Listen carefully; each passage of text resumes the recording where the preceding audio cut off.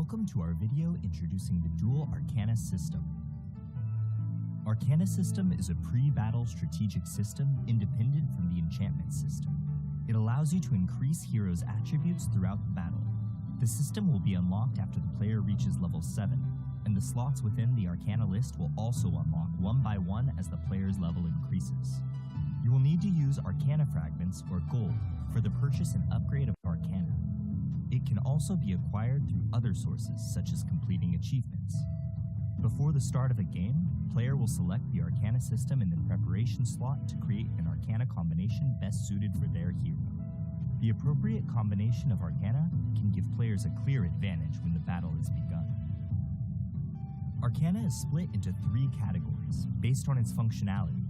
Red Arcana focuses on increasing the hero's ability to attack. Purple Arcana focuses on increasing the hero's ability to self-recover. And Blue Arcana focuses on increasing the hero's defensive abilities. Arcana of each color is further split into 8 categories based on their bonuses: attack, life, defense, function, lifesteal, attack speed, critical hit, and pierce. Each independent Arcana has 3 levels. The higher the Arcana level, the more bonus it grants the hero. On the Arcana page, players can freely pick as they wish to create the combination from red, purple, and blue Arcana. Players can create their Arcana combination on the Arcana page based on the role of their hero and their own playstyle. After choosing your Arcana, you can click the top right of the Arcana page to rename and save your combination. In addition, the system has recommended combinations based on roles and playstyles for the player to select directly and use. Depending on the different combinations in a match, Arcana will enhance a hero's performance in different ways. Even if the player uses the most advanced Arcana for their combination, the bonus provided for the hero will not greatly affect the balance of the game. Then, how will the Arcana system help players? During the early stages of the match, the basic attributes of heroes are quite low. Even if the Arcana did not offer much bonus, it could bring about a considerable and substantial difference. Such a change will help the player decide their early game strategy and playstyle while adding more variables to the battlefield. Arcana combinations are not absolute. According to one's understanding of the hero and their playstyle, players will all have different combinations. Should you focus on certain enemy heroes or making up for the shortcomings of your allies? Should you take the initiative in teamfights or increase roaming efficiency? It is entirely up to the player. This marks the end of our video introduction to the Arcana system. Thank you for watching, and good luck on the battlefield. Class Introduction. Welcome to the class introduction of Arena of Valor. In Arena of Valor, the 2 sides will confront each other in teams of 5, and the heroes are the avatars of the players on the battlefield. Your knowledge of your hero and class is the first step towards victory. For your convenience, heroes are divided into 6 classes in the legendary duel: Tank, Warrior, Mage, Assassin, Marksman, and Support. Due to the unique abilities of some heroes, they will have multiple classes. Players can clearly see the characteristics of the 6 classes in the hero interface. Aside from this, players can also check the class of their chosen hero at Choose Character screen in a match. Tank class heroes. Tank class heroes fulfill the role of the meat shield of the team. If you're a fearless warrior who wishes to charge through the forefront of battle, then tank class heroes are undoubtedly the best suited for you. Disrupting the enemy's formation and drawing their fire is the core use of tank heroes. Thus, they also shoulder the heavy burden of initiating team battles. Warrior class heroes. Warrior class heroes excel in close-quarter melee combat, combining the ability of dealing damage and tanking.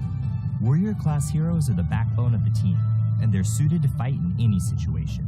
At the same time, they have multiple item sets and play styles. In a real combat situation, we will prepare item sets based on the team's composition and battle situation to balance the team's overall offensive and defensive capabilities. Mage class heroes.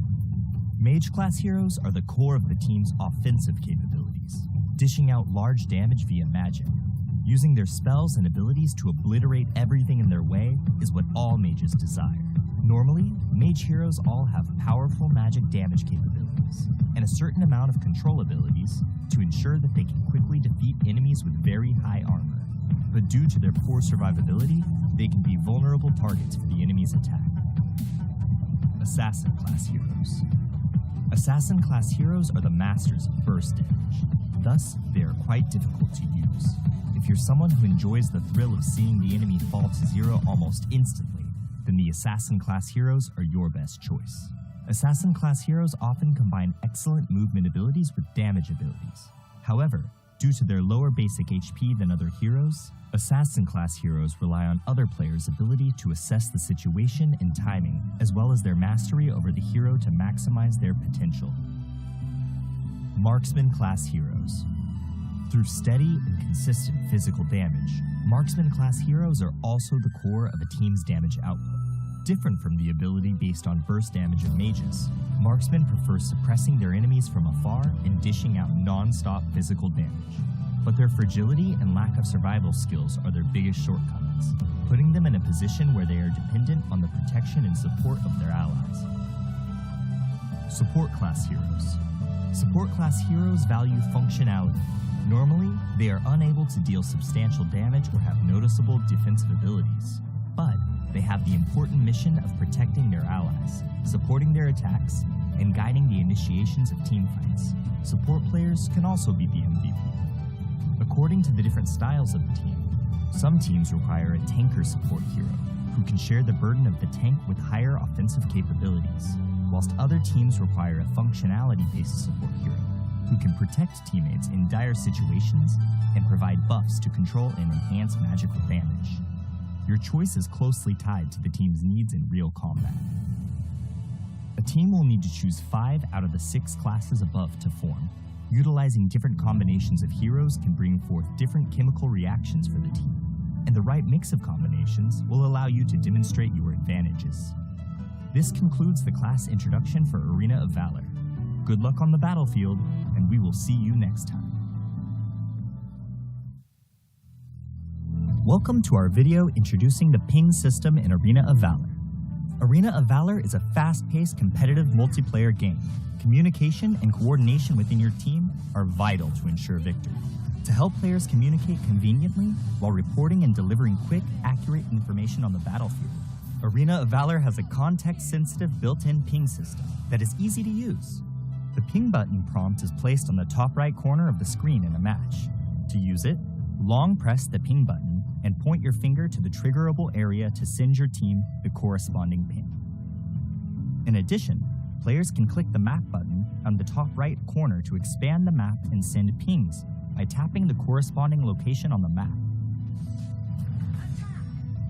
Of course, players have the option to block ping sound effects and voiceover from other players to prevent interference during the battle. Battle alert pings. When players are on the move, they can send their estimated arrival time to teammates by tapping their location on the map. Players can request support from teammates by dragging the ping button prompt to their own hero. When the player is hidden in the grass, drag the ping button prompt to the grass to instruct teammates to hide themselves and ambush together. When a player is outside of the grass, dragging the ping button prompt towards the grass will notify teammates to be careful of an enemy ambush. Wilderness status ping. When Abyssal Dragon, Dark Slayer, or your own buff exists on the map, players can give corresponding attack commands to their teammates by tapping the corresponding monster directly on the map or by dragging the ping button prompt to the relevant monster. If a monster has yet to respawn, dragging the ping button prompt will notify the players of the corresponding monster's respawn time. Personal status ping. Players can notify teammates their skills are ready by dragging the ping button prompt onto their hero's skills. Dragging the ping button onto a skill in cooldown will alert teammates of the cooldown timer. When a hero dies, the player can drag the ping button prompt onto the death countdown to inform their teammates how long it will take to revive. In addition, players can inform teammates that they're returning to base by dragging the ping button prompt onto the recalling button while in recall. Enemy status ping. When the enemy has disappeared from a lane, the players can send an enemy missing ping by tapping on the lane. When the enemy reappears, tapping on the lane will signify how many enemies are present. Situation alert ping.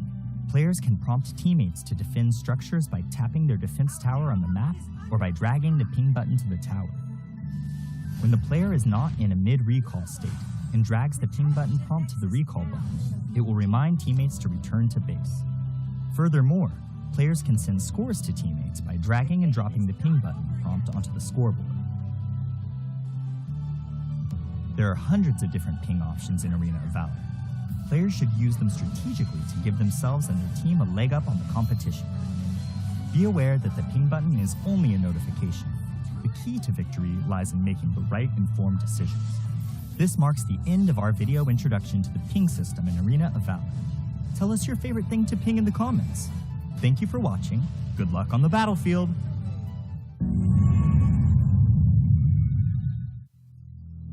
Welcome to our video introducing the team communication systems in Arena of Valor. Arena of Valor is a fast-paced, competitive multiplayer game. Communication and coordination within your team are vital to ensure victory.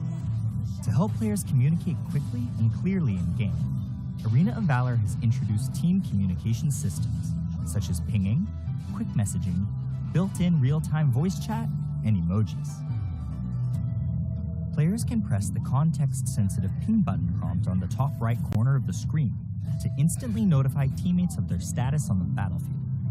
Players can also drag and hold the ping button to various elements in-game for different alerts. Depending on the context, pings can be divided into types such as battle alerts, wilderness status, personal status, enemy status, and situational alerts. Check out our ping system introduction video to learn more about how you can use the ping system in Arena of Valor. Players can use the in-game quick message system to plan and communicate. Quick messages first appear as part of the pre-battle strategy screen. Rally for a team fight. Before the match, the player can set selections and adjustments within settings. These pre-made messages can be split into 3 major categories: defense, offense, and communication. Players can select 8 messages from these 3 categories to use as quick messages within Arena of Valor. Some quick messages even have voice lines that play when being used. Let me get the buff. In the event you want to communicate in more details with your teammates, you can also tap the box beneath the quick message window to enter text. Keep it clean. Aside from quick messages, voice chat will always be the most accessible and concise way to communicate on the battlefield. Players can use the game's built-in real-time voice chat system to speak and converse with their teammates directly. To use voice chat, tap the microphone button on the left side of the screen. When the player is queuing with friends in a pre-made party, they can choose the voice chat to be party only. Emojis are a fun and expressive way to communicate within Arena of Valor. Before the start of the match, players can equip emojis with their customization suite. Make an emoji selection while in a match to use the corresponding emojis. When triggering certain scenarios, heroes will automatically release their preset quick emojis. If there are teammates nearby that use an interactive emoji, and the player responds with an interactive emoji of their own, a new effect will be created for both emojis. One last thing to note, emoji displays can be seen by your enemies. Use your smileys wisely.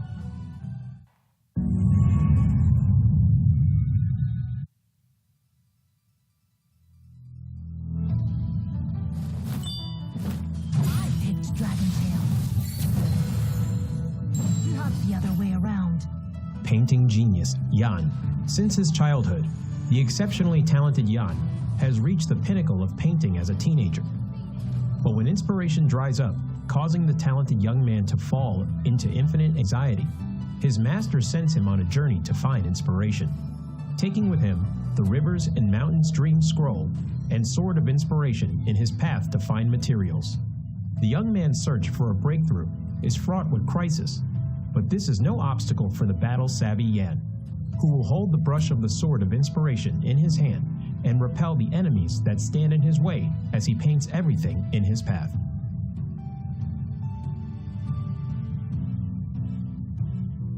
passive, Spiritual Spark. When Yan uses Skill 1 and Skill 2, he will gain a stack of energy, having 2 stacks of energy, depending on the difference in the previous skill. Will cause the next normal attack to gain additional boost. After using an enhanced normal attack, his attack speed will increase. Yan's skill will mark an enemy when it hits them. Dealing damage to the same target will consume the mark and trigger additional physical damage, restoring Yan's own HP in the process. Skill 1. Black Jade Sprinkle. Yan will deal damage and apply movement speed reduction to enemies in a fan shape in front of him. Passive Enhanced Normal Attack. After a short delay, deals damage to the enemy in front and knocks them away. He can move during the delay and deal additional damage to minions and wild monsters. Skill 2. Draconic Step. Yan moves forward in an arc, dealing damage to enemies along the path. Yan is untargetable while using the skill. Passive Enhanced Normal Attack. Charging towards the target enemy and dealing damage, he can use another part of Skill 2 within a short time frame. Additional Skill 2 cast has a separate cooldown calculation and does not accumulate energy. Skill 3. Hills of Dream. Yan releases his seal, entering enhanced status and dealing damage to surrounding enemies, receiving a massive physical penetration, and can use the second part of the ultimate skill. He gains super armor and reduces damage taken during the cast. Yan will enhance all of his other skills. The second part of Ultimate. Yan charges forward and deals massive damage and knocks away enemies in a massive range forward. Enhanced Skill 1. Deal 2 instances of damage to the enemy. Enhanced Skill 2. Deals even higher damage.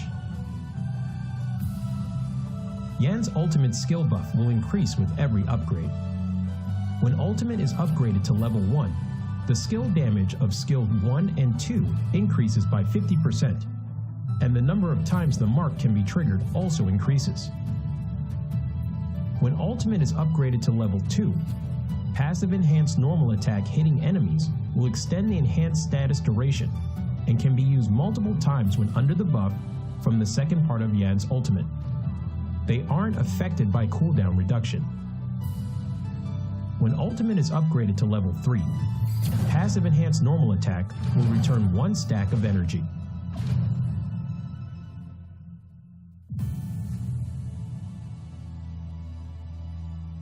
Yan is a highly controllable warrior-type assassin. His damage will continuously increase as the game goes on. He becomes extremely powerful in the later stages of the match.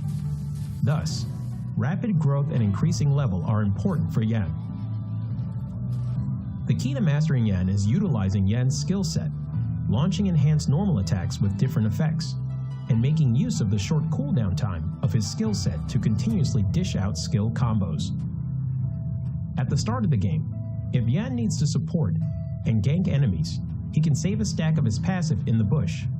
Use Skill 1 to slow down enemies who passes by, and trigger Skill 1's enhanced normal attack to knock away the target, to crowd control them and coordinate with teammates to finish them off. Yan needs to save up 1 stack of his passive while chasing down enemies. He needs to make use of Skill 2 to get close to the enemy first, then uses enhanced normal attack's additional reset of Skill 2 to continue pursuing. Once the gap is closed, use Skill 3, Skill 1, enhanced normal attack, Skill 3's second part to finish up. In team fights later in the match, make use of the buff effect from the ultimate to bring forth a good haul. Yan needs to attack from the flank.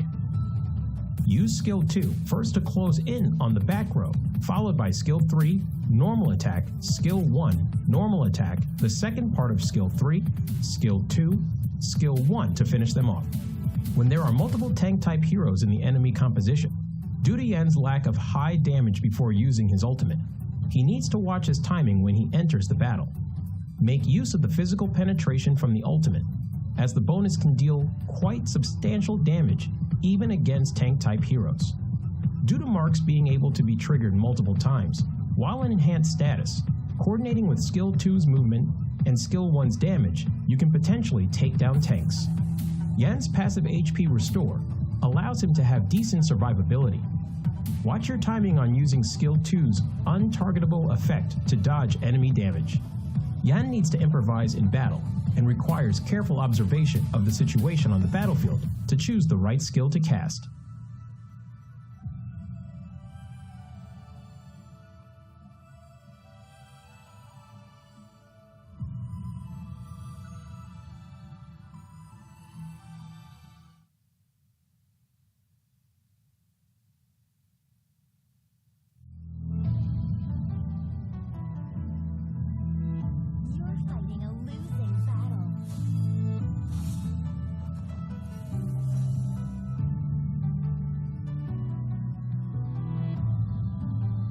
Jade Fan Beauty Yue. As the princess of the Dragon Kingdom, Yue brandishes a fan as her weapon, retaining her elegance even in battle. Aqua Force and Mountain Crusher allow her to easily control the whole battlefield, and Borrowed Might allows Yue to unleash endless attacks. If an enemy dares to offend Yue's grace, then they will taste the power of Rising Wind. Passive skill, Borrowed Might. Every time Yue uses Aqua Force and Mountain Crusher, she will gain a stack of Borrowed Might. When she has 2 stacks of Borrowed Might, Yue will reset the cooldown time of Aqua Force and Mountain Crusher and strengthen the next Aqua Force or Mountain Crusher. Skill 1, Aqua Force. Yue throws 2 bone fans at close range, dealing damage to enemies in their path. After strengthening, Yue will throw out 4 bone fans when using Aqua Force. Aqua Force will deal several times the damage where the bone fans converge. Skill 2, Mountain Crusher. Yue throws 2 bone fans at far range, dealing damage to enemies in their path. After strengthening, Yue will throw out 4 bone fans when using Mountain Crusher. Mountain Crusher would deal several times the damage where the bone fans converge. Skill 3, Rising Wind. Yue knocks back nearby enemies and deals damage to enemies in its path while pushing them back slightly. Yue will gain additional vision.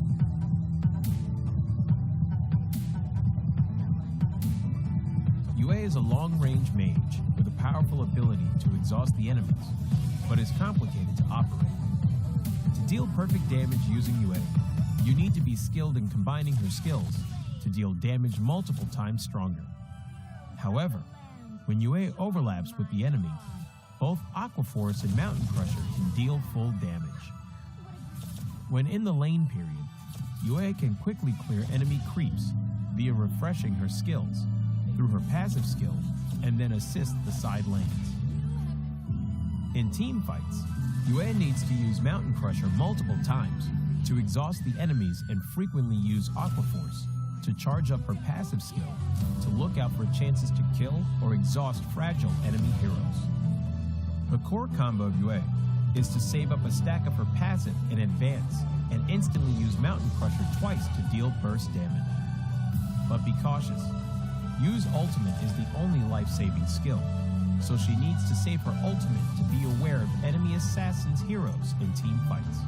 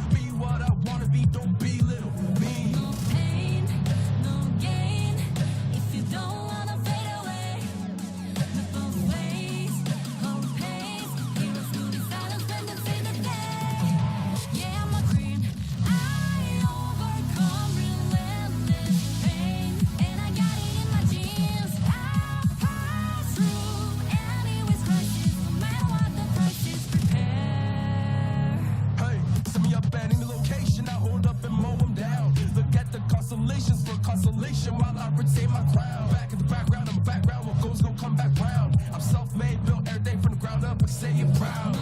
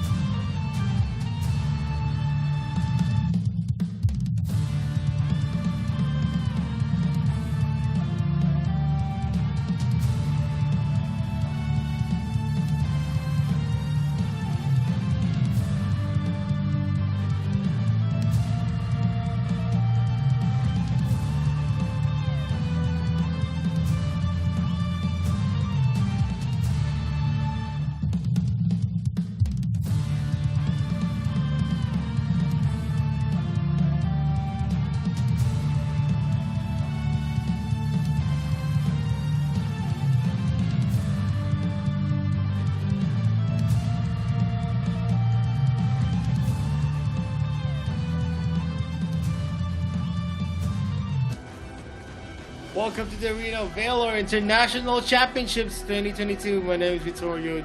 With me is Nikos. We are now on the second day of the semifinals. We are now at the lower brackets. And we're actually going to witness the best of 7 between V Gaming and Bikertopia. Are we going to see a GCS versus GCS finals? Or are we going to see a redemption story for V Gaming to have a rematch in the finals with one team?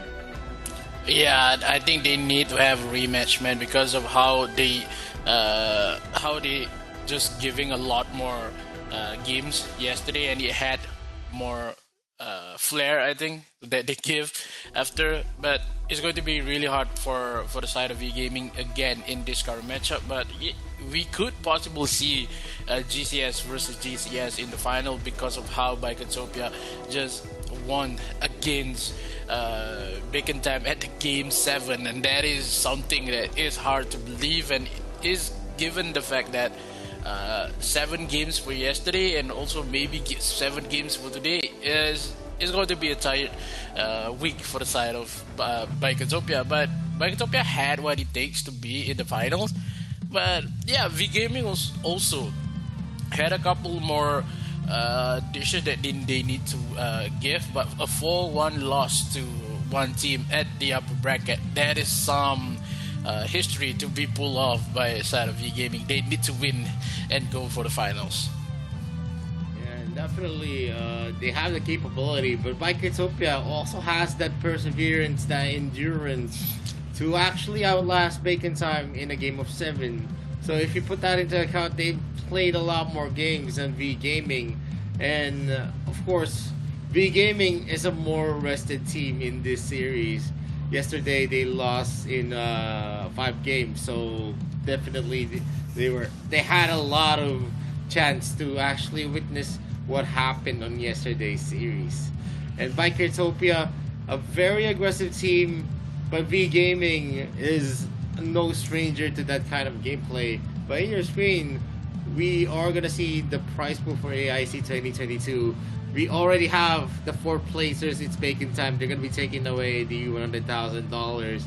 But the first, second, and third is still a mystery. Whoever is gonna be losing though is definitely gonna be taking the $200,000 for the third placers.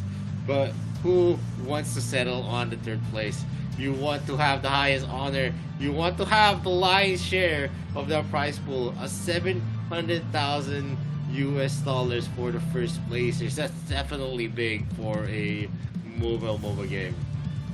Yeah, that's 200 for today, and for next week it will be 700 as well as 350 to be distributed to all the 3 teams left for today. But yeah, in terms of the bracket itself, we already seen one team will wait, whoever, maybe V Gaming or Biketopia will be in the finals.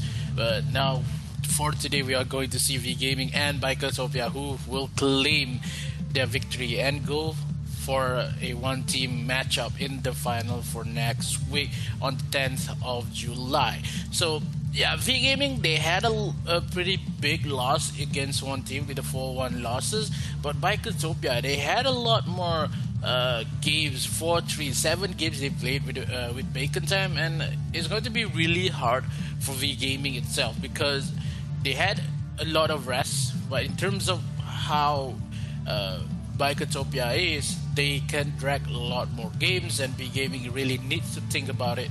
If not, it's going to be something that it is really hard to be in the lower bracket semifinals, and it's kind of nuanced to see Biketopia versus the V Gaming. It is really hard to go for this matchup. We've seen V Gaming and Biketopia match it out on the second day of the playoffs, and we've seen how V Gaming actually won against Biketopia. They had the better firepower in terms of how they play it, and it was a best of 7. So you already have an inkling of what's gonna happen. They had a 4-1 against Biketopia in the upper bracket, but now in the lower bracket, where everything is at stake, you don't have second chances here in the lower brackets. It's either you win or you actually get out of the tournament. And definitely that will boost some of their fighting spirit. They're going to be giving their all in this best of 7. And I hope they do commit a lot in terms of investing their hero pool. We've seen yesterday Bacon Time actually failing in the series because the drafts that they had was pretty much comical. It wasn't really a draft that you would expect to win, and if a team actually pulls that off yet again in this best of 7 series, I'm gonna be losing hope for that team already. But we already have game number 1 starting, and V Gaming still going with the main lineup: Han, Wang TD, Maris, Quang Hai, and Bird LP. Quang Hai is, all of the members of V Gaming are very, very solid players. I don't actually see the players of V Gaming falling off in terms of individual skills. It just so happens that they actually lose in a lot of team fights. It's not about mistakes. It's about decision making. In Biketopia, T1, Zero Recent, T-Lin, and Pika, I can see a weakest link as well on VRO. They're very, very solid. Both of these teams are definitely going to be competing in terms of who's going to be taking the bulk of the early game. You can see here on your statistics that 5 to 13 minute win percentages, V Gaming doesn't usually win in the opening early games, but the mid game they actually have a boost on their win rate, and on the late game they only have a 40%. But on Bikertopia, they definitely win their games early on. 100% win rate to most of their matches that end at 5 to 13 minutes. But Yeah, as it progresses, they grow weaker. Yeah, that is the interesting part, is because of we've seen gameplays for Bikertopia, they wins a lot in the early phase, and 5 to 30 minutes is 100% win rate for Bikertopia.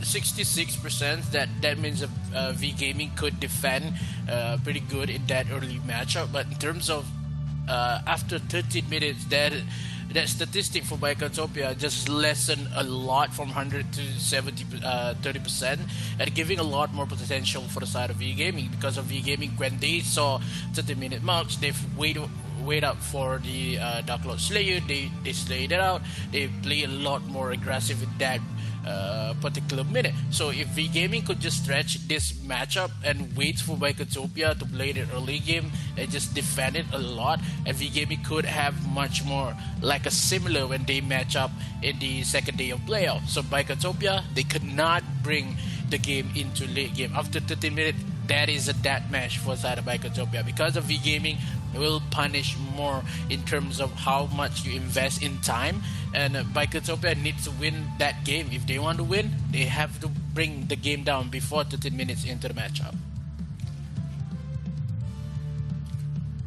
Yep, and of course, I think what really comes to me is that one of the reasons why Bikertopia actually lost against V Gaming is they almost have the same playstyle, and when you have the same playstyle, whoever gets to execute it better is gonna have the advantage in most of the games. And V Gaming has already mastered this kind of playstyle. They've been known to actually be very, very hot in the early to mid game, and the key player for V Gaming is going to be Maris with a 5.9 KDA, 5 MVP counts already, 34.6% that the team actually dealt was mostly on Maris. So that's actually a big number. He performs very, very well, especially in team fights. You don't see him making a mistake early on in the game as well. Not much that you can expect here. If they really want to actually shut down the machinery of V Gaming, they need to shut down Maris. If you lock Maris down onto his lane, he's not going to be able to provide contribution in the match. Yeah, it is going to be really hard for Maris itself, because he has a lot more jobs, and also availability in this current matchup, because we saw a lot more mid laners is not up to par against the AIC matchup, but still has the much potential for Maris itself. We saw a lot more involvement for Maris in terms of when they met in the playoffs. They won a lot more contests in that mid matchup, but in terms of how Bikertopia needs to realize that this is going to be their redemption, and they need to bring a lot more into the game, and if they want to win against V Gaming, because V Gaming maybe seems a lot of trouble when they face down one team on the upper brackets, but Bikertopia has a lot more spice in their journey because of how they are the first one to be sent by V Gaming onto the lower brackets, and they still want to manage to take over V Gaming in terms of this final lower bracket, and it wants to go for the final. But yeah, it is a big mountain to climb for the side of Bikertopia, because they had a lot in common in terms of playstyle, but one single advantage could be taken is it between Mars as well as Zin in terms of what is their composition they want to bring in game number one, or either steal away the momentum in this first matchup. Yep, and game number one, the first bat is going to be a Florentino instead of an Omen. Aya is still going to be definitely the first bat in Biker Utopia.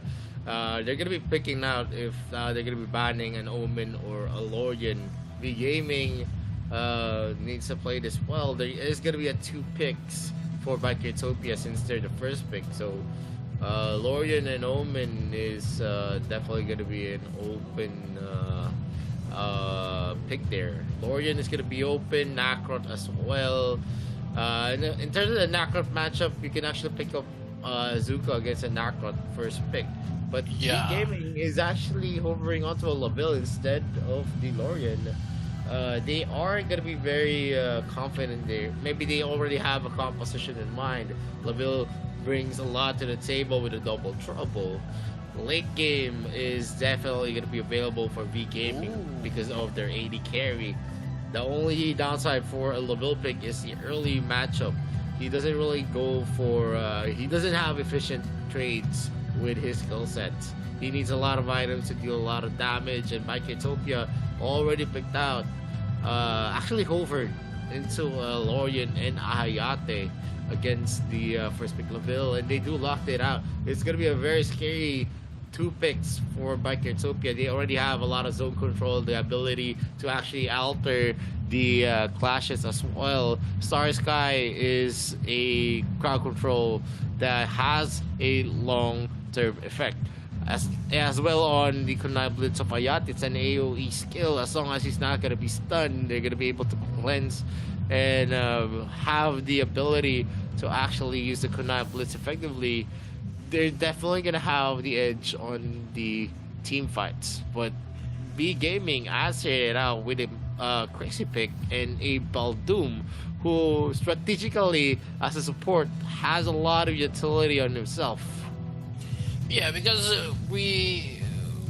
as we know that Kirixia and also the Baldoom and the Laville is a great combo with this matchup for V Gaming because of the double trouble as well as the Wild Prison could connect a lot, and as well with the Moonfall damage with the team fights that V Gaming want to bring, it will be a good kind of combo for V Gaming. But instead, they know that they are one of the teams that are good in terms of late game.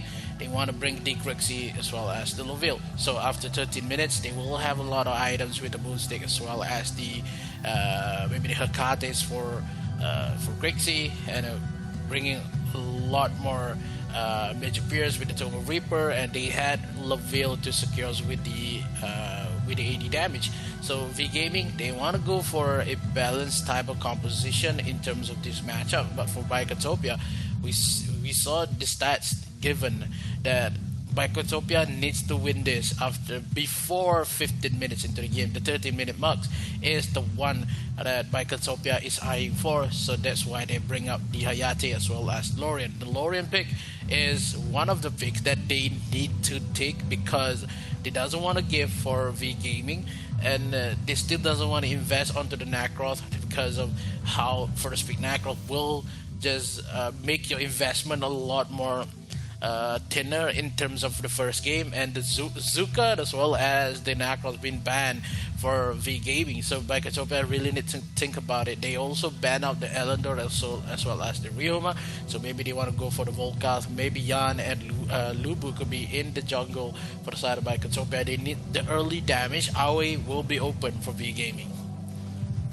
Yeah, Aoi is going to be open, but I don't think Aoi is definitely going to be a pick. It's very effective in this kind of lineup. Aoi actually excels when there's a lot of squishies, but if there are a lot of tanks on the other side, he's not going to be effectively getting... They're not going to be... it's not going to be an effective pick for V Gaming. But Kira definitely is a pick that could actually make a difference. It's one of the junglers that actually can burst down tanks, and I really think Kira is going to be fitting well here for V Gaming. Yena as a Dark Slayer laner. Maybe they think that Ion is gonna be put up in the DS lane because Bikertopia actually used the Ion multiple times in their best of 7 series against Bacon Time. That Ion was always placed into the Dark Slayer lane. So the jungler question is what jungle are they gonna be using in Bikertopia? They're actually hovering onto a Wukong, and that's gonna bring a lot of damage. They're actually relying heavily onto the Thane, who's going to be the main tank for Bikertopia. They're not investing much on sustainable heroes that can actually outlast them. They're going all or nothing. Glass cannons are actually found in both sides, and it's a pretty scary prospect here. If the Wild Prison doesn't deter the initiation from Bikertopia, or they're not going to be able to use it defensively, it's going to be difficult for V Gaming. We have a Baldum versus Stain matchup here, and this will definitely dictate the flow of the matchup. It's either the Baldum is a more effective support, or the Thane will actually be able to outlast the members of V Gaming. That's a focal part here, because if they're not gonna be able to destroy Thane in the opening minutes of the clashes, it's actually very difficult for V Gaming to go for an entry play, even with the entry that they have on the Kira and the Gena. Yeah, they could play for a lot more team fights because of how they have the Baldwin as well as the Grixie. But in terms of the counterattacks that Bikertopia putting on with the Lorian, the Stereo Sky, as well as the Kunai Blitz, it would be hard for the side of V Gaming in this first term. They have to wait for the late game for that Kira to be online, as well as the Yena. So if Yena could silence one member for the side of Bikertopia, they could burst out for a lot more team fight in terms of only one, maybe Pika could be silenced away from Burrell B, and that is going to be something. But in terms of the jungle matchup, I would say that V Gaming had the best picks currently with the Kira instead of the Wukong. We haven't seen a lot of a Wukong 100% win in terms of the jungle, because how Wukong really needs to depends on what item he has, maybe onto the slick stings, and also with the help from the Lorian. But in terms of Bikertopia has the Lorian, it will be a hard game for V Gaming, because that crowd control that Lorian provides is too much to be handled. If the Baldum will not hit the Wall Prison, if the Wall Prison lands onto the Lorian, it could be an easy matchup for the side of V Gaming. Yep, and with the start here, they're not really going for invades. They know that they don't have the capability. This lineup is more of a scaling lineup, especially for Bikertopia. In the late game, there's going to be a push already. Han is going to be the target. T1 is going to get a stun there. They almost get, and they do get that first blood with Sin using that skill. There's also going to be a push. Mars is going to be dangerous. T1 gets that kill. That's a double kill already for Bikertopia. And Kwang Hai does his best, but the damage from Kira is non-existent. And still, we're seeing Zerubi going in for a 1v1 against Wang TD. One more shuriken throw, and I guess we are gonna see another dead member from V Gaming, and Bikertopia already gets that triple kill. Yeah, that's the fourth kill, maybe the number 4 for the kills has been registered for the side of Bikertopia as well. That V Gaming, they are not ready for this kind of matchup, because that is some early gangs, early kills that Bikertopia are bringing in. But V Gaming, they are hot stock right now, because what just happened there? They just full on commit because they had a Grixie and a Baldum. They want to defend their jungle, and that wall charge coming in for from Han is not giving the game. He needs to run away exact moment, but I think the flicker as well as the push coming in for T1, that makes the game possible. But no, with all the firepower that VGM has, they did not take away That Abyss of Dragon as well, but they claims the kill. They go for the punish here. But aside of V Gaming, they cannot. Takes only one kill away from the side of Bicotopia. Claims the kill number 5, but they miss on the Abyss of Dragon matchup. Yeah, Birdle Beetle was able to steal out the red buff from Bicotopia, so this could actually help them. Not that big of a help though. For sure, one buff is definitely not, a game changer. You need to get a lot of looks, the objectives as well. But T Lin is going to be securing the Slayer, so we already have a 1.5k gold lead, almost 1.5k gold lead on Bicotopia, and that's a very, very big lead to start this off. That's 3 minutes in the mark. T1 is going to be hit by some of the skills of Fanghai, but it's not going to be affecting that Thane. We know that Thane is a very tanky hero. He's going to be able to get suffer from the damage, and he's going to be able to soak it up as a tank. Yeah, apparently we saw in the footage that Bicotopia is the one having a problem right now, but I think it's okay because the 5 kills that Bicotopia had in that early matchup is going to give a V Gaming some time to just cope with that aggressive gameplay. They take a lot more objective in terms of the jungle, but I will commend onto V Gaming when they are the first one to steal away the Abyss of Dragon, and it is something that V Gaming said that we're still trailing in terms of 1.5k goals, but we had the firepower, we had the Baldo with us. The Baldo will not be taken away easily, so it is hard to say that V Gaming will not put more resistance into the first matchup, because the early ganks coming in for Bicotopia is really working for them, because Bicotopia really needs to win this before 30-minute marks, and they had to play a lot more aggressive in terms of they had the Hayate as well as Lauren, but it will push back a little bit because they're going for Wukong jungle. They need to wait for the Cliff of Santi to be finished before they're going for the second objective. So that point is, if Wukong has more scaling than the Kira, it's hard for the Kira to make up into this game. I would say V Gaming still have the chances to closing the gap in terms of what objective will be next for V Gaming, because they did not push onto this lane just yet because of how the Yan still has more damage than the Yena, and they need more time for the Kira and the Yena to have maybe one item, maybe the Spear or Longinus, maybe. But in terms of the matchup currently, Bicotopia is on top, and Bicotopia has much more momentum. They are saying this game will be theirs.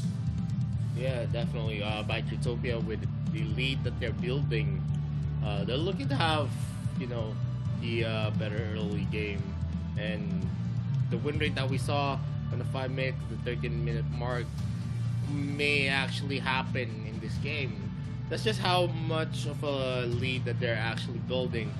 Remember, they have a lot of late game heroes on their side. They have a Lorian, they have a Hayate.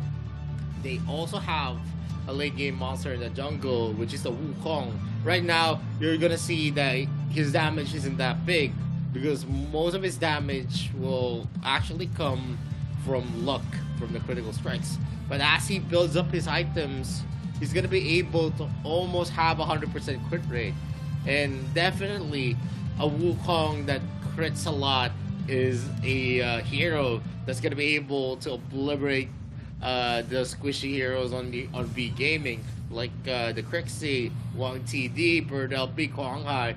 Those are squishy heroes. Even if you build tank items onto Bird LPs, Yena, it's not really a hero that could suffer from a lot of the damage. Oh! The Double Trouble is actually at a hit, and it might be an initiation, but Morris is going to be late to the party, misses out that Moonfall, and there is going to be a rotation coming in from Sin.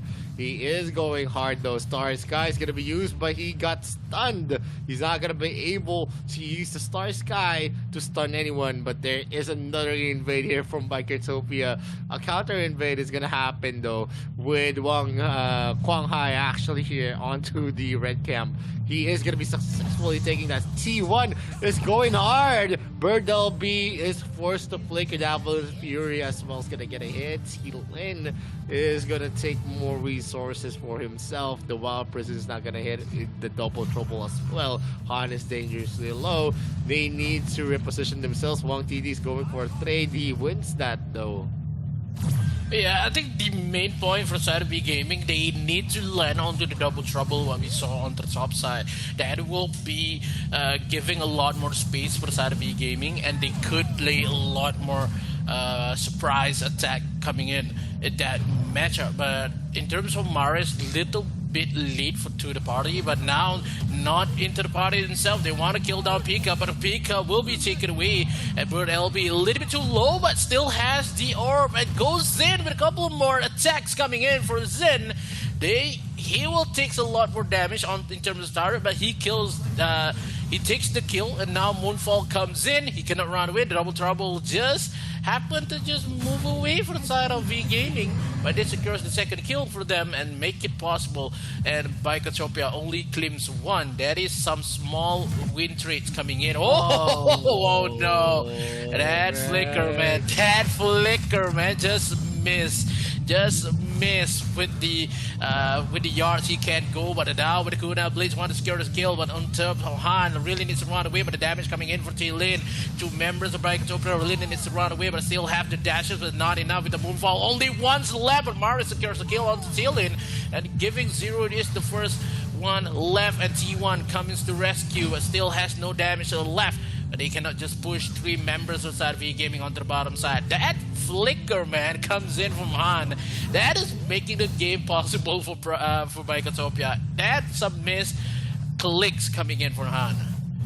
Yeah, but Han actually missing that is definitely not gonna feel good for them. That's a double trouble actually getting a hit, and they do get Lorian there. The double trouble actually is making it work for V Gaming, and now they're having a traction here as the lead is down to 1k yet again, almost at 600 already. The Bikertopia needs to play a lot more aggressive, needs to actually get the pickups that they want, because Wang TD is definitely being effective here. It is an almost kill. They get that, and the Wild Prison is going to be used. The Fading Phantom already being brought down here by Kwang Hai, and Wang TD finishes that off, and the Star Sky has been used. It is not going to be able to clear the wave though, as V Gaming takes the first objective of the game. They get the lead back from Bikertopia, and now Bird LB is going to be spotting out Lin and also Pika taking the Slayer. They're starting to take this, but without the jungler, they're not going to be able to contest this. But they trade it out with a mid lane push.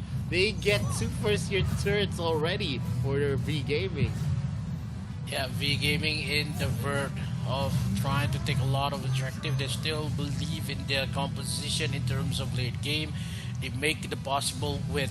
They take one by one with the side of Bikertopia, and now Bikertopia is really scared that they just group up in terms of the mid lane and goes for the Dark Slayer because they want more gap in terms of goal. But now coming in, only Kwang Hai could do this. We're a little bit too late with no vision at all. Comes in with the trouble hits first with the ultimate comes Kwang Hai with a couple more damage, but now the T will be taken away as well as Zen. And now V Gaming in the verge of taking a lot more objective. They steal away two members of Bikertopia. They lost none in that process, and now V Gaming is in front of Bikertopia. They are in the momentum to win this matchup. This is the time for Kwang Hai and as well as Bird LB. They already have the items and as well as the damage, and Bikertopia really need to defend this pretty much because they have to push down Pika onto the bottom side to take one objective. They claims the objective just yet, but still the towers is alive. Doesn't have any tower just yet. There goes in with Starry Night still intact with Zin, trying to find who's ever going to be the sacrifice for side of V Gaming. Oh, That is a counter play coming from T. Limited damage is not yet felt. He was able to shave off half of the health of Quang Hai, but doesn't really matter. But because they need to have a 1-hit lead if ever they want to win the clashes. T. Lin right now doesn't have the itemizations just yet. It's the 9-minute mark, and now V Gaming is the one who has the lead. It actually played well for V Gaming. What Wang TD was actually doing, all the double troubles actually connecting, gave them the chance to get this lead, and now they're going to be securing the Holy Dragon for themselves. 2 of the mid-game objectives already to their side. yeah, given with the double trouble to play for the side of V Gaming here, and Bikotopia really needs to realize that the double trouble is the one need to be not hit for the side of VGM, because they will go for a couple of dives with only the head of Maris as well as Quang Hai. That will secure the kill. And what they do before this, and given the fact that V Gaming still have the momentum, they will go for a dive, but a little bit too late here with the 1 second mark. But now the members of VGM, they need to wait for another double trouble before they want to go for that. They know Pika is there. They goes in with a couple more dashes. Pika really needs to run away. They goes for the wild charge here. Towers will be taken down, and now a couple more damage. They're still not on the deficit of the members. They lost Maris in the process, but they killed down T. Lin. But now the members of Bikotopia onto the counter attacks. They still with 2 members. Both LB will be taken down as well, and Bikotopia will still await the momentum in terms of the next objective. Will goes in. They go for a couple more targets. If we seen Pika trying to find where is Huang TD, what a kill down with no double trouble left for Huang TD. He wants to kill. The double trouble does not connect to any members of Bikotopia, and the momentum is on Bikotopia back in this matchup. Yeah, I mean I think it was a bad call coming in from Han, who actually forced out that clash. It wouldn't actually happen if Han didn't use the wild person, didn't go for a wild charge, trying to harass the members of Bikotopia, because it is going to be hard there. They're not going to have a lot of long-range damage to just destroy that turret, and that gave a chance to Bikotopia. They could have taken it in a war of attrition, but them forcing out objectives is actually not a good thing. They still don't have a lot of items on Wang TD. He does have a Clave Sentient Sting in a Fafnir as well, but it's not yet enough to actually sustain him in the clashes. Remember, there's a lot of people that can burst down the members of V Gaming. You have T. Lin. T. Lin is not going to be spotted there though. Bird LB is just going to be missing him in that brush, but if he does attempt to go for a kill, there's a chance that he is going to be taken. There is a 5-man positioning here from Bikotopia. They're positioning themselves here onto the bot lane. Tirui is very, very near, as he's not going to be hitting that shuriken. The Holy Dragon might be started yet again by V Gaming. They still have the capability, as in terms of objectives, they have the better takes. Without the mid lane turrets, the control that Bikotopia is just gonna be limited at this point. Yeah, look, we already reached down to 13-minute marks, and now the momentum is still onto the hands of V Gaming. They're trying to find whoever going to go in, because double trouble hit, but not enough of the time to be taken with the wild charge. Members of V Gaming, they takes away the Holy Dragon. They want to go for a push onto the top side as well as mid, because on the bottom side will be leaf away for the side of V Gaming. They doesn't know where the other 3 members for the side of V Gaming is. Now V Gaming is going for a dive onto the jungle. They want to spot whoever going to make for the jungle rotation for the side of, maybe they go for the T lane, but still T lane can match it up. Still, they want to push down bottom side. They want to play this out for the late game matchup. Bottom turret will be taken down. In terms of 55 seconds left for the Dark Slave will be spawned here. The Dark Lord will be spawned, but the members of VGM focusing on the TT turret on top side. Mid lane will be given for Quang Hai and as well as for LB. But LB will be a rotation on bottom side. He will push away because of T-Lane will be present on bottom.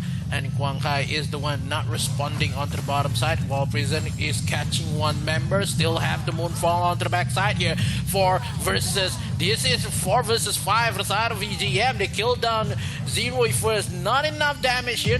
They don't have the Kunai Blades. They take double kill for Quang Hai. And Quang Hai takes the kill number 3 as well. Given to Marius. And 3 members has been absent for that team fight alone. Because T-Lin is not there with them. And by Katopia need to force this turret onto the mid lane and giving VGM onto the top side, pushing into the inner inhibitor turrets, and also they need to go for a couple more. Oh no, the double trouble hits in terms of TP! He's not going to go back. Couple more damage, but Dylan has the damage to kill down, but they go for the trade onto bottom side, and VGM takes the game number 1. Okay, that double trouble plays a good role in that matchup. Man, Wang TD making the dream work. B Gaming takes game number 1. And a big part of it is because Wang TD gets that double trouble into the right places. A sharpshooter, a global sharpshooter, we might say, for B Gaming. Well, what a fantastic game number 1. A good start for B Gaming, and the momentum is definitely gonna be felt here as Bikertopia invested a lot in game number 1 and was not able to get their winning condition. There is some good trades been made on bottom side.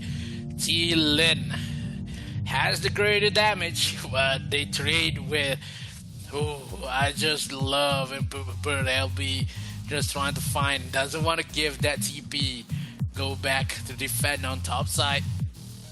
But that double trouble, man, the first game of all, Quang TD makes the beautiful play for win for the side of V Gaming. That double trouble is causing much of a trouble in this current matchup, because we saw in that early game Bikertopia has 5 kills to 0, and when the double trouble hits, double trouble makes the play and gives a win for the side of V Gaming. I would say maybe that is the best double trouble ever for the side of AIC 22.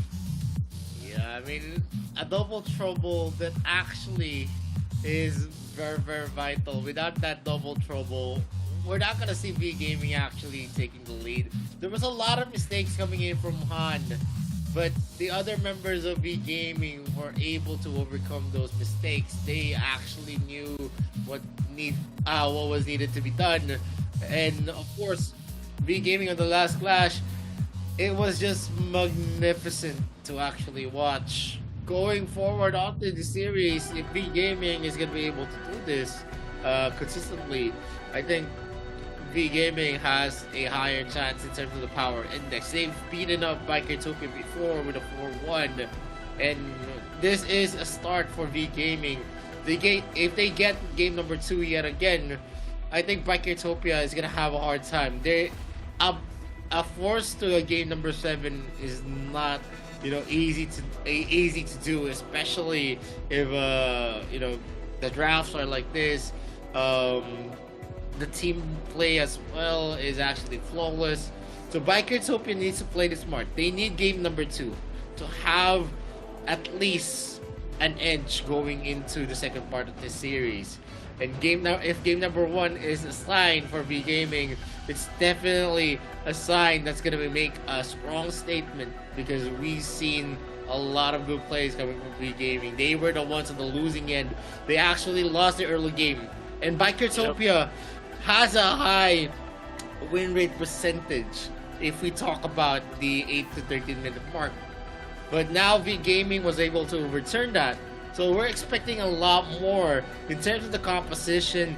They didn't really have a lot going into the late game. So the winning condition there was they needed to win it in the mid game, and they actually was able to do it because of the plays coming in from Wong TD.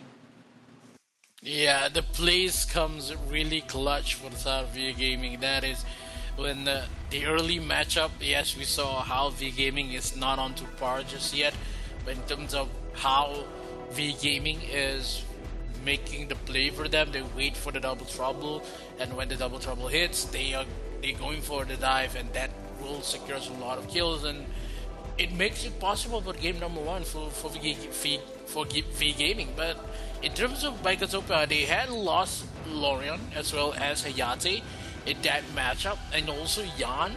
It is going to be something in the game number two that is Baikatopia really need to think about the early matchup, because they had a lot going on in that first early game. But in terms of when it comes to strategy and goes for a dive, it will be much more complete for the side of VGaby, because of Baikatopia just receive a lot more kills, and we saw what happened in that graph itself. For about 7 minutes into the matchup, it is on the hands of Baikatopia. When it goes for Huang TD has the 6 things and also one items better than Zirui, it comes to a dimension when that double trouble is the one making the plays, and we saw the potential of Baikatopia when one tactical has missed and misplaced for V Gaming. They take back a couple more hundreds in terms of 30 minutes into the game, but V Gaming closed it pretty well with that comings from Bert LB on bottom side. They wait, but in terms of if the double trouble does not hit, it will be Chi Lin is the one to defend, because it would take a lot more time for Bert LB to spot where Chi Lin is, and the luck is on the side of V Gaming when the double trouble hits and makes the game for V Gaming in game number one. Yeah, definitely. We're gonna see the MVP. It's gonna be Kwang Hai on that Kira. Perfect game for himself, 6-0-4. He knew and trusted Wang TD to make the plays. And every time the double trouble hits, and when Kwang Hai is actually in that rotation, it's definitely a sure kill. Giving a lot of space onto Kira, giving Kira a lot of gold is definitely something that happened here on game number one. Kwang Hai was able to actually farm freely. Yes, there was a lot of presence from the other members of Baikatopia, but the ones that were eliminated was mostly the laners. They were not able to disrupt Kwang Hai's jungling. There was a lot of invades coming in from Baikatopia. There was what they actually did is they strengthened the other side of the map. Because the only thing that they needed coming in from Wang TD is the double trouble. So most of the rotations that happened from Maris and Kwang Hai was always onto the Darkslayer lane. They actually went and mirrored what was happening in bot lane. The presence of Sin and the others was there, but what V Gaming did is they actually took that into their advantage. They actually harassed Pika in most of the early game, and that created a vacuum wherein they had a chance because they were able to rack up gold. And without Pika in the top lane, if Pika is actually not alive, they cannot actually muster a defense onto the jungle camp of T Lin on the red side.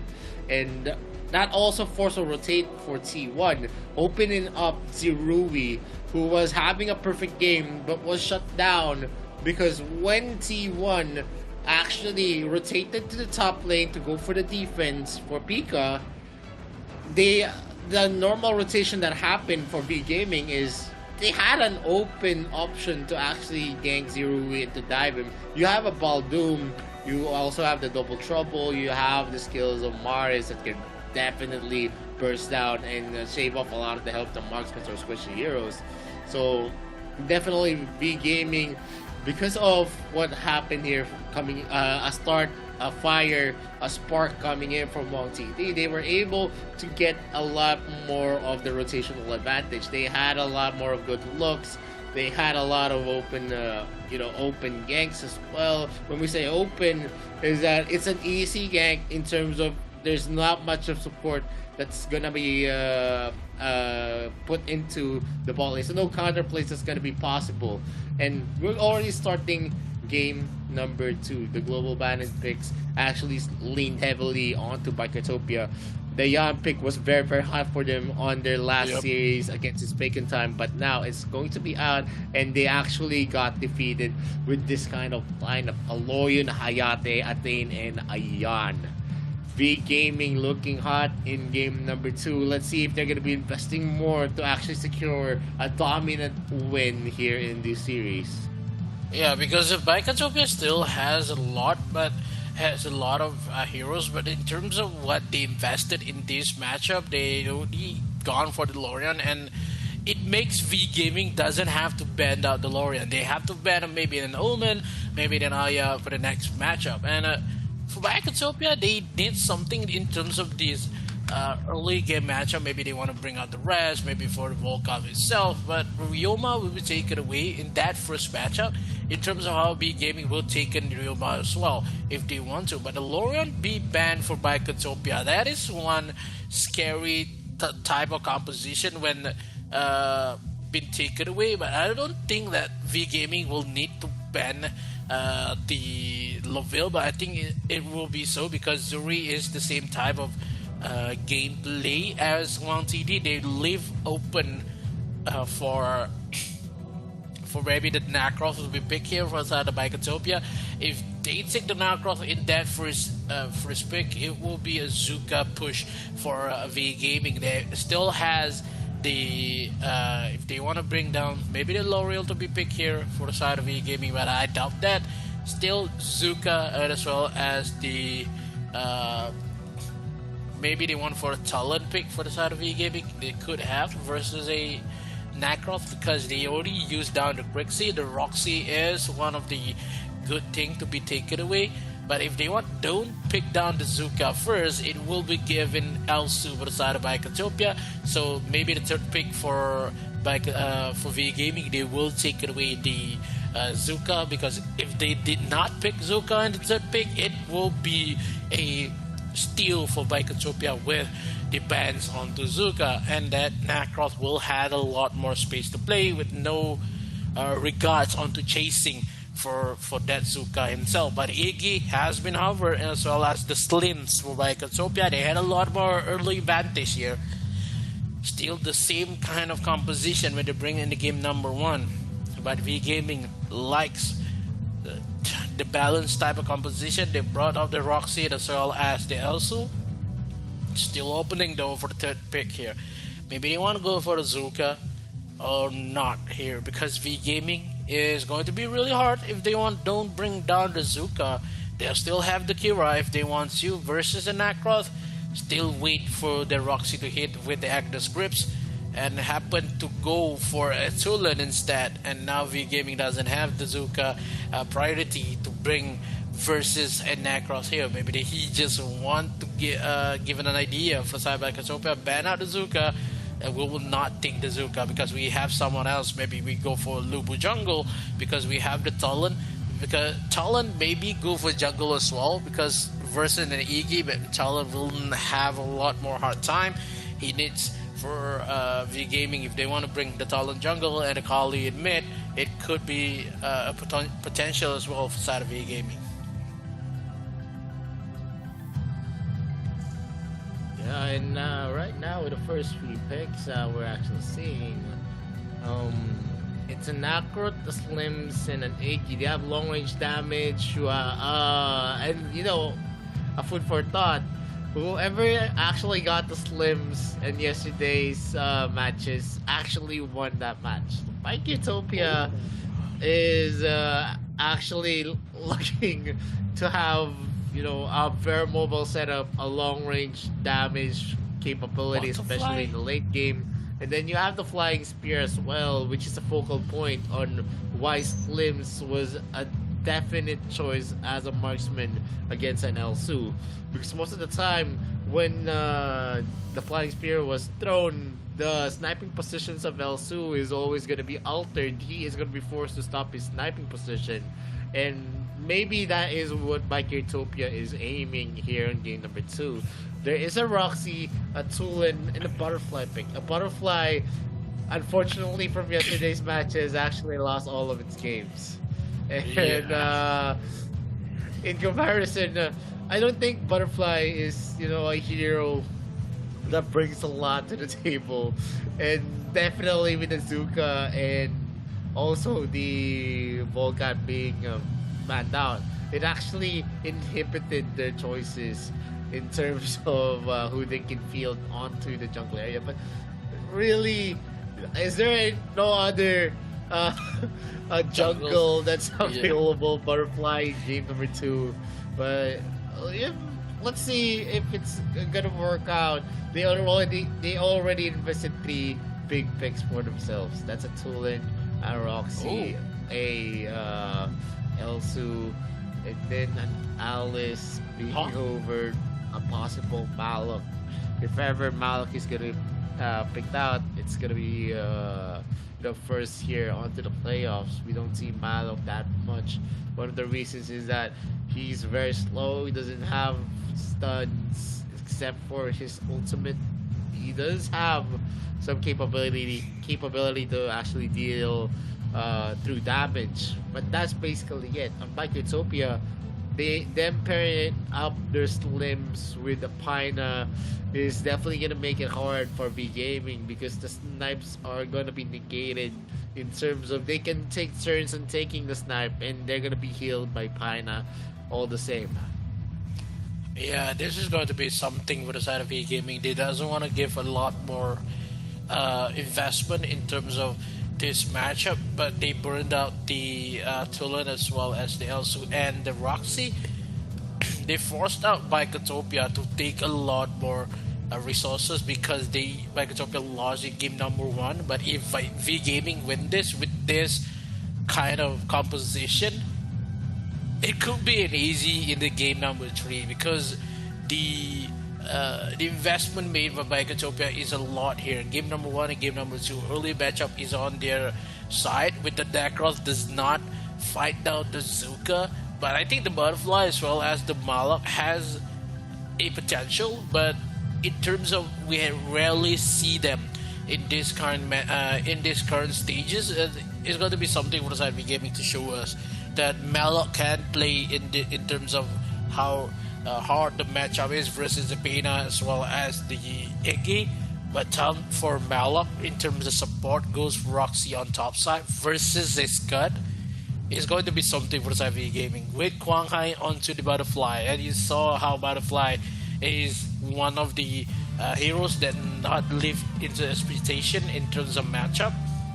But with the combo with the Malok, when Malok used the cleaver, it will have much more substantial amount of damage with the AoE damage that he had. Could make the play for the side of V Gaming. But in terms of game number 2, momentum on the side of V Gaming, did Bikotopia has what it takes to take this to a draw stage. Yeah, that's definitely going to be a question here, as V Gaming wins game number 1, and if they do win game number 2, it is going to be a difficult match here, as Han is going to be hit there, and when Shadow Bomb is expended, T1 is in the area, a cleave coming in from Han. Sin is just going hard onto the creep wave, and T-Lane is going to commit there. They are not going to be able to get Mars though, who's actually forced to flicker, and T-Lane is just going to go back into his jungle, trying to get more resources for himself, while the Butterfly is actually being harassed by Sin.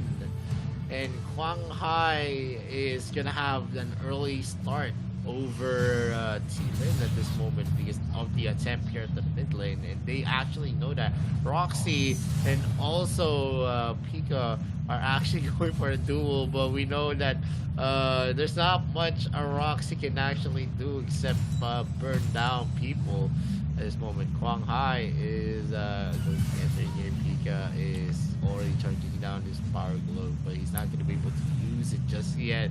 They're going to be recalling back to the base to reposition and think of a new rotation for themselves. Yeah, they need to go for a couple more resets because of this Abyssal Dragon onto 32 seconds left to just spawn in this matchup number 2. And now by Katopia, they are not into the early matchup because they have to wait for the Necroth to have 1 items to make the possible win. But on top side here, a couple more damage just left to put onto Pika. But Pika still managed to run away with 70% health, and this Dark Slayer will be in contention. But still, the members of V Gaming, they will need to fight. They have the ultimate on. They doesn't have the ultimate onto the Malak just yet. They want to go for the Abyssal Dragon. They want to give one Thunder Collapse has been used, and Guanghai secures the Abyssal Dragon. This is the first Abyssal Dragon for V Gaming, and they had a lot more aggression made when they just push on bottom side. Still, they doesn't want to give this Dark Slayer for the side of T-Lin.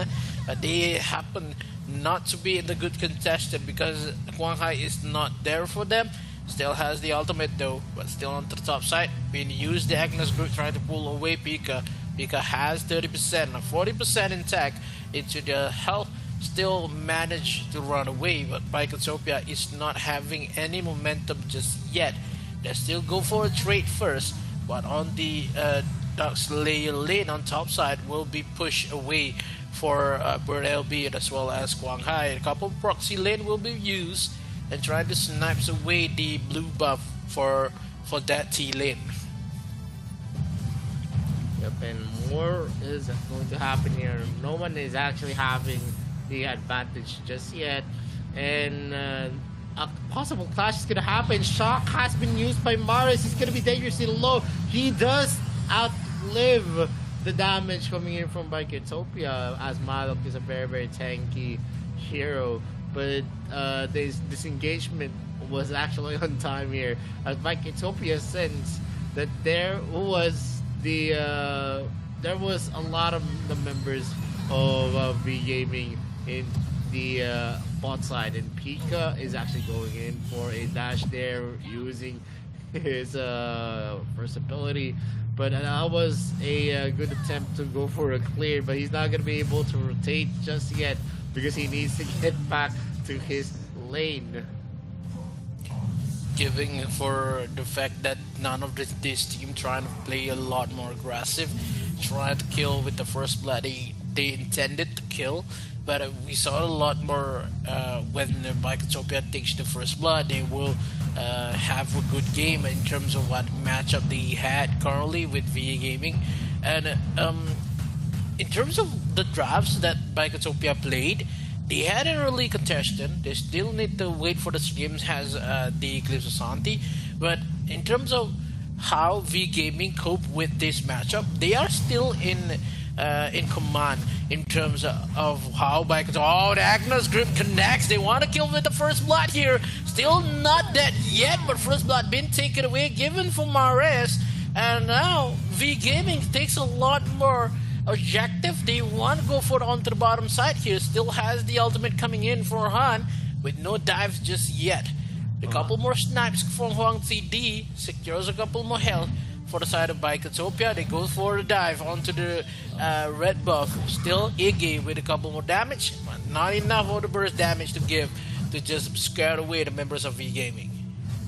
Yep, Han is going to be spotting out T-Lin. T-Lin still has a bulk of his skill, and the flying spear actually connects Wang TD in an ill-fated possession. Enables T-Lin to use Jury Fury to add a lot more of the crowd control, and definitely Wang TD now being sniped out there with the flying spear is gonna be affecting their game. It's the more that you actually get hit by the flying spear, the more psychologically the psychological effects are gonna happen. You're gonna be scared to actually position yourself closer, and definitely it is gonna be altering some of the positions of the members of V Gaming.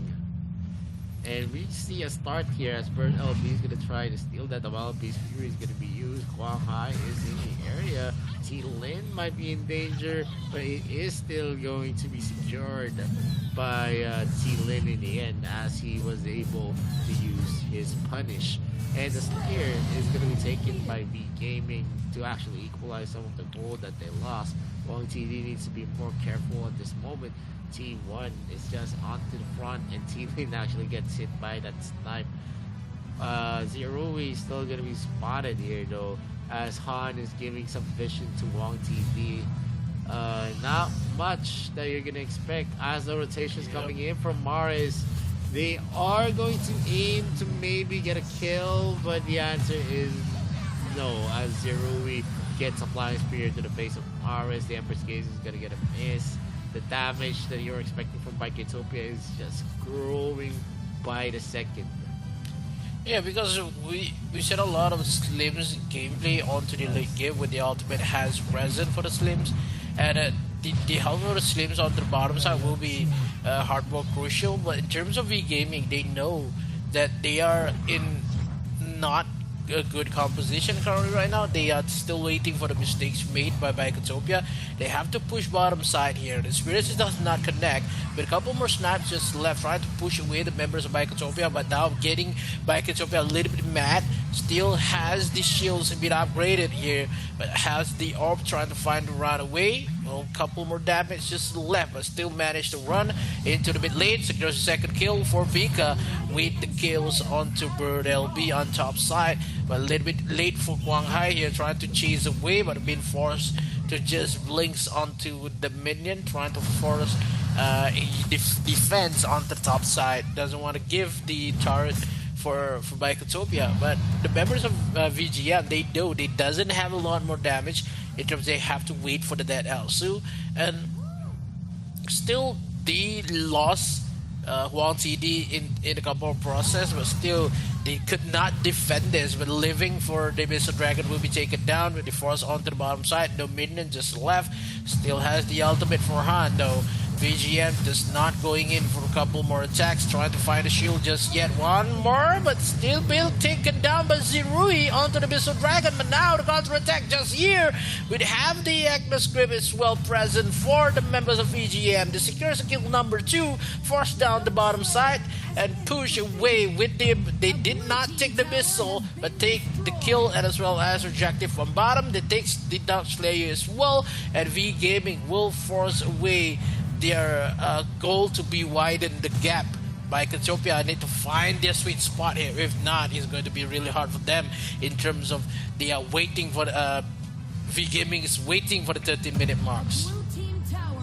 And another objective, 2 objectives actually taken into the bottom lane, but the save was taken by Huang Hai. He's going for a duel against Pika, but Pika actually relishes the moments where he's gonna be able to just go for exchanges, because he's gonna be a tanky Dark Slayer lane.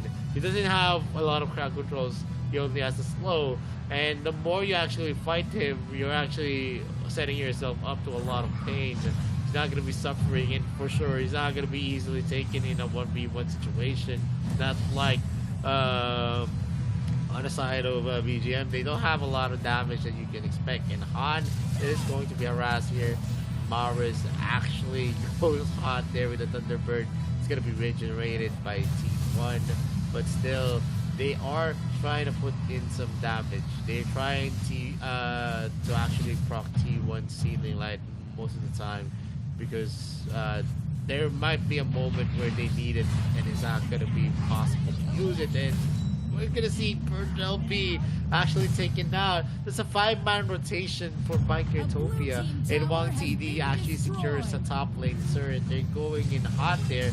Maris is gonna be using that Thunderbird. Zerui actually blocks that out. Sin as well is gonna be readying his Ember's Gaze. Zerui misses out that flying spear.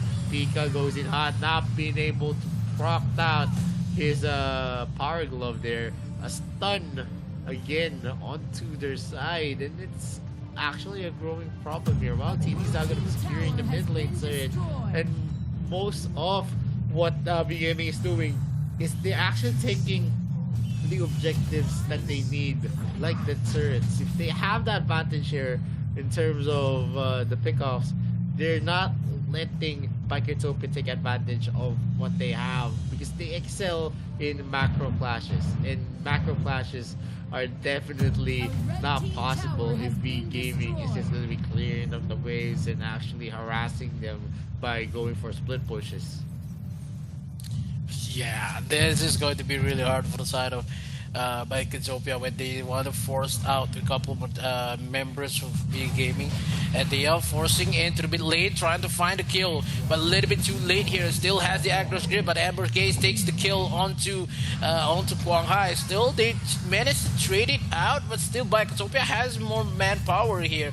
But with the Malak in charge of the defense, it will be really hard. 22 seconds for Quang Hai. They have to force onto the Dark Slayer for now. The members of VGM, they cannot go. They only defend onto the mid lane. And the Paiketopia is the one first to just lost in terms of their mid turret and give access for V Gaming. And it is something that V Gaming is knowing that they are not going to shut down more the members of Paiketopia because of what they had Quang Hai with the butterfly play. But V Gaming is trading this thing like it's a normal day in terms of the damage they could give. Still, Maris takes down the Mr. Dragon. They will defend this mid lane again, waiting for Quang Hai to be arrived, but still going to fight out T-Lane on top side. The Butterfly versus the Dakroth onto the top side, but Quang Hai will run away, but a couple more damage coming in for Zero. Malok will have to force to use the ultimate to go for an escape. The mid turret is still alive. Paiketopia could not make this, and Maris is the one to take the blame here because he are playing too much aggressive, trying to force the members of Paiketopia with a couple more attacks. Now goes in with a couple more Jury Fury, but they cleanse the tower.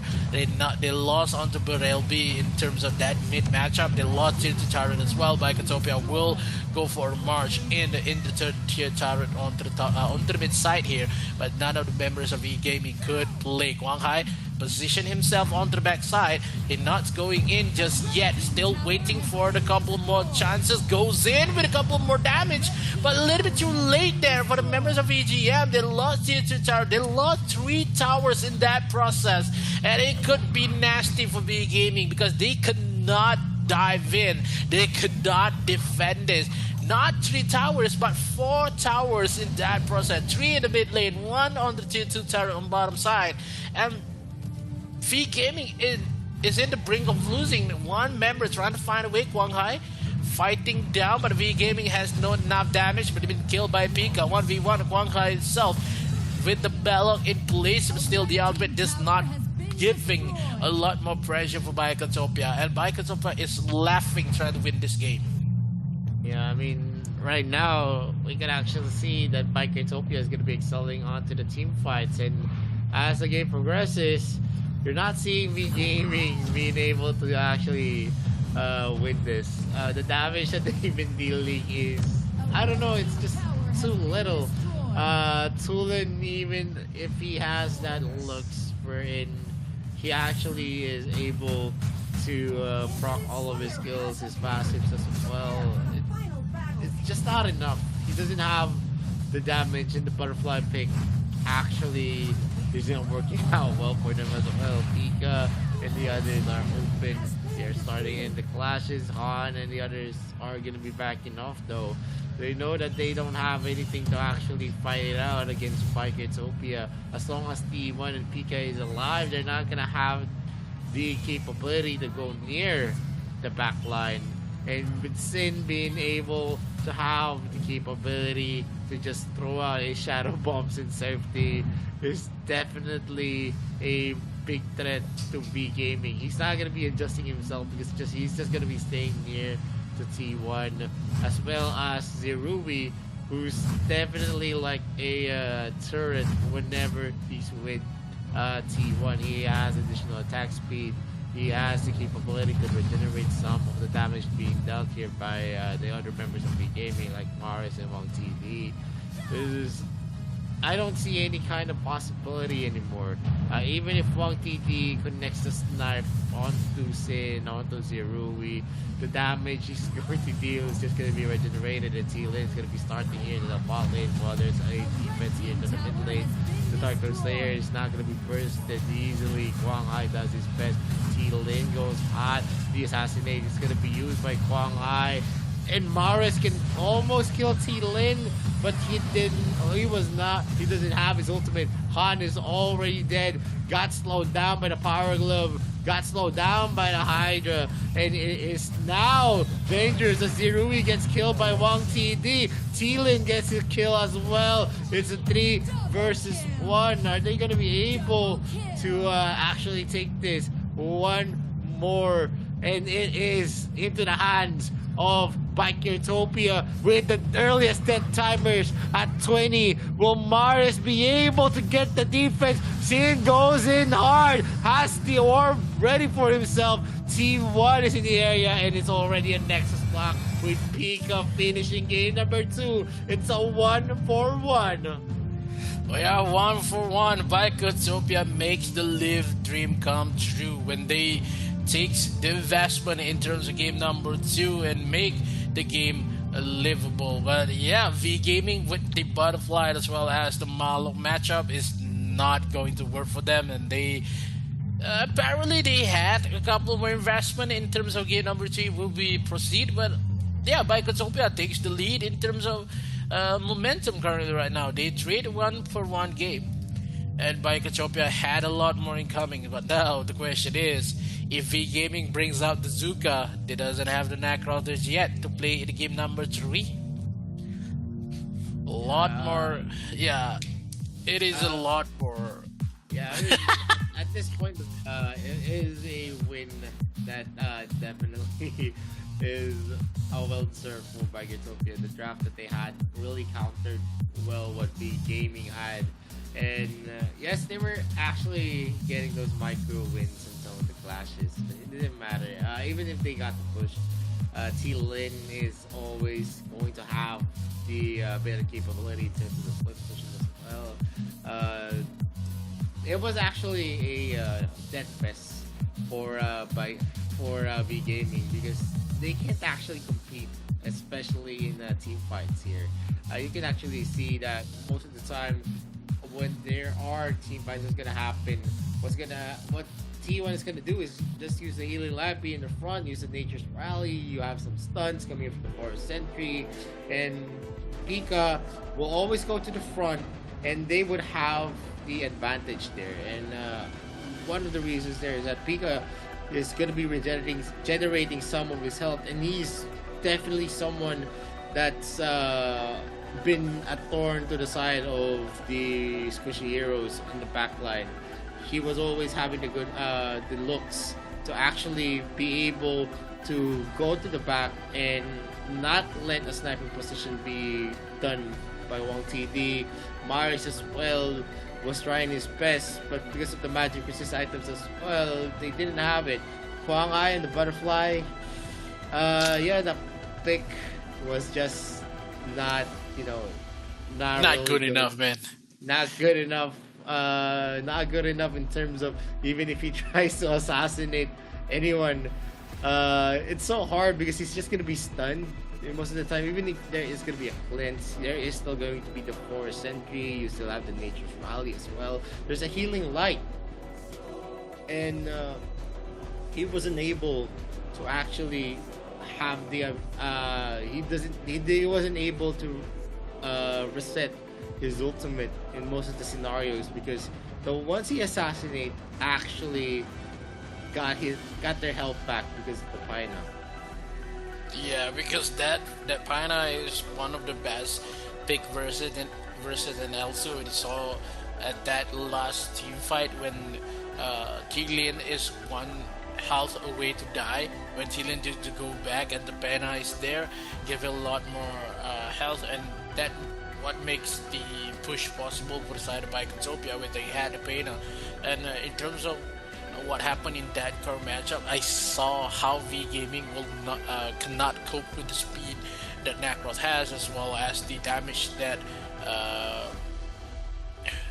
that Slayer gives and then that the Scott gives. But in terms of how V Gaming, they already invest on the Roxy as well as the Elsu and the Talon is still not onto contention when Biketopia invests a lot more, and it going to be something of a hard game for both of them in this third matchup, because it will be hard when they have to play, maybe because Biketopia has already used the Slims and V Gaming has not, but they have the Elsu we play here and as well as the Roxy. But in terms of the playable or play style for Biketopia and V Gaming, they already use a lot of heroes that suits their play style. But in terms of they have to just switch a little bit in terms of game number 3, and it make it possible. But V Gaming, what happened to them after they had a good game in game number 1? Game number 2, well, it is not V Gaming at all. They are too scared, but only Maris is the one that gives a lot more damage and present in that matchup. But yeah, Han with the Malok, I think that is some mismatch coming in for V Gaming. Well, you could say it's a mismatch, but who do you actually want to field against the lineup that Biketopia had? Once they already had the Scud pick and the final pick, it was already a done deal. Early game was a chance for V Gaming, but they can also have that. You see a lot of damage coming from V Gaming, but the damage that is being dealt is being regenerated by Biketopia. So even if you do deal a lot of damage in the game, it doesn't mean that you're gonna have the upper hand in terms of the offensive, in terms of the aggression. You're gonna see V Gaming always dealing a lot of damage. That's a fact. They have an Elsu, they have a Tulin, who's gonna have who's definitely gonna have an easy time dealing damage. But the problem here is that, does that damage actually constitute something? Because most of the time, the ones receiving damage is T1. The most of the time, the ones that actually receive the damage is Pika. And if there is a snipe that actually hits Sin and also Zerui, it's not always enough to get that kill. They need someone to go in, and Kwanghai can't do that because there's a lot of slows coming in from Paina. There was a lot of slows coming in from the Scud as well. They had the Wild Beast charge. And don't forget, you also have T-Lin, who they can't only commit, because once T-Lin goes to the back line, they're actually gonna suffer into the clashes. And that was a big problem in terms of the composition. And moving forward, game number 2 is a good start here for Biketopia. It's a 1-1 in this series. It's still anyone's game. Game 3, 4, and 5 is definitely going to be crucial here. But before we move on to that part of the series, we're actually going for a short break. My name is Vittorio. This is Ecos. This is Arena of Valor International Championships 2022. Don't touch the browser. We'll be right back. Think I'm crazy, or am I really brave? I don't let nothing faze me, there's no hold up delay. I still survive, I own the confidence up in my mind. I'm running close the light, it's time to shine and go take flight. No pain, no gain, if you don't wanna fade away. The both ways, hold pace, heroes moving silence when they say the day. Yeah, I'm a queen, I overcome relentless pain, and I got it in my genes. I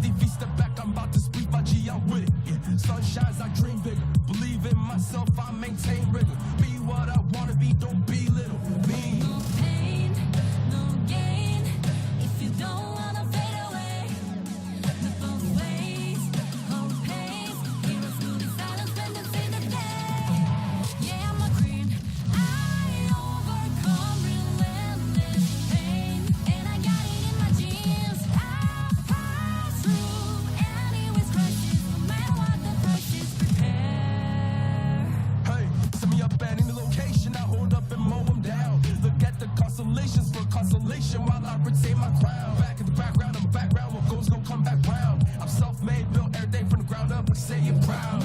Pain, no gain. If you don't wanna fade away, look both ways. Hold pace. Heroes moving silent, spend and save the day. Yeah, I'm a queen. I overcome relentless pain, and I got it in my genes. I pass through anyways crisis, no matter what the price is. Prepare.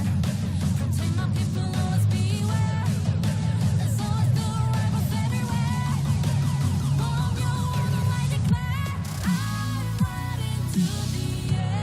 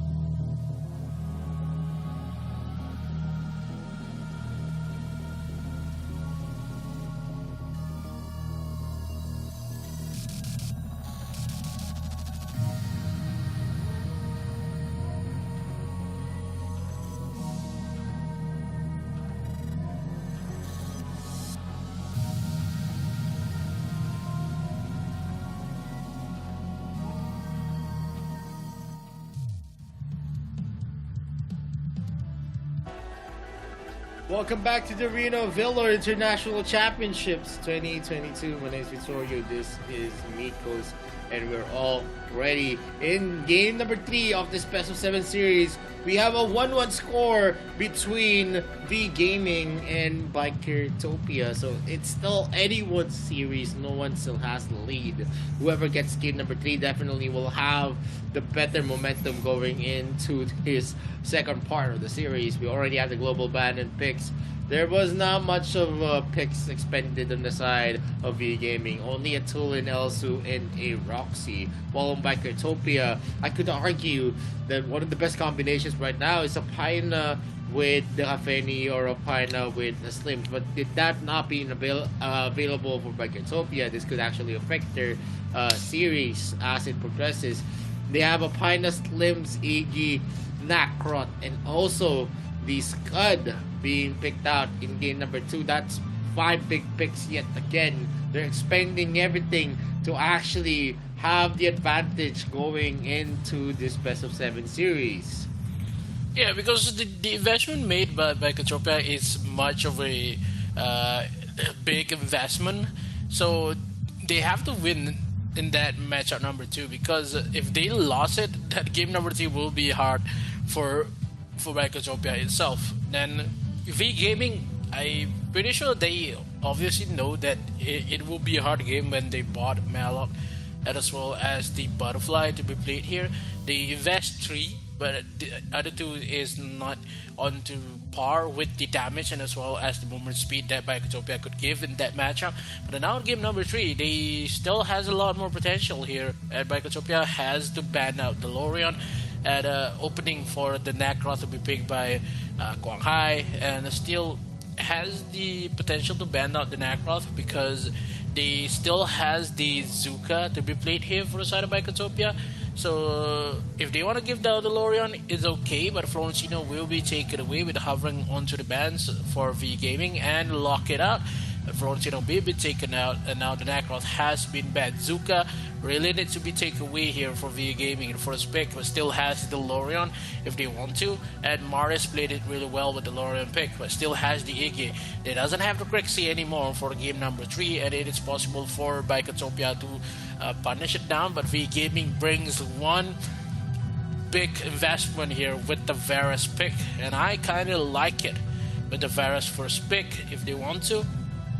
Bikotopia really needs to force down with the Teen, as well as maybe they go for an Elsu pick here for Bikotopia, because they can go for the Elsu, but versus the Varus it could be hard. But Richter is the first one to be hover, still has Richter support, maybe Richter Dark Slayer. In terms of the second pick will be detrimental for side of Bikotopia. They go for the Elsu as well as the Richter versus a Varus first pick. Yep, we are actually gonna see long range capability on the side of Bike Utopia if they do pick out the Elsu. V Gaming could actually take Iggy. Iggy has been one of the good trade-offs against an Elsu pick, and it not being available for Bike Utopia, we could actually use that, or we could actually see V Gaming actually using a Lorian. And behold, as I said, Lorian, it is been over. Iggy or Lorian is definitely an option here for V Gaming, as Lorian could actually provide zone control wherein he is going to be targeting the Elsu pick. But it's still far from the hands, as we see some of the best gap closers like the Liliana and the Richter actually picked out by Bikotopia. I'm pretty curious what are they going to be using to defend that Elsu. They don't have Dane anymore. Possibility to actually take Baldum for Bikotopia. That is a very possible pick. V Gaming though looks very scary as well. 2 gap closers. You also have the capability to start clashes with the Flying Spear, and we've seen the double trouble from V Gaming before, and it could actually recur again in this matchup with the Slims being picked out. Well, yeah, because the Slims, you have double trouble with a lot more range, but still, in terms of stunts, that Spear is making a good play for Slim itself. So it is something for the side of V Gaming when they brought out the Lorian as well as the Slims. I think this is a big investment coming in for V Gaming as well, because they want to bend out the AOE. They doesn't want to give a lot more potential for the side of Bikotopia. They want to burn every heroes that can go burst down for the composition. So they ban out the Kira as well, but yeah, they can go here. But I think Bikotopia already used down the Kira in the first matchup. Yeah, I don't know. It was V Gaming who actually had alright. The Kira. So Zuka is still going to be open. In terms of the jungling efficiency, you can also have Ellender. Ellender has been, a pick that has a lot of success. One of the reasons is because of the early spike that you can have with the Ellender. Just 2 items actually, and you can burst down practically anyone, even tanks or targets that are also viable there. Bikotopia actually hovered onto Superman, maybe for as a protection. We've seen a Superman support before and it didn't work hot. One of the reasons is that Superman, yes, as a tank hero, he has a lot of utilities, but he's not really a tank that can soak up most of the damage coming in from the other team. That also is going to be a problem for them. But we see the assassins already in Bikotopia. A glass cannon composition for sure. Are they going to be able to get that pick off that they want? But V Gaming actually is going to be copying what Bikotopia did in a different type of composition as well. They're going to put a Paina to actually shut down the capabilities of the Elsu, and a Ryoma being picked out here as someone that would duel with the Richter. Yeah, I think the Richter onto Dark Slayer because we see a lot of various jungle in terms of what could be placed here for side of B gaming, and in terms of Ryoma, we've seen a lot of the Ryoma early matchup is been good, but it is hard to say whether Ryoma comes into the mid game, and Bikatopia is the one that been forced a lot into early matchups. So V Gaming doesn't want to give a lot more stable gameplay for Bikatopia in that early matchup because of the damage that Ryoma had, and it can take a lot more objective in terms of the siege damage that Ryoma has. But I love how V Gaming trying to bring the same type of composition with the P9 Slims, trying to take down Bikatopia in this the third matchup, because Bikatopia did pretty well with the P9 Slims, and V Gaming said, let's give it a try and try to win this matchup. Can we do it? But the bottom pick here, I think, is the most suitable kind of pick when he can just wall prison the Pena out of his way, try to give a lot of stuns and as well as the healing. Then I kind of like it. But in terms of what V Gaming has currently, they had an early composition, mid game power spike. But by Katopia, they can go for a couple more late game capabilities with the Zukat as well as the Richter.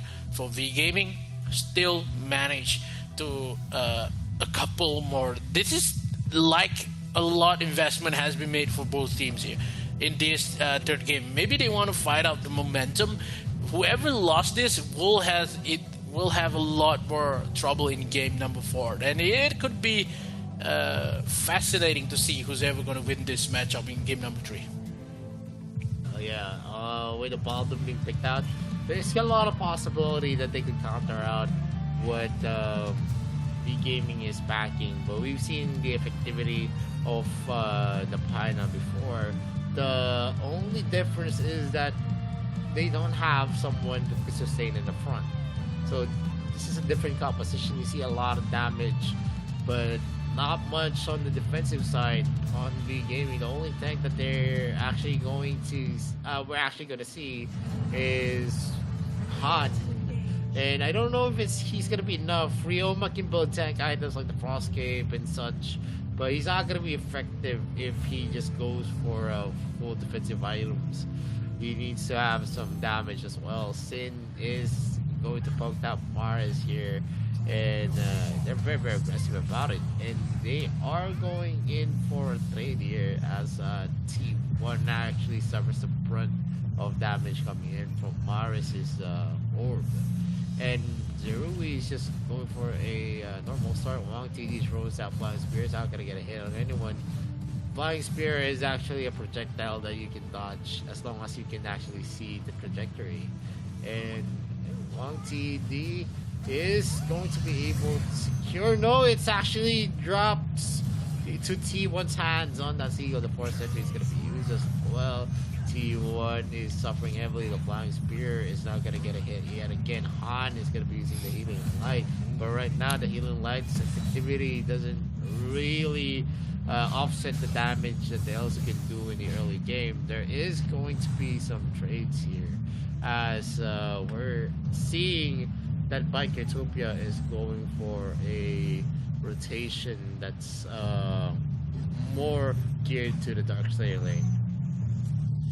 I would say that in this early matchup will need to be played more aggressive on the side of V Gaming. They're trying to force down the Ryoma on top side because the rotation comes for Tiglin, and they want to shut down the Slayer lane as early as possible, because when they manage to do it, it will be a best case possible. But now V Gaming trying to kill down away with the Lorian kicks here, but has been stopped by the Blinding Light itself. But V Gaming still need to push whatever they want to do in this early matchup, because when they take down the Slayer, they cannot go for the Wizard Dragon because they take exactly the same time to be taken away, and Bikatopia responds a little bit too well here. So V Gaming still has a couple more gold to chase away from Bikatopia, and it will be something that is hard to do when Bikatopia has an Elsu and as well as the Baldoom. So when the Baldoom hits with the Wild Prison, it will clash a lot more members, maybe a couple more investment and also sacrifices for V Gaming. And by Katopia, they treat this well in terms of they know the power spike for V Gaming in that early matchup. They doesn't want to go force onto mid lane because of that Lorion. They're trying to force on top side first and wait for 1 items for the Zuka to be handling this kind of situation. Force out the Foxtrot first, and it will be something for the side of and it could be level for side of V Gaming. And I would say that it is hard for maybe in terms of V Gaming. They had an early matchup, but it could be something that is really hard for Bikatopia though, because it can be detrimental. They goes for a couple more damage. They're trying to find a way here, but no, cannot secures the kill onto Chile. They don't want to force it out. A little bit too late with the flicker trying to kill onto Chilin. Make it possible, but gives the kill onto Bird LB a little bit too early there. V Gaming trying to find the momentum itself and trying to make this possible. Yep, and definitely V Gaming right now has first blood. They are not gonna have the gold lead though, as Bikatopia actually is holding the fort down well, and we're gonna see the win rate with first blood 7.8%. They did get the first blood in the early game, but they didn't on the earlier match here on game number 2, but it didn't translate to a win. That's just a chance though, and this is a chance for Bikatopia as they actually have the better early to mid game. They need to capitalize on this while the Slims doesn't have the damage just yet. Defending was going to be used here for Guanghai. They need to be more aggressive for Bikatopia to actually have the advantage. They are going to be able to burst down. As long as they're going to be able to burst down Han, I think the game clashing capability of VGM is going to actually fall, and Pika is going to be spotting up for LB. Lin is going to be in the area. They're going for a hard push here, and Sin actually gets taken and a stun there with a Starry Sky coming from Maris. They're going to be taking another kill for themselves. Yeah, that is going to be something for V Gaming. That rotation coming in for Maris is making the play for VGM, and it could be a lot more possible. Bikatopia is not in terms of momentum. They cannot kill. VGM only cannot kill onto T1 because of the Baldum. They need to wait for a couple more damage for Huan TD as well as Guanghai. They force onto the top side. The T-Lin really needs to run away to force into the mid lane here.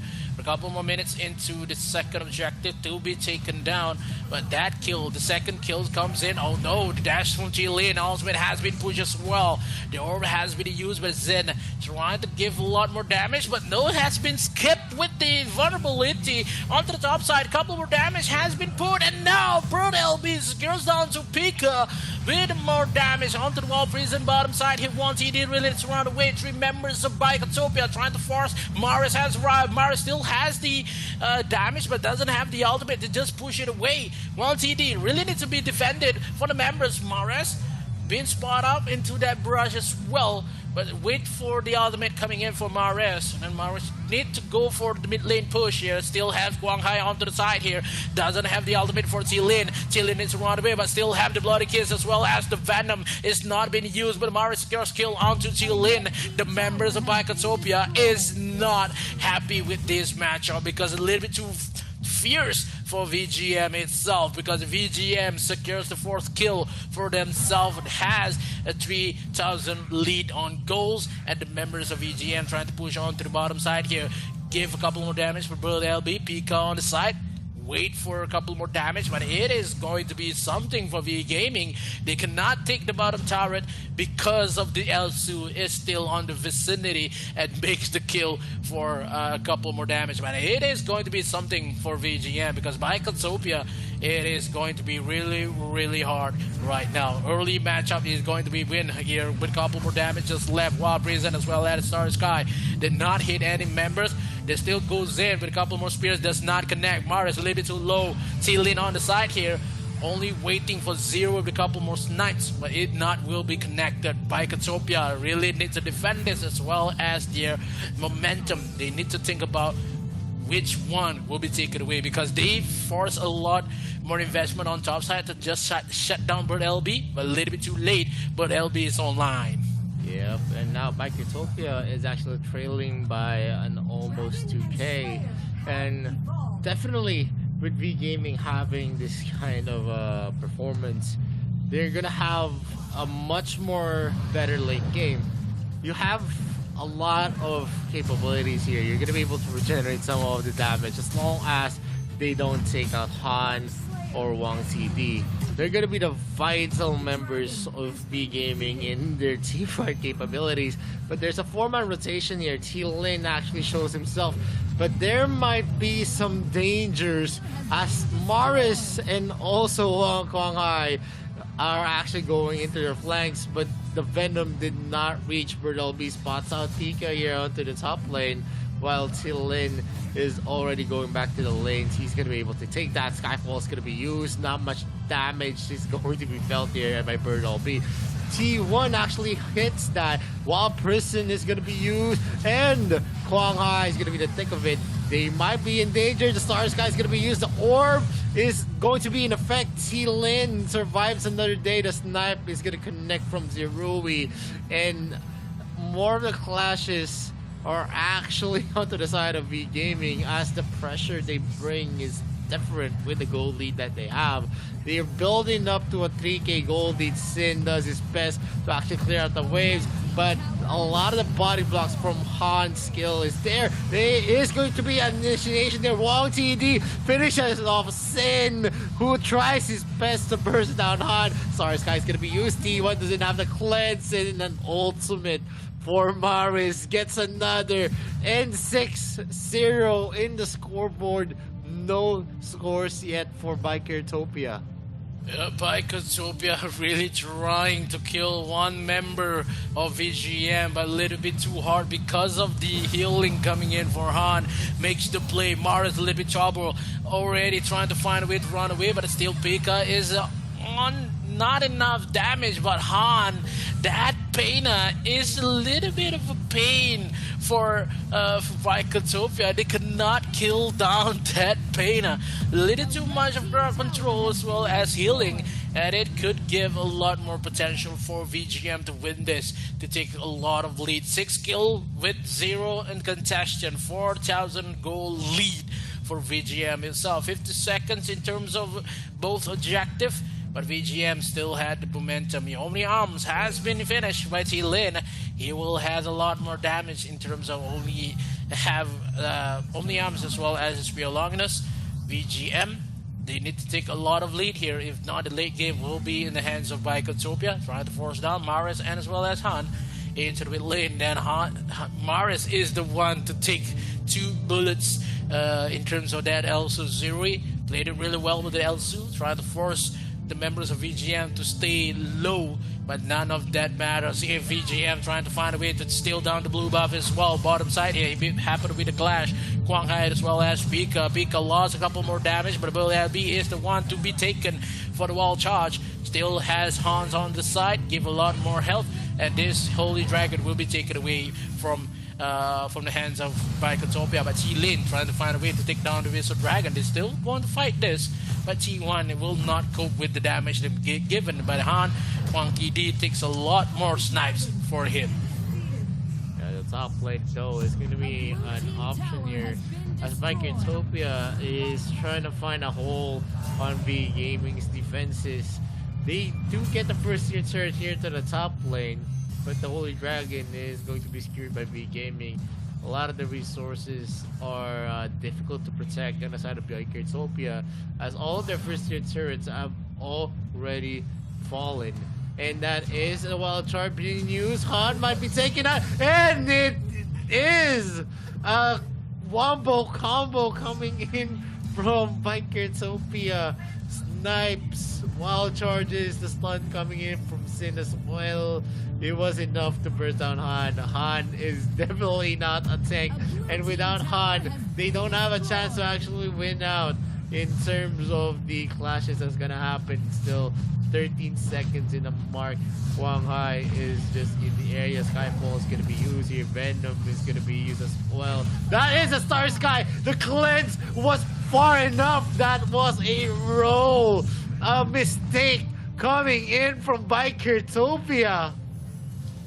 And Starry Night hits pretty well, but in terms of T1, that wall of reason just stop the aggression comes in for the VGM itself. They buy a little bit some time, and Bikertopia will just say thank you for T1. That particular wild prison just stops Quang Hai on that movement alone and by a little bit some time. But VGM, they does not want to go for a couple more easy gameplay here. But Quang Hai with a couple more snipes, Zero trying to play with Quang Hai. Where is the movement comes in, T1 will be got spot up first. Now this spot up ability with Venom goes in, T1 will be taken away. No one has been put under the wall prison. They go full on force. Still has the Starry Night still being used on top side with the non-bringer. Will be pushed down. VGM, will they do what they did in game number 1? Still with being forced away. Pika will be run away with the Manhunter at VGM. Only one kill they take from the side of Bikertopia. Only on the kill of Han. Force on top side, maybe in the mid lane after this. 2 lane has been prioritized for VGM and itself. The members of Bikertopia really need to think about which lane they need to secure. Mid tower will be taken down as well as top side. And the core is exposed for Bikertopia. They need to defend this. Yeah, definitely. A reposition yet again from V Gaming. Maybe they want a Dark Nose Slayer before they actually go, but the answer is no, because the Venom has been used. There is going to be a stun. There's a lot of slow as well. Pika is running. Star Sky might get a hit, but he is still going to be taking with a Wailing Blade coming in from Bird LB. One member down on Bikertopia. Healing Light is going to be used for Han. Orb is going to be used as well on Maris. He's going to be regenerating the damage that's been dealt. Zerui is dangerously low. One member left. Sid is going to be taken down along with the Nexus. Game number 3 is going to be on the hands of V Gaming. Yeah, and it is a deserve for V Gaming when they invest a lot in that matchup. They had the Varus, they had the Slims, and as well as the Pena. We've seen a lot of Pena gives a lot of wins in terms of any matchup in this currently. Then Elsu is having a lot more trouble and versus a healer that gives a lot more health. And at V Gaming, kudos to them to take the second game. In terms of this third matchup, only 2 games away to win this semi-finals, to win a spot to the finals itself. At V Gaming, they still had a lot more ways to go. But in that game number 3, the investment is a lot. And what happened in game number 4, it could be a disaster for them if they brought up maybe the same kind of composition with Malok as well as a Butterfly, and it could give Bikertopia the game that they want to. Yeah, I mean, at this point, I think there's a lot more picks on the side of V Gaming. We've seen a lot of expended picks yet again. Dane Baldum has already been out in terms of the support. In the ADC, you're not gonna be expecting Elsu anymore. And especially Hayate in the first game was a pick that was fully expended for the side of Bikertopia. But moving forward in this series, this game number 3 win is kind of huge because they were always trying to force out a team fight. A team fight isn't really the best strong suit for their composition because we have a stronger composition aside of the gaming. The gaming having a Pina, you still have at the mid game, tanky Varus is still going to be expected. You have Bird LB's damage. You also have the capability coming in from Maris, always securing the Star Sky in an AoE fashion. You also have the Flying Spear coming in from Flames. There was just so much of crowd control that you're going to expect there. Late game, there was a possibility that the late game could be on the side of Utopia, but because of them trying to actually speed up the game, speed up the process because of their playstyle, it didn't actually pan out well for Utopia because they were always giving good looks to V Gaming. They had a 4-0 at the early parts of game number 3, and that gave V Gaming the boost, the confidence to actually go and be aggressive in taking the lanes that they need. T-Lin was actually forced out because he knows that even if he aids in the clashes, it's not going to be enough. He needs to make some plays when going for split pushes, and you can only get so much gold in split pushes because sometimes what actually happens is if the other, for example, the Abyssal Dragon lane gets pressured, there is a need to go for a rotational defense. So most of the members are going to be concentrated there for Utopia.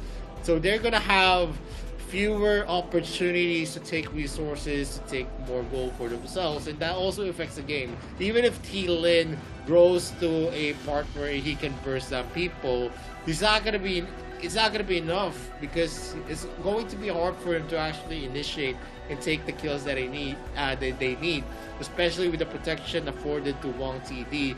You have protection coming in from the Ryoma. There's a zoning effect there.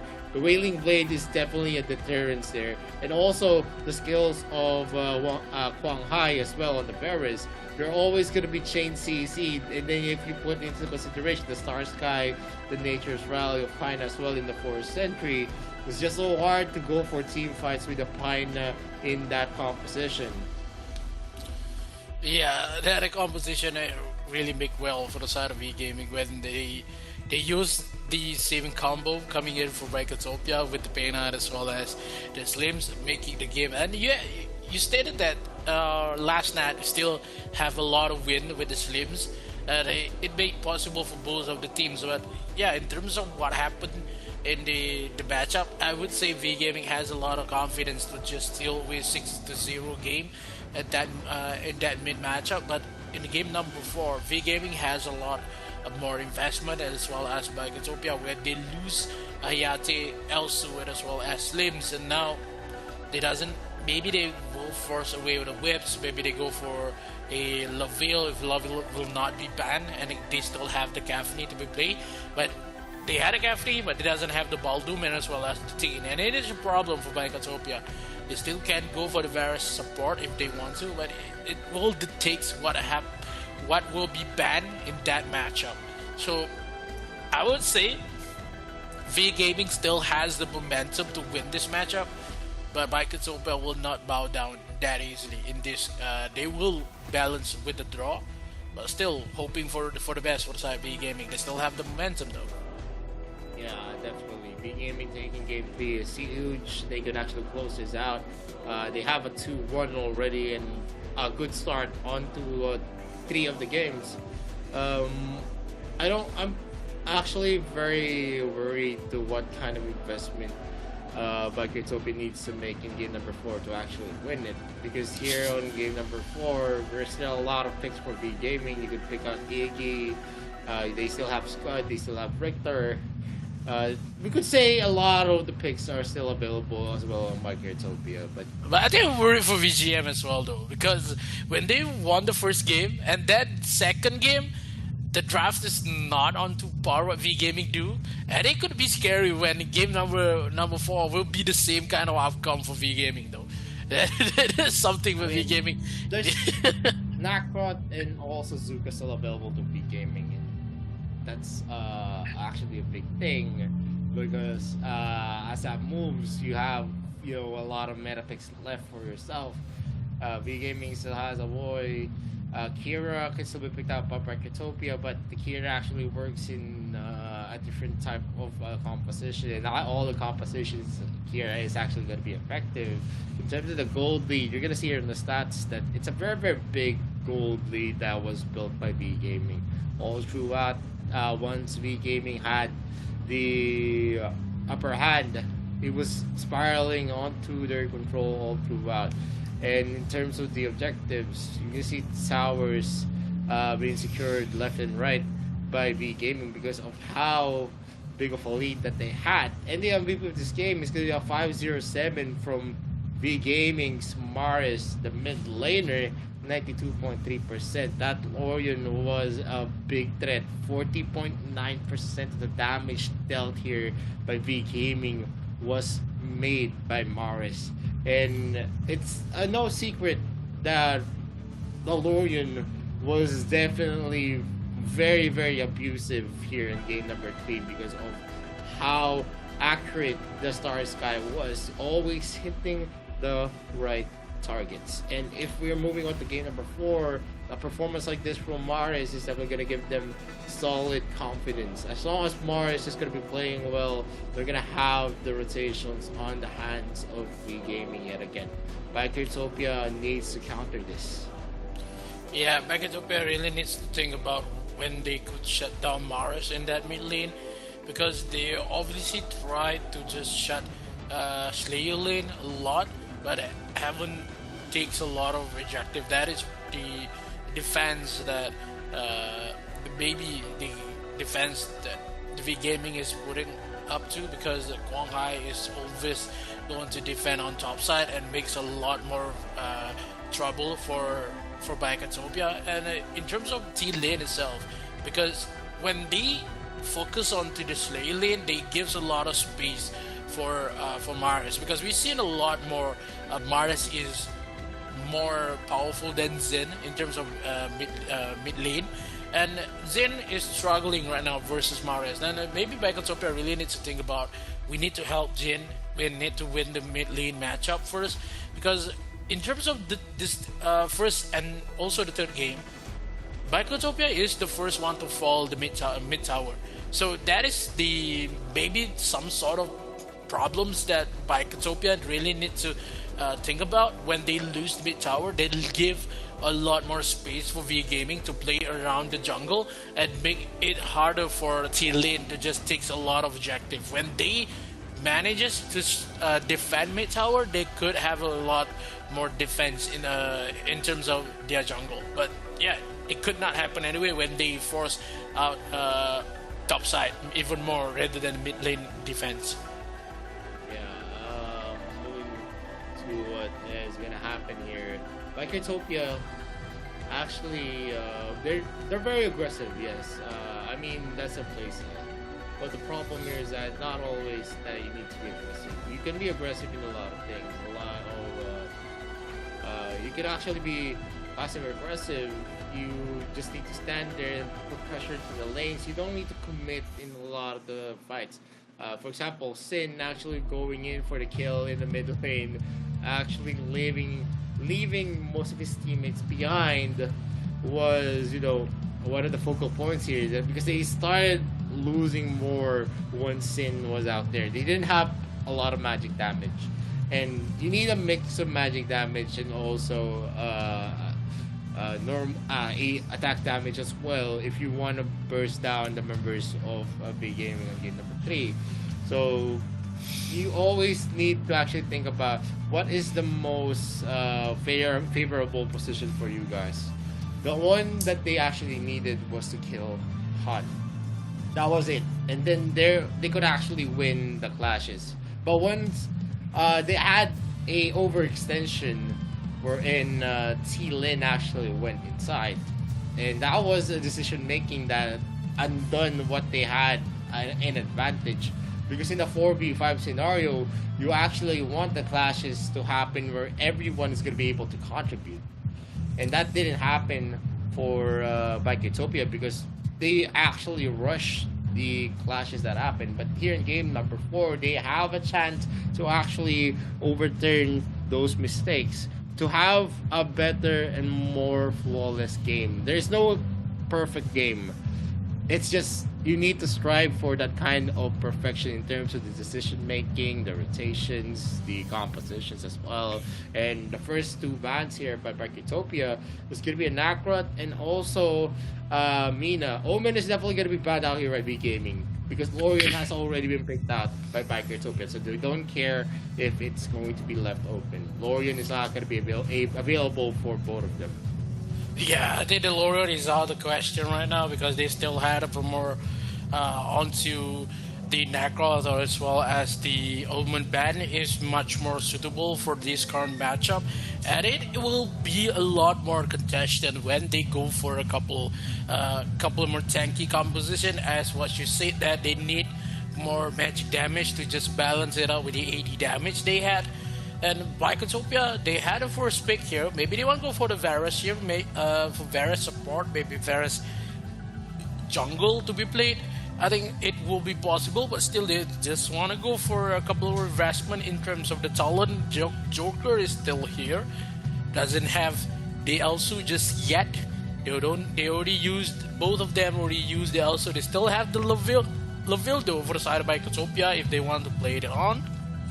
Still a contestation onto the Joker first side.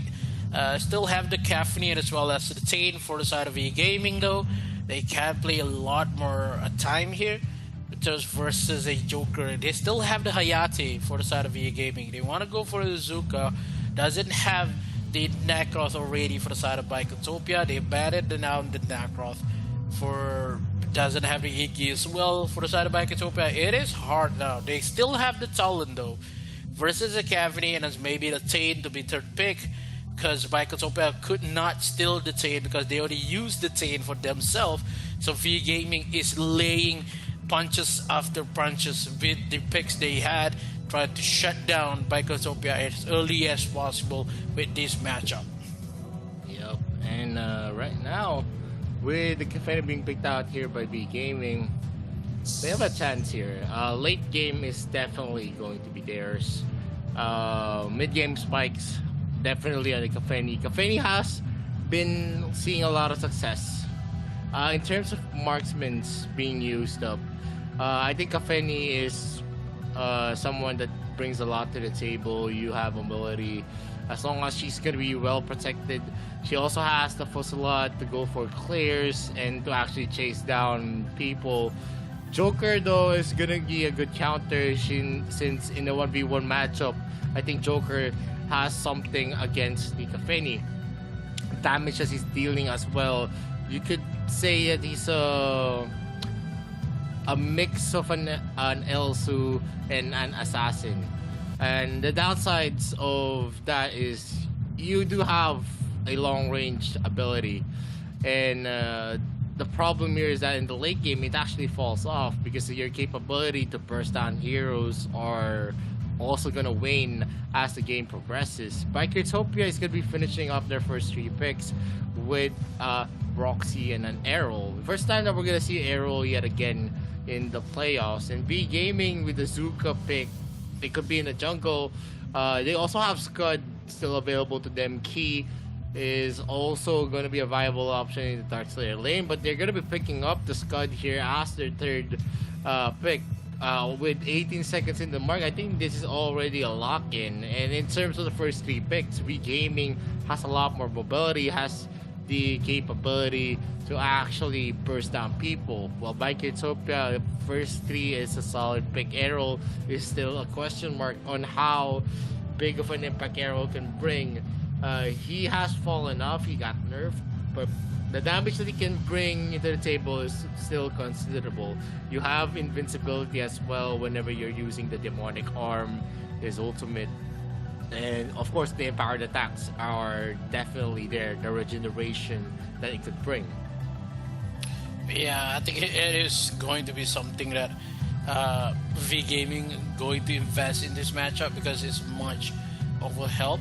But I think when V Gaming they put the third pick onto the Scud, I love it versus versus a Roxy currently, because we still not have any idea when Roxy will go onto the support or maybe onto the Slayer itself, because it would be something that is hard to think about when this Scud already been placed onto the Slayer. Still not much of a deal here, but Irie is the one to be banned out by V Gaming, as well as the Iggy be taken away.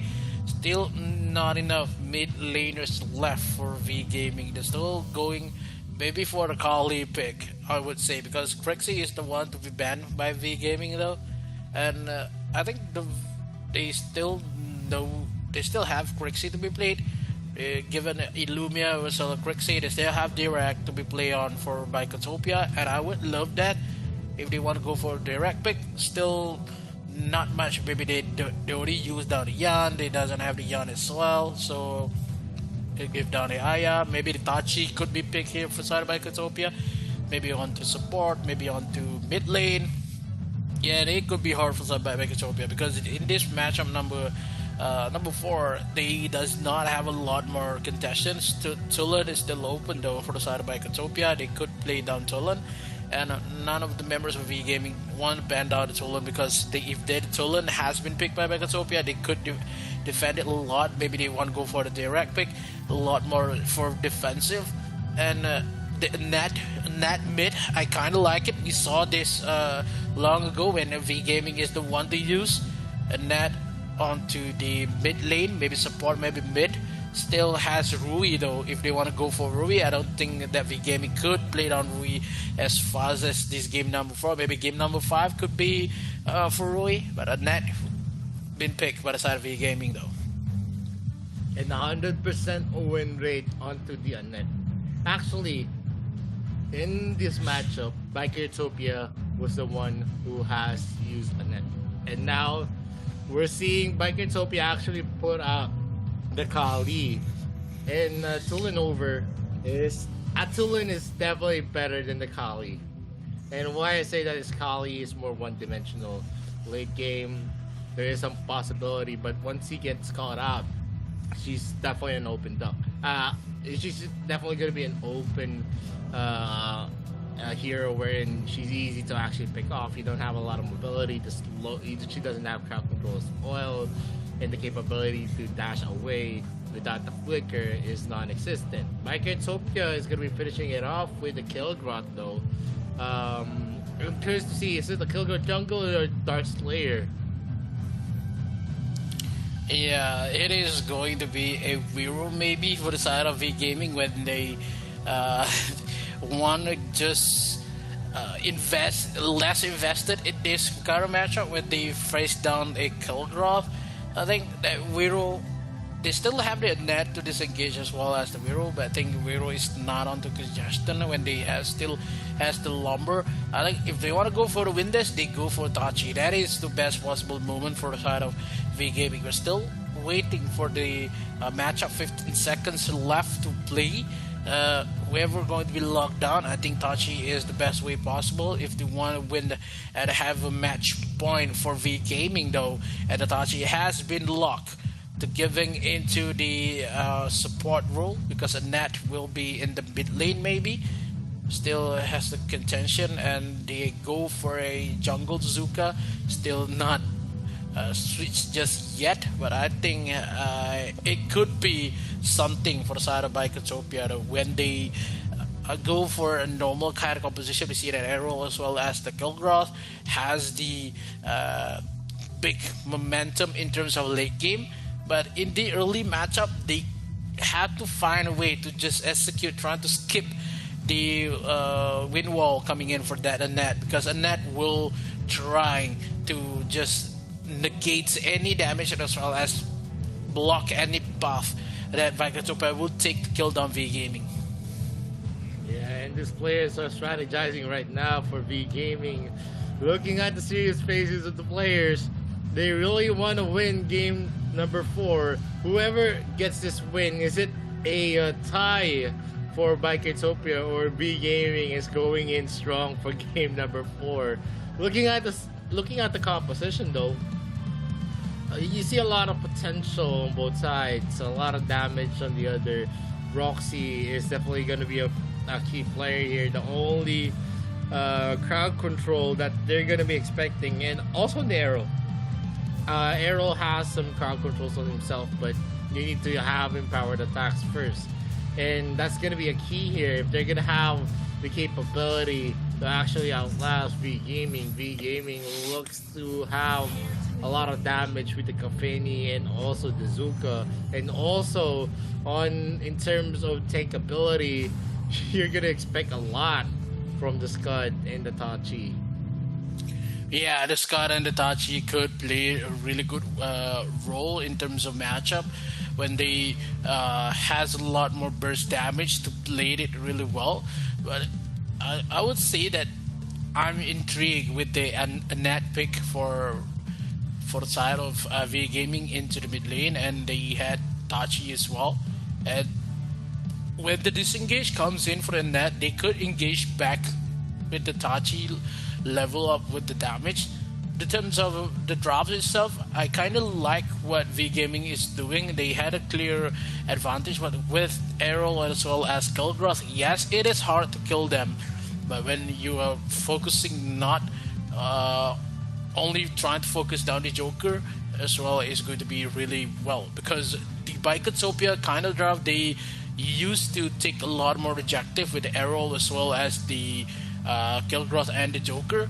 But yeah, when they cannot get near the objective, it will be hard because of that. And that can just stick everybody together, and as well as trying to push it away, and it could be a hard time for Bicotopia to play a little bit more aggressive, because the Kilgroth and the Arrow, they need some time into the mid game. Yeah, definitely they need a lot of time there. It is a problem that is going to be occurring a lot, because you don't have sustainable crowd control. That's the problem for Bicotopia. If they're going to be relying heavily on the active script, they need to actually land every active script in terms of the initiation, because if that doesn't happen, I think it's something that could affect them. Because we've seen a lot of Roxy games where Agni script is the only initiation that they have, and it doesn't work out well in those kinds of scenarios.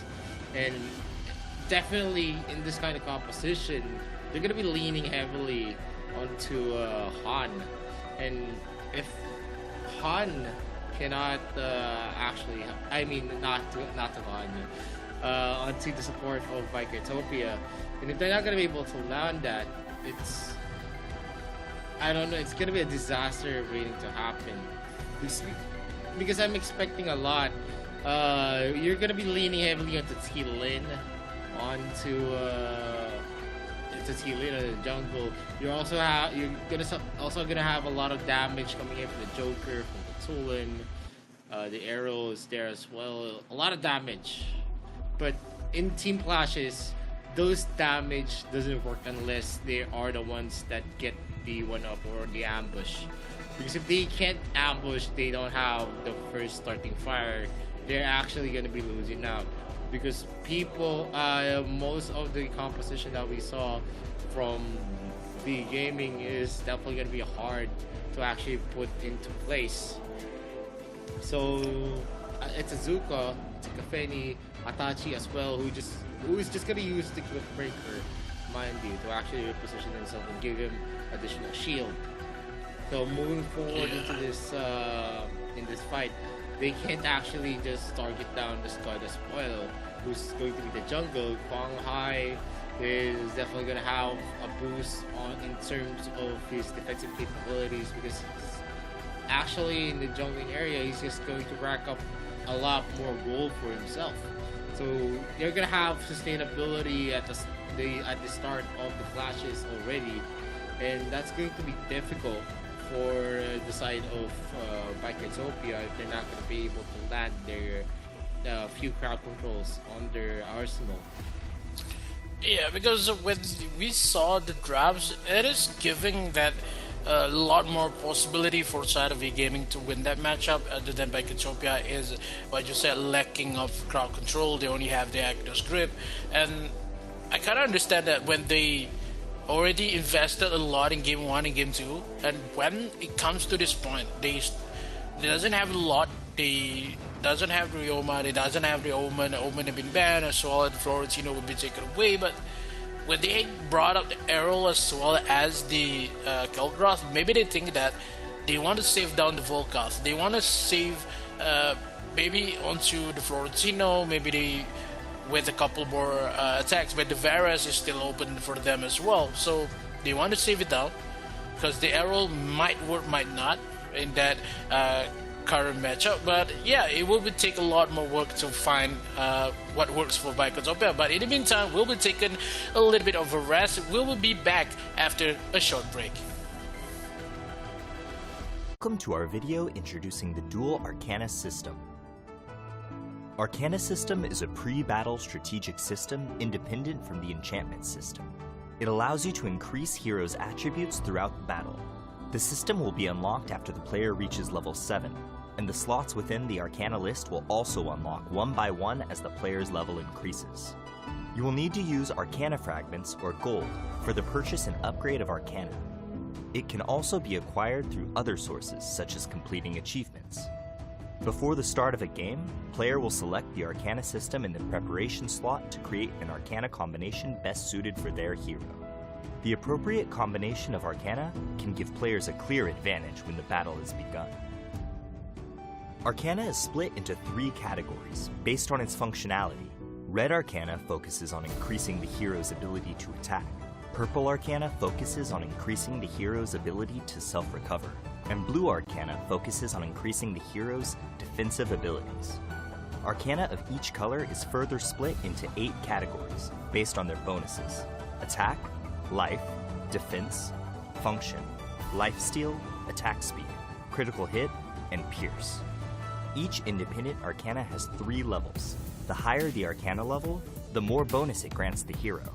On the Arcana page, players can freely pick as they wish to create the combination from red, purple, and blue Arcana.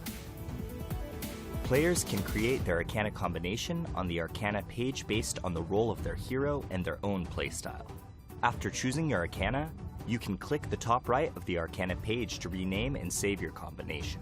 In addition, the system has recommended combinations based on roles and playstyles for the player to select directly and use. Depending on the different combinations in a match, Arcana will enhance a hero's performance in different ways. Even if the player uses the most advanced Arcana for their combination, the bonus provided for the hero will not greatly affect the balance of the game. Then, how will the Arcana system help players? During the early stages of the match, the basic attributes of heroes are quite low. Even if the Arcana did not offer much bonus, it could bring about a considerable and substantial difference. Such a change will help the player decide their early game strategy and playstyle while adding more variables to the battlefield. Arcana combinations are not absolute. According to one's understanding of the hero and their playstyle, players will all have different combinations. Should you focus on certain enemy heroes or making up for the shortcomings of your allies? Should you take the initiative in teamfights or increase roaming efficiency? It is entirely up to the player. This marks the end of our video introduction to the Arcana system. Thank you for watching, and good luck on the battlefield.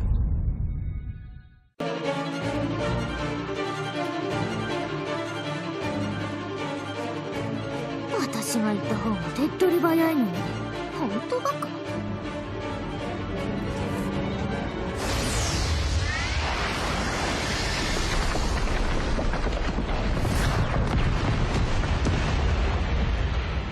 何？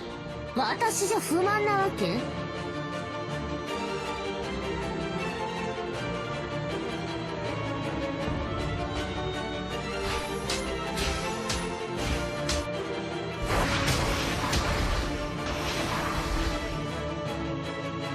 ほら、最初から私が行けばよかったじゃない。次はあんたの番よ。全部私が片付けるから。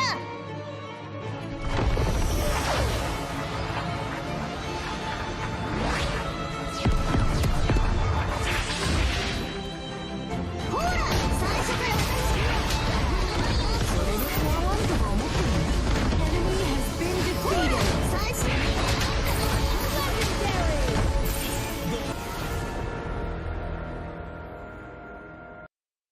Class Introduction. Welcome to the class introduction of Arena of Valor. In Arena of Valor, the two sides will confront each other in teams of 5, and the heroes are the avatars of the players on the battlefield. Your knowledge of your hero and class is the first step towards victory. For your convenience, heroes are divided into 6 classes in the legendary duel: Tank, Warrior, Mage, Assassin, Marksman, and Support. Due to the unique abilities of some heroes, they will have multiple classes. Players can clearly see the characteristics of the 6 classes in the hero interface. Aside from this, players can also check the class of their chosen hero at Choose Character screen in a match. Tank class heroes. Tank class heroes fulfill the role of the meat shield of the team. If you're a fearless warrior who wishes to charge through the forefront of battle, then tank class heroes are undoubtedly the best suited for you. Disrupting the enemy's formation and drawing their fire is the core use of tank heroes. Thus, they also shoulder the heavy burden of initiating team battles. Warrior class heroes. Warrior class heroes excel in close quarter melee combat, combining the ability of dealing damage and tanking. Warrior class heroes are the backbone of the team, and they're suited to fight in any situation. At the same time, they have multiple item sets and play styles. In a real combat situation, we will prepare item sets based on the team's composition and battle situation to balance the team's overall offensive and defensive capabilities. Mage class heroes. Mage class heroes are the core of the team's offensive capabilities, dishing out large damage via magic. Using their spells and abilities to obliterate everything in their way is what all mages desire. Normally, mage heroes all have powerful magic damage capabilities, and a certain amount of control abilities to ensure that they can quickly defeat enemies with very high armor. But due to their poor survivability, they can be vulnerable targets for the enemy's attack. Assassin class heroes. Assassin class heroes are the masters of burst damage. Thus, they are quite difficult to use. If you're someone who enjoys the thrill of seeing the enemy fall to zero almost instantly, then the Assassin class heroes are your best choice. Assassin class heroes often combine excellent movement abilities with damage abilities. However, due to their lower basic HP than other heroes, Assassin class heroes rely on other players' ability to assess the situation and timing, as well as their mastery over the hero to maximize their potential. Marksman class heroes. Through steady and consistent physical damage, Marksman class heroes are also the core of a team's damage output. Different from the ability based on burst damage of mages, Marksmen prefer suppressing their enemies from afar and dishing out non-stop physical damage. But their fragility and lack of survival skills are their biggest shortcomings, putting them in a position where they are dependent on the protection and support of their allies. Support class heroes. Support class heroes value functionality. Normally, they are unable to deal substantial damage or have noticeable defensive abilities, but they have the important mission of protecting their allies, supporting their attacks, and guiding the initiations of team fights. Support players can also be the MVP. According to the different styles of the team, some teams require a tanker support hero, who can share the burden of the tank with higher offensive capabilities, whilst other teams require a functionality-based support hero, who can protect teammates in dire situations and provide buffs to control and enhance magical damage. Your choice is closely tied to the team's needs in real combat. A team will need to choose 5 out of the 6 classes above to form. Utilizing different combinations of heroes can bring forth different chemical reactions for the team, and the right mix of combinations will allow you to demonstrate your advantages. This concludes the class introduction for Arena of Valor. Good luck on the battlefield, and we will see you next time. Welcome to our video introducing the ping system in Arena of Valor. Arena of Valor is a fast-paced competitive multiplayer game. Communication and coordination within your team are vital to ensure victory. To help players communicate conveniently while reporting and delivering quick, accurate information on the battlefield, Arena of Valor has a context-sensitive built-in ping system that is easy to use. The ping button prompt is placed on the top right corner of the screen in a match. To use it, long press the ping button and point your finger to the triggerable area to send your team the corresponding ping. In addition, players can click the map button on the top right corner to expand the map and send pings by tapping the corresponding location on the map. Of course, players have the option to block ping sound effects and voiceover from other players to prevent interference during the battle. Battle Alert Pings. When players are on the move, they can send their estimated arrival time to teammates by tapping their location on the map. Players can request support from teammates by dragging the ping button prompt to their own hero. When the player is hidden in the grass, drag the ping button prompt to the grass to instruct teammates to hide themselves and ambush together. When a player is outside of the grass, dragging the ping button prompt towards the grass will notify teammates to be careful of an enemy ambush. Wilderness status ping. When Abyssal Dragon, Dark Slayer, or your own buff exists on the map, players can give corresponding attack commands to their teammates by tapping the corresponding monster directly on the map or by dragging the ping button prompt to the relevant monster. If a monster has yet to respawn, dragging the ping button prompt will notify the players of the corresponding monster's respawn time. Personal status ping.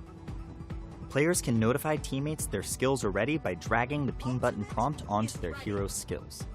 Dragging the ping button onto a skill in cooldown will alert teammates of the cooldown timer. When a hero dies, the player can drag the ping button prompt onto the death countdown to inform their teammates how long it will take to revive. In addition, players can inform teammates that they're returning to base by dragging the ping button prompt onto the recalling button while in recall. Enemy status ping. When the enemy has disappeared from a lane, the players can send an enemy missing ping by tapping on the lane. When the enemy reappears, tapping on the lane will signify how many enemies are present. Situation alert ping.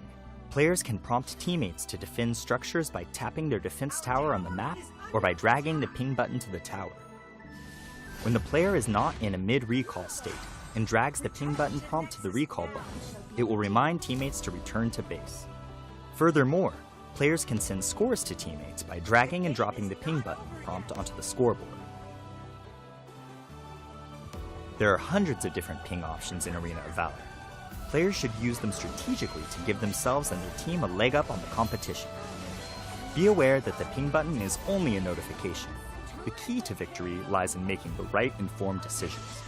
This marks the end of our video introduction to the ping system in Arena of Valor. Tell us your favorite thing to ping in the comments. Thank you for watching. Good luck on the battlefield!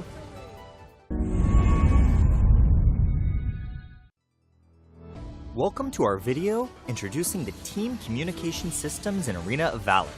Arena of Valor is a fast-paced, competitive multiplayer game. Communication and coordination within your team are vital to ensure victory. To help players communicate quickly and clearly in-game, Arena of Valor has introduced team communication systems, such as pinging, quick messaging, built-in real-time voice chat, and emojis. Players can press the context-sensitive ping button prompt on the top right corner of the screen to instantly notify teammates of their status on the battlefield. Players can also drag and hold the ping button to various elements in-game for different alerts. Depending on the context, pings can be divided into types such as battle alerts, wilderness status, personal status, enemy status, and situational alerts. Check out our ping system introduction video to learn more about how you can use the ping system in Arena of Valor. Players can use the in-game quick message system to plan and communicate. Quick messages first appear as part of the pre-battle strategy screen. Rally for a team fight. Before the match, the player can set selections and adjustments within settings. These pre-made messages can be split into three major categories: defense, offense, and communication. Players can select 8 messages from these 3 categories to use as quick messages within Arena of Valor. Some quick messages even have voice lines that play when being used. Let me get the buff.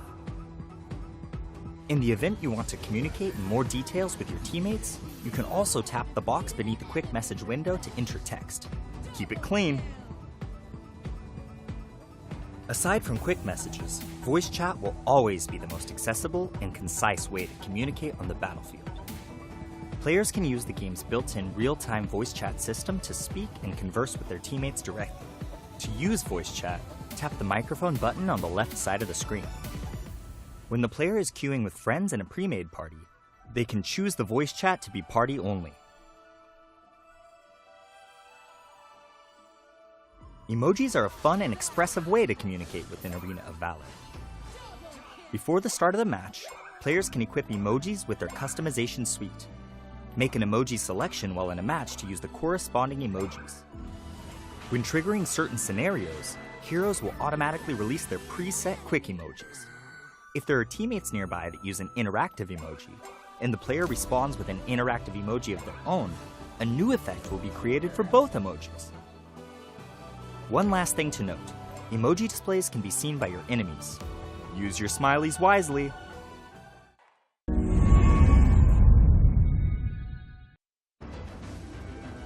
And welcome back to the Arena Valor International Championships 2022 minute tutorial. This is Mikos.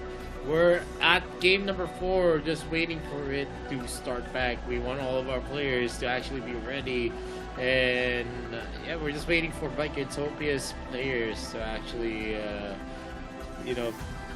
have their equipment ready, because we want everyone to have the gaming experience where there is no unfairness at all. But yeah, in terms of what happened, I think they're still manageable. But in terms of, we want to talk about the momentum that V Gaming is currently having. It is going to be, deplete a little bit, but V Gaming still has the best drafts in this matchup, and it kind of, when we have 5-minute breaks that I literally did not remember what happened in terms of the drafts, and we still have, maybe they have the Scud as they have the Zuka. I thought it was, they did not switch it out, Zuka as well as Scud, but in terms of Biketopia is the one having problem, but it is okay. But now the game will be started back, and we are going into full-on force currently with Errol as well as the Talon side of Biketopia. They bring a lot more kind of pushes, but I think Biketopia is the one needing to play much more aggressive in terms of objective, because of they had the kind of a lot more siege material with the Joker as well as the Arrow. But yeah, we mentioned that a lot, when that Roxy is the one to be setting up a fight for Biketopia, and that is maybe will be some of the problems that Biketopia will travel along. But now V Gaming, they leave WanTD alone on bottom side. Meanwhile, Han is the one to just force top side with trying to shut down Pika. I think that is something that V Gaming really needs to think about when they lose. Give a lot more XP as well as gold for WanTD on bottom side, and they have to wait for the Gaffney to be online. And Han will arrive on bottom as well, trying to force the first blood onto Zerui. As Zerui is still alive, none of the casualties have been taken away, and then trouble will be afar. Yep, and it's still a standard sort. No one still has the upper hand. Biketopia's jungler T-Lin is here, and as well as Bird LV and Kwang Hai. They're not gonna be engaging because they know they're not gonna be denting much, and the exchanges could actually go onto the side of V Gaming. And we see here Sin dealing some damage onto Kwang Hai, practice passive, but he goes with the power glove as well. He was able to deal a lot of damage. Bird LB is just hovering here into the area. The Slayer is going to be created out though by Biketopia. Bird LB is rotating to the top side, and pretty surprisingly though, V Gaming loves to use the Scud in the jungle position instead of the Dark Slayer. Maybe Bird LB doesn't really like that pick, and they actually try to steal the blue buff, and that was a good attempt if Zerui actually used was having the kind of laughter at that moment, but it was on cooldown. Bird LB is going to be taking the Sentinel as well, so some micro gold lead, some of the gold is going to be on their side since they were able to secure some of the Sentinel and also the Seagull as well. T1 is actually looking onto Han. He needs to proc his passive, and he was able to, and the damage that was dealt by Sin was negated by his shield. Yeah, that shield is just giving a lot more potential to run away. But looking how V Gaming, they understand this matchup a lot when they are in a couple more defensive state. They have to defend top side a little bit more because of Bicotopia loves to just drive and shut down this lane, and it could be a fine rotation for V Gaming. Look how Quang Hai trying to find a way here, but being still away with that Agnes grips. But the Agnes grip will not be present in terms of the Dax team fight with a couple more minutes onto the objective, but still happen to be a lot more movement for V Gaming trying to steal away with the punish itself. Quang Hai steals that salamander on the bottom side jungle, and they want to go widen the gap in terms of goal, and V Gaming just love doing this a lot more because of Bicotopia, they're not having a good matchup with this kind of drafts. They are strong in terms of the missile lane, but in the mid lane and the jungle and display lane is not to par. Bicotopia can play much more aggressive because they are too reliable in terms of the Joker kind of laughter with the rank breaker already present for Zuri. When that team fight alone, a little bit more push coming in for Han with Itachi, played a little bit aggressive, waiting out for Mares to just go on bottom side.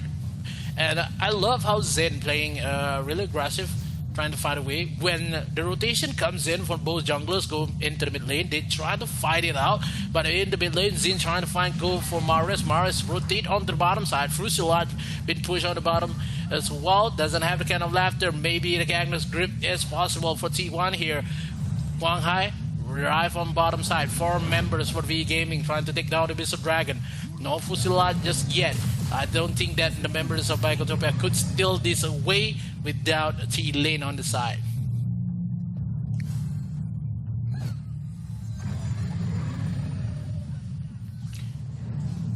It's going to be something here though.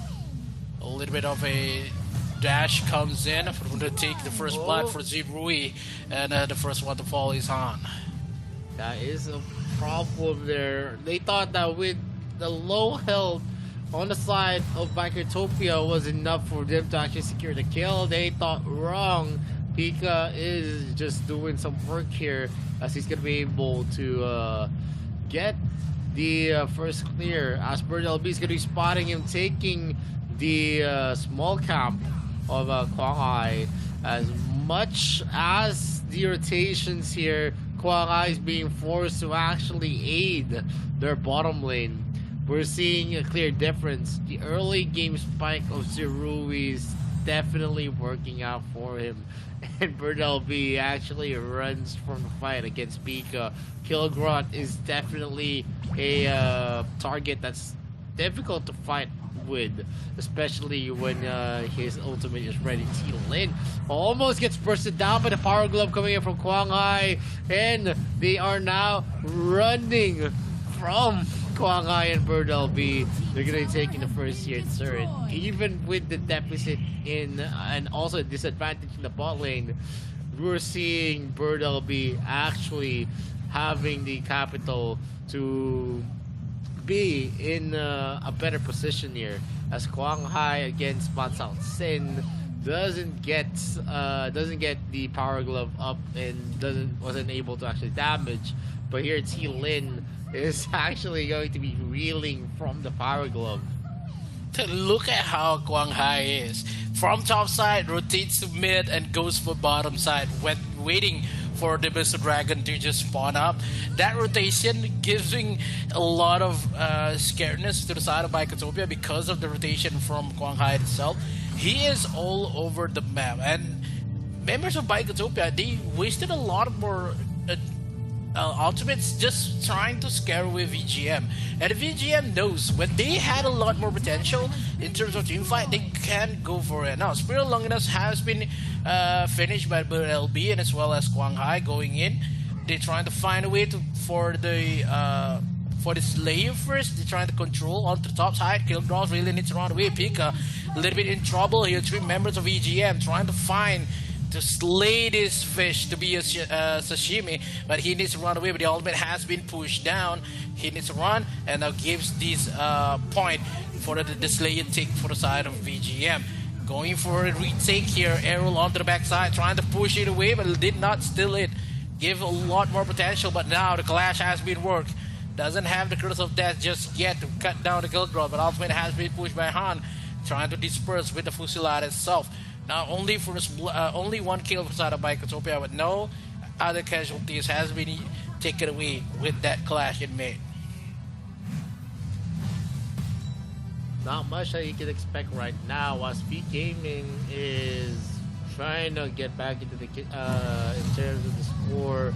They're trying to go for a rotation here to the mid lane. They released the Slayer, but I guess it's too little, too late, because they were unable to actually defend that. Bikotopia was already in the mid lane. There is a 1v1 scenario here with Pika and Kwang Hai. No one's gonna come out on top. But in terms of the durability, you're gonna expect a lot more onto Kwang Hai's Scud. He's gonna be farmed up more with almost 6k on his gold lead. But Kafeni needs a lot more resources here. He is being shut down by Zerui. That's gonna be a problem. That's gonna be a slow while this charge is gonna be used by Kwang Hai. They do get that kill onto Sin, and that's what they need. And the clip breaker is gonna be used. He is gonna be pulled here by T1, but without anyone to deal a lot of damage, they're not gonna be able to secure that. Demonic Arm already used to reposition himself up. T-Lin right now is being ineffective with the arrow pick. The killing joke is going to be used to clear most of the creep waves, as well as the axe. And the Kilgrod is going ham here. He's regenerating most of the damage. T-Lin is going to be pulled down. Is he going to die? The orb is ready. He is going to be able to reposition himself. And with Maris in the area, they're going to use a vacuum to prevent anyone from going in for the kill. Yeah, we saw only Pika could withstand a lot more damage because of the Kilgrowth kit, and it has a lot more kind of lifesteal that make Kilgrowth a hard to kill for the side of VGM.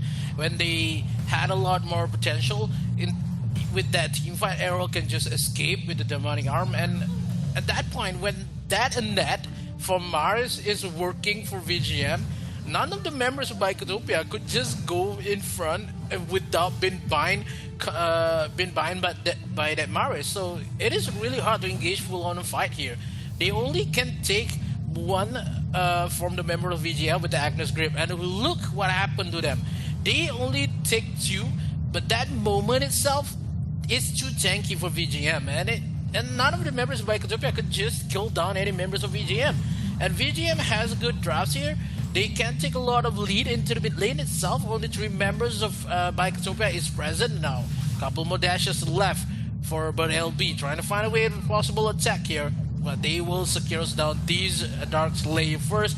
Without the essence of T-Lin, could not go inside with the punish itself. Trying to bring, gives a lot more information with that knock up. Still has been pushed away, but the Dark Slayer will be taken away for the side of EGM that lives down the Abyssal Dragon, but now only the members being chased down. T-Lin trying to fight it out, but still has not enough more damage. Still have the a couple of lives still. He can run away. Han with the ultimate just want to escape. But into the mid lane here, the members of Bikotopia with Thunderbird itself secures the kill onto Han on top side, and Zin makes the living for the side of Bikotopia. Trying to play it a little bit more aggressive. Find a way, has been caught up, but not enough damage with the Kafni trying to pick on. But the Kafni still needs to run away with the couple more damage. But Errol Jalen is arriving with the rockets coming in for Zerui, secures the kill number 3 and makes VGM a little bit more fumble in this game. Yeah, that was a good rotations coming in from Bikotopia. They are racking more of in terms of strategy. They've been using Pika to actually pressure the bot lane, and Kwang Hai can't actually do anything in a 1v1 scenario. They need the damage coming in from Bird LB. Kwang Hai's kit is actually detrimental on a 1v1 against Pika, who's just going to be regenerating much They need something of a magic reduction. I mean, health region, anti-health region against Pika if they really want to kill that fish. And the problem here is that the only one that has it is the Annette, and most of the time you're not gonna expecting a lot. But T1 is going to be caught up here with a lot of slows from the members of V Gaming. They actually disregarded the creep wave here in the mid lane, and this has been, in terms of winning the team fights, it is gonna be harder for Bikertopia because a lot of the heroes of V Gaming are actually tanky. Han. You're gonna expect a lot more from Quang Hai. You're not gonna be able to kill Bird LB easily as well because of the mobility. So, and if you add Mars to the mix, they have the capability to finish off the clashes. And Zero, he almost finishes up Bird LB. He is just gonna be walking back to the base. Yeah, this is going to be really hard now because of how the damage from Bikotopia is living and give a hard time for the side of V Gaming itself. And they are currently trailing maybe 2,000 gold for VGM, and they need to find a way here to just get back into momentum, trying to force the ability and be on top side. Already have the Fenrir Tooth trying to fight the damage here. But still, a lot more momentum, a lot more space has been played out by the side of Bikotopia. They can take this Dark Lord into their possession for Bikotopia itself. That Kelgroth pick up played really well. Not enough. They only have one Curse of Death and also Tomb of Reaper for the side of Maris. It's going to be this contestant. Could VGM contest this Dark Lord? Because only Bird LB and as well as Pika on the bottom side. Bird LB having a lot more trouble instead of Pika is still full health on bottom side, pushing away. Only one mistake to be made here. Whoever makes the mistake is going to give the game away. That Caffeine from Huang TD is not making the game just yet. Trying to force it down. Ultimate has been pushed. Trying to run away. Forcing VGM into this layer pit. Trying to force, and now the steal has come. Huang TD takes down the Dark Lord himself, and Bikotopia, I don't know what happened to them. They are going to steal away. Trying to bait out the members of VGM onto that fight with the Slayer to give a lot of space for Pika, trying to go for the inhibit the turrets on the bottom side. They take the turret, but they lost the Slayer at that current exchange. I don't know what Bikotopia is doing because they give VGM a lot of space to make a comeback. Yeah, it was kind of a retreat. They thought that they weren't going to commit to that Dark Lord Slayer because you can see Pika actually making a dream into the bottom lane, and they're actually dealing a lot of damage in the distance with Zerui as well. You can see the rocket just shaving all the health of that Slayer. It's going to be a very, very long fight. Pika is actually going hard against Quang Hai into the top lane, while we see members of V Gaming actually going hard. Puslat is going to be used. Two of the members hit by the killing joke. Zerui is actually making it hard for V Gaming to gain a ground for themselves. The Thunderbird is being used up. There's going to be a slow ready, and they are going for a push, a flank into the back.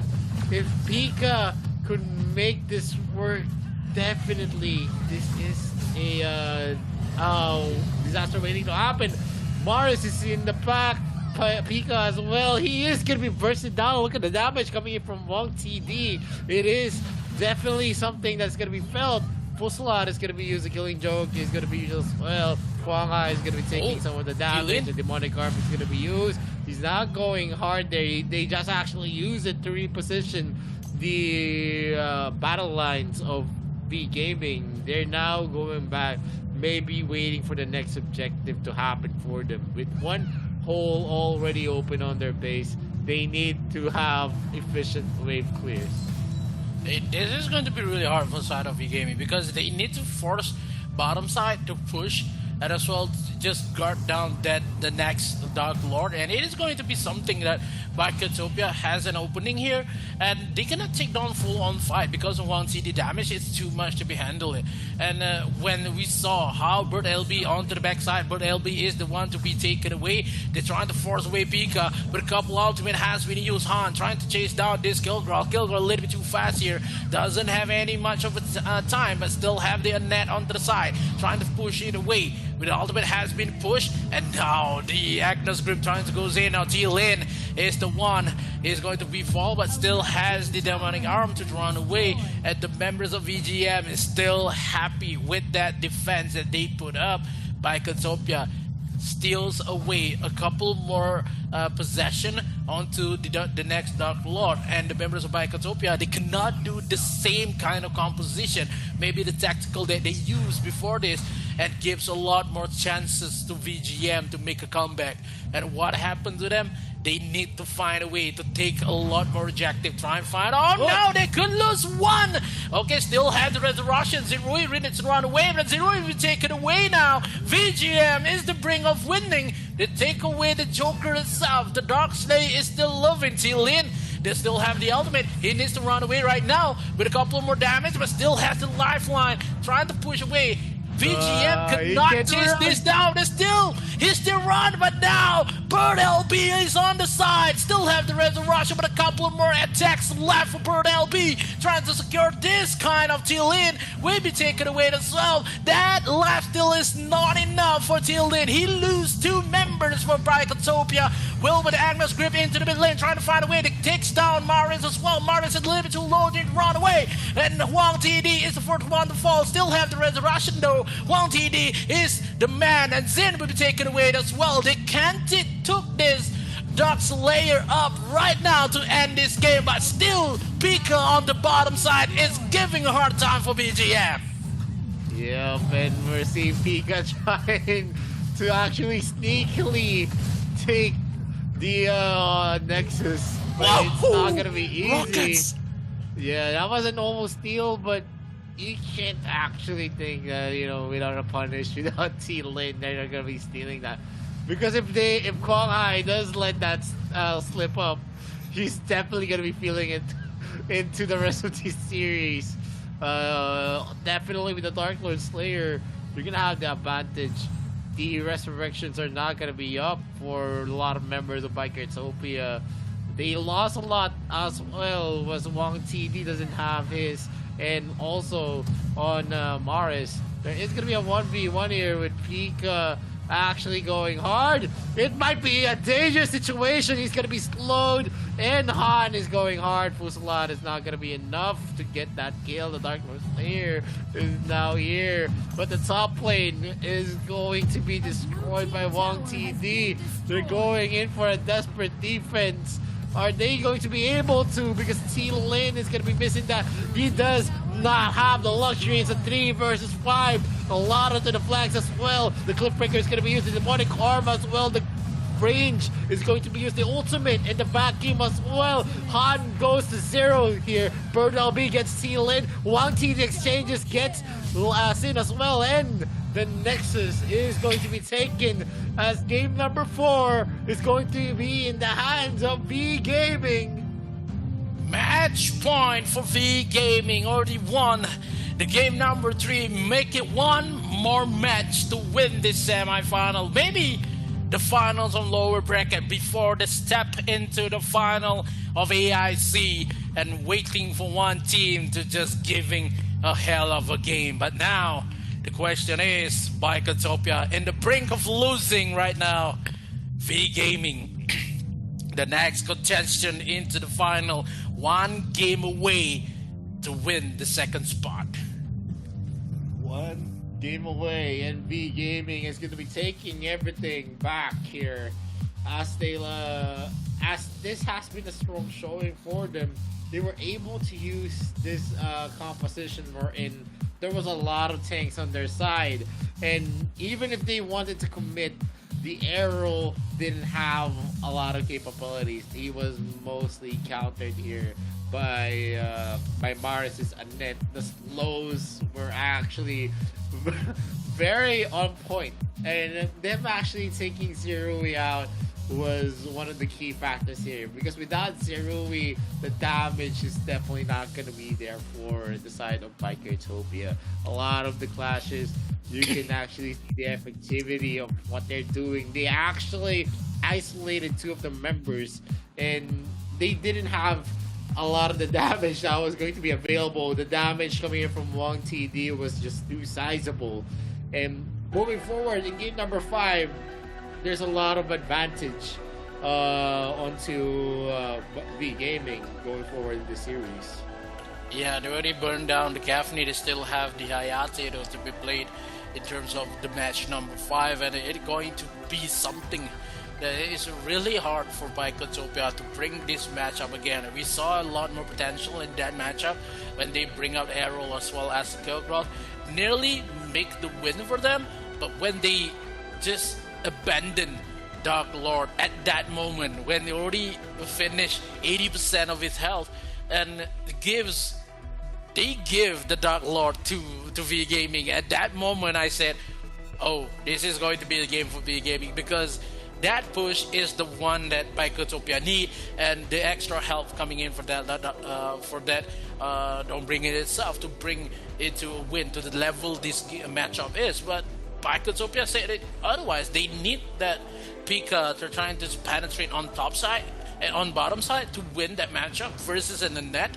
But yeah, it is, the outcome is not on the favor of Bikertopia. They take one objective, but they give a lot more momentum with that push coming in for V Gaming though. Yeah, I mean, they actually lost this. They thought that they could have a sneaky play coming in from their Kilgore from Pika, but Maris thankfully actually came back to base to actually regenerate. If he actually stayed in taking the Dark Lord's Air, it would have been a different where a GG, a call and a GG well played was already there. The writings was on the wall that Pika really wanted to go for a backdoor, but it wasn't just possible since Maris was there. The creep wave is just going to be cleared easily. There's also a possibility that he would have been taken out if he did go for it, because Bird LB actually recalled back at that point.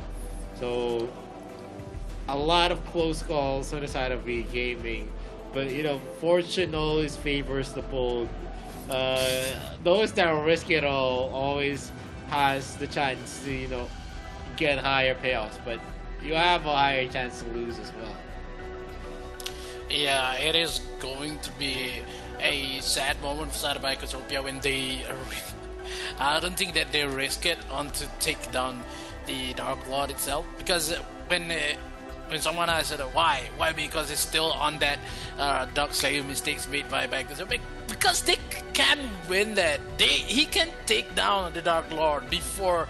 They can take the Dark Lord as well as its turret on bottom side and give that a bigger winning instead of just go back with the ultimate. I seen it a lot when suddenly they use the demonic arm from T-Lane just to run away, and I said it, why? Because they didn't expect, maybe they didn't expect the members of V Gaming just go full on, but when they had the damage, they have the Joker on the side as well, but yeah, maybe the timing is I don't think that they have much more confidence with the damage they had at that moment. If they got the Dark Lord, they could win it and bring us to a draw. Yeah, I mean, that's a what if. We can never know. They actually didn't finish it up, and it was stolen up by V Gaming. I guess the arrow pick wasn't that hot for Bikertopia. And I've been saying this, they lack the ground control. They do have a lot of damage. The problem is, are they going to be able to hold down the vital pieces on the side of V Gaming? The answer is actually no. Marius was almost taken out, but he just used his ultimate to actually hide into the vacuum. Looking at the stat line, there was a lot of kills on the side of V Gaming. There was a lot of split pushes as well. This is a game wherein objectively we're gonna look at the towers, objectively speaking, Vicotopia actually did good. The problem here is that they weren't able to close it out. Look at the damage coming from Sin. That's 194k. But Mars topped it off with a 200k damage for himself. With the net. Yeah. Zerui also had the better time on dealing damage against Wang TD, who was always being sniped with the rockets. We saw him actually die down because of Zerui's rockets. But those things don't actually give a lot of advantage because kills are kills. If you're not gonna be able to finish the game, take the Nexus, win the clashes, then it's all for naught, even if you deal a lot of damage. The MVP is gonna be Kwang Hai. The main tank here, 31.8% damage taken for his team. 006 KDA.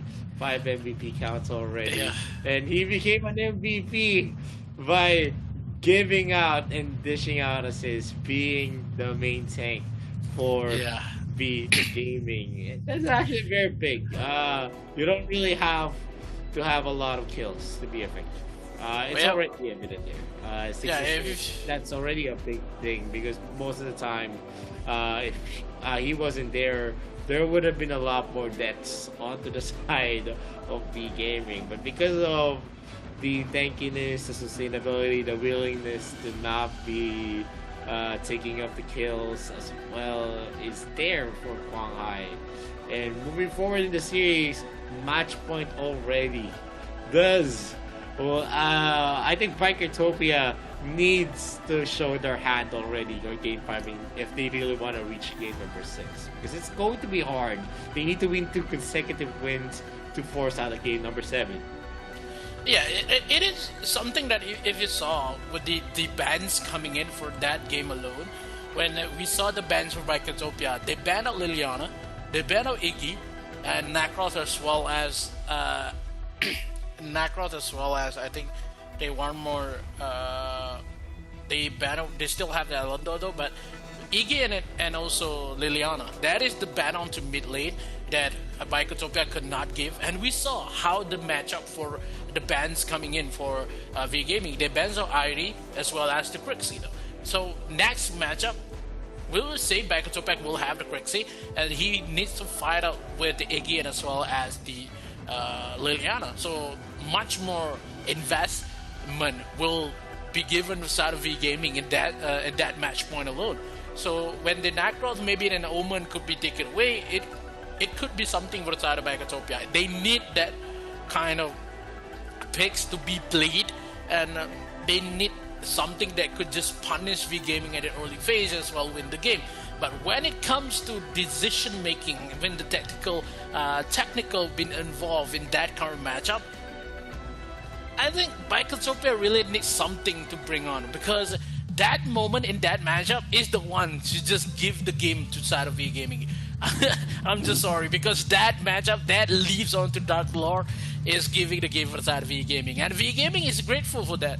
Because of that push alone, they can take a lot more objective and also possession onto jungle, and makes V Gaming win the matchup. But yeah, the last match possible, or maybe the match point for side of V Gaming, whoever going to pick the best kind of heroes in this matchup will win this matchup. Maybe match 1, maybe not.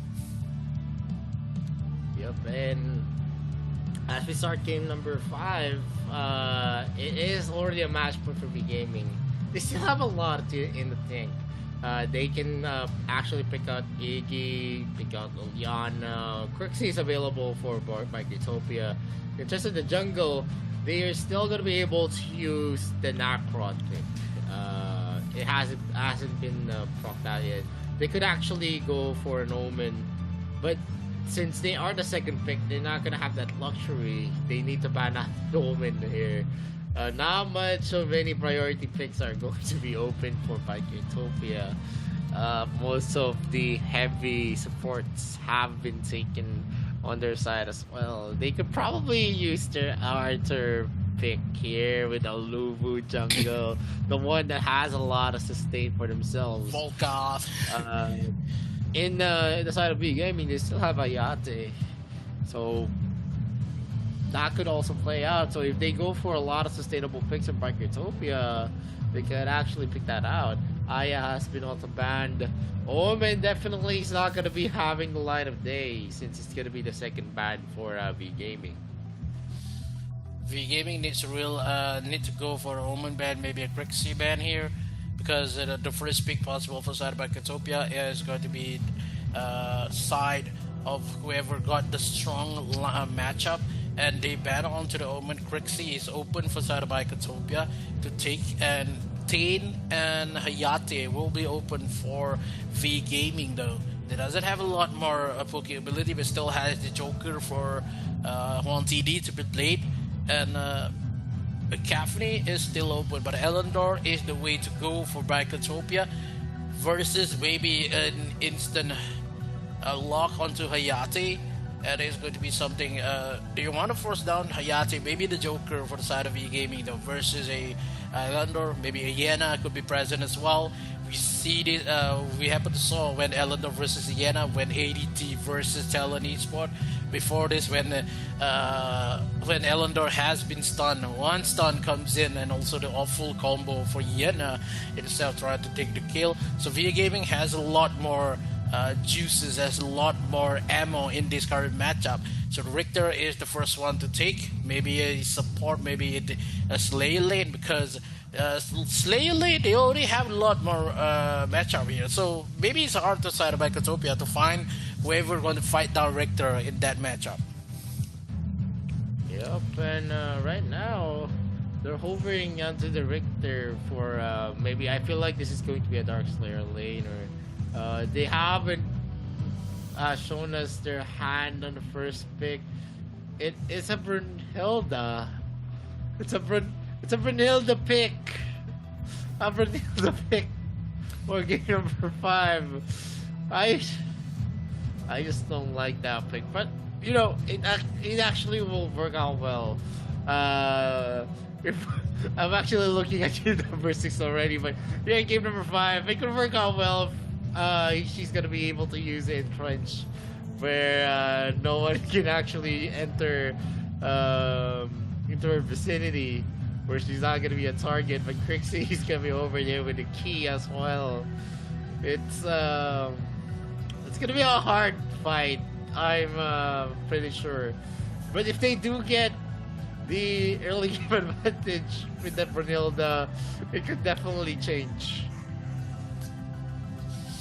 Brunhilde pick, kinda not a lot we see in it AIC, so it's going to be something that is happy to see that Brunhilde brings back the AIC. Gonna go for the match point for V Gaming here. They had a lot more early advantage if they bring up with the Richter as well. Maybe go for Teen and Brunhilde, but Teen, if they do not pick the Teen here, it will be something that might ban for Biketopia. They got the Rixie. Biketopia has the Chi as well as the Elendor. They had a better draft. The draft from Biketopia is the one to go in this matchup. They need to win. They need to shut down the momentum of V Gaming in this current matchup, and it is really good for Biketopia though. So Varus is the one to be banned here for V Gaming. I like that ban, because they doesn't have much of a support just yet, because Elendor will go for the jungle, and the Varus support is a hard time with just dealing it with the Brunhilde picks coming in for the side of V Gaming, because Brunhilde, yes, he has a couple more movement speed, but it is going to be catch up by the Venom itself. So the ban is good. The Wukong, maybe Wukong ban, kinda not good here, maybe, because the game number 1 already praised out the Wukong for Biketopia, but I think it is going to be worked down for V Gaming though. So Wukong ban, giving a lot more potential onto the Malok ban though. Oh, this is kinda not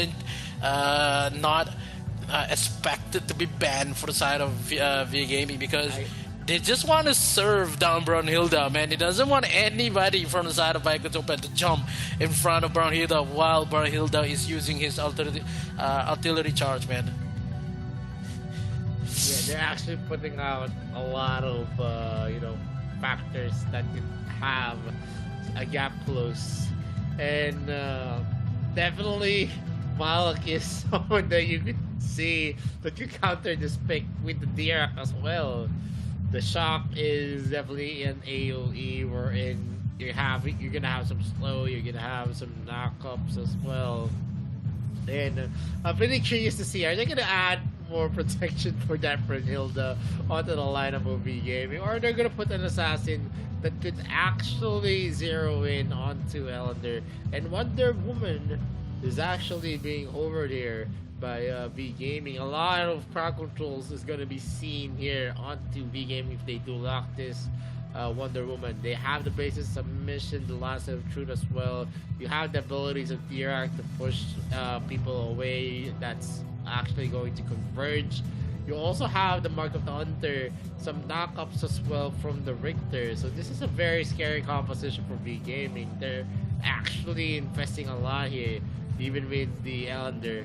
And one of the favorites of Biker Utopia, the Arthur support, is being hovered. Atara as well is now an option by Biker Utopia. Yeah, it is a Tara moment maybe to go for Itachi though, because Atara is hard to kill down, but Itachi is more aggressive and it could be much more convenient for the side of Bikotopia. But I think if they want to go for a much more defense, maybe the Tara is the one to go. But in terms of they want to evade the Genesis barrier, then Itachi is the one is going to do for the job. So the Genesis barrier for the side of V Gaming is the one that is going to just secure any tower that's in that matchup, as well as the aggressiveness that Richter and so as the Wonder Woman has. And the Brunhilde is the supports that gives the damage. And one more pick here. Maybe they want to go for a support Richter. Maybe go for Lumber this time. I think if they want to go for Lumber, maybe Tane could be possible. Richter support it is, and gives the Florentino versus a Yena on top. I kind of not liking it, but I think I still need some proof that Florentino could win against the Yena on top side. Yup. And right now, with the composition, they actually finish it off with an aggressive Florentino. Bird LB, we've seen Bird LB actually use the Florentino before, but Kuanghai is actually the one going to use the Florentino. Oh man, I thought it was going to be a Florentino jungle, but Bird LB has used Florentino jungle. Oh no, maybe like a throw for V Gaming. Oh no, this is a match point for V Gaming. I could not see V Gaming could do this to us, man. Yeah, I know. Florentino on Bird LB, that's gonna be dangerous. It's one of the heroes that he's been practicing way back. We've seen him use the Florentino before, and he used it effectively. It's just about how the team fight is going to be unfolding. Are they going to be able to zero in onto T-Lin's Ellender? That is a factor. And Biker Utopia needs to pray that a lot of mistakes is going to happen for V Gaming in terms of team clash. The early game definitely still in the hands of Biker Utopia. They have the damage, they have the power spikes coming in for the Kirksey, you have the Ellender, you have sustainable heroes as well. Yena is a scary hero in the early phase because of the silence and also the burst damage you can bring at level 4. But V Gaming has a solid late game. And if late game, if that's gonna be, we're gonna reach the late game in this game, Biker Utopia is gonna be losing this for sure. Yeah, he's going to lose or going to just level up some of the momentum here in this current matchup. It is going to be Bikotopia takes down V Gaming in this game number 5 at 3 points already on the banks for V Gaming. Bikotopia trying to play it really aggressive and give the first blood. Still had the first, but still first blood been taken away from V Gaming. A little bit more ambitious for Bikotopia. He knows that the damage for V Gaming is much more in the early phase, but that T-Lin is trying to pull anything to just take down V Gaming. Yeah, they even had Wang TD go for the defensive. And that actually surprised the members of Biker Tope, especially T Lin, who did not expect that there was going to be a ranged damage dealer that's waiting for him there. And he was just stuck. He doesn't have Flicker. He doesn't have his teleport ready yet. The only one, he was just level 1 at that point. There was no commit from the other members, but Yena does have a boost in terms of getting the wave clear that she wants. That's going to be the shock from being thrown here. Then getting some slow stocks are definitely dangerous for Zerui. If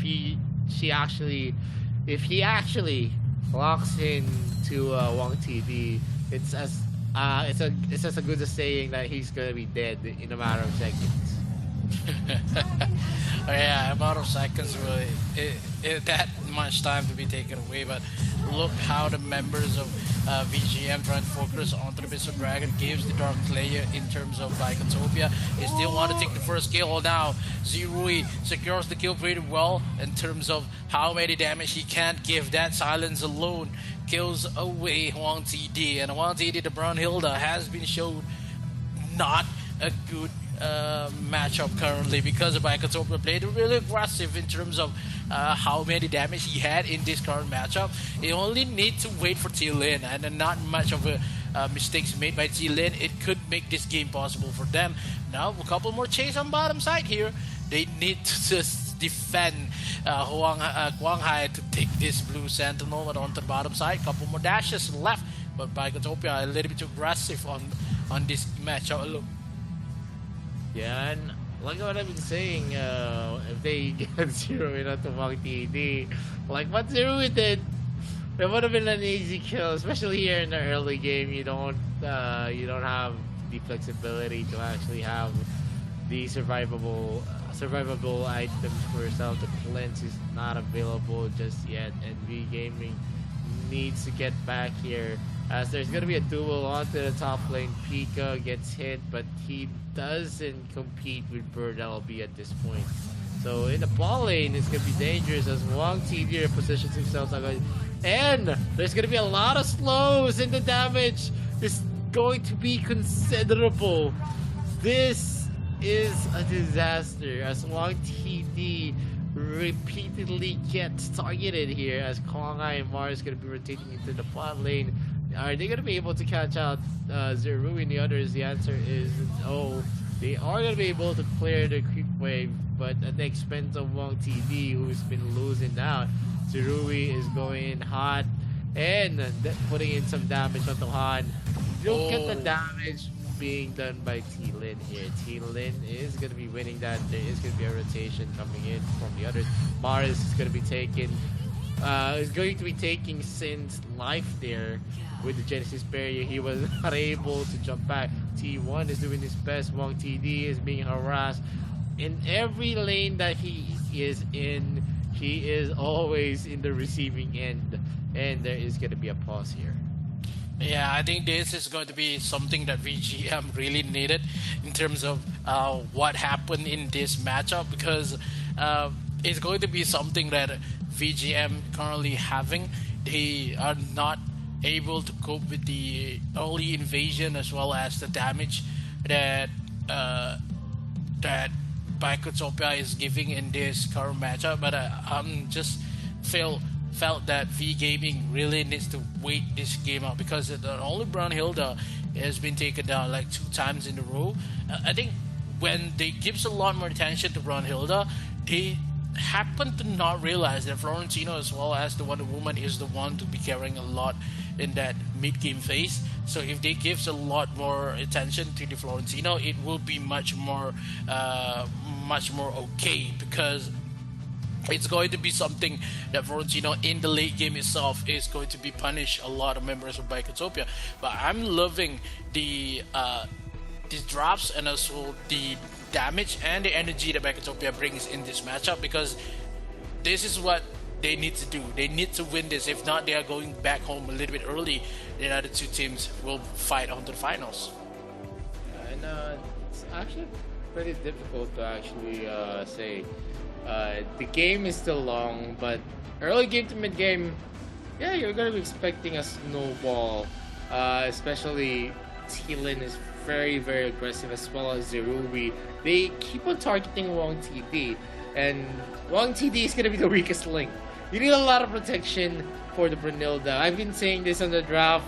Well, the reason why I actually keep on repeating, oh, Brunilda. It's a hero that actually sucks. A hero that doesn't have mobility.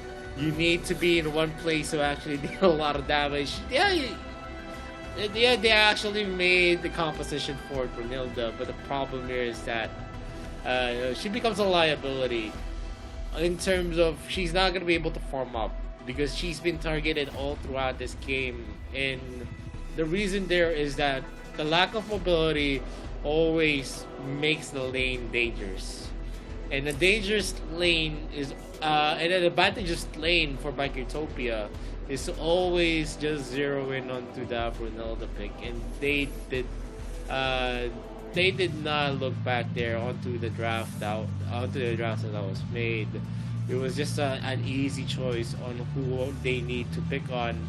Brunilda. The other lanes are definitely not going to be easy, like the DRX lane. He doesn't have mobility. The problem here is that he can actually push you back and punish you for entering his range.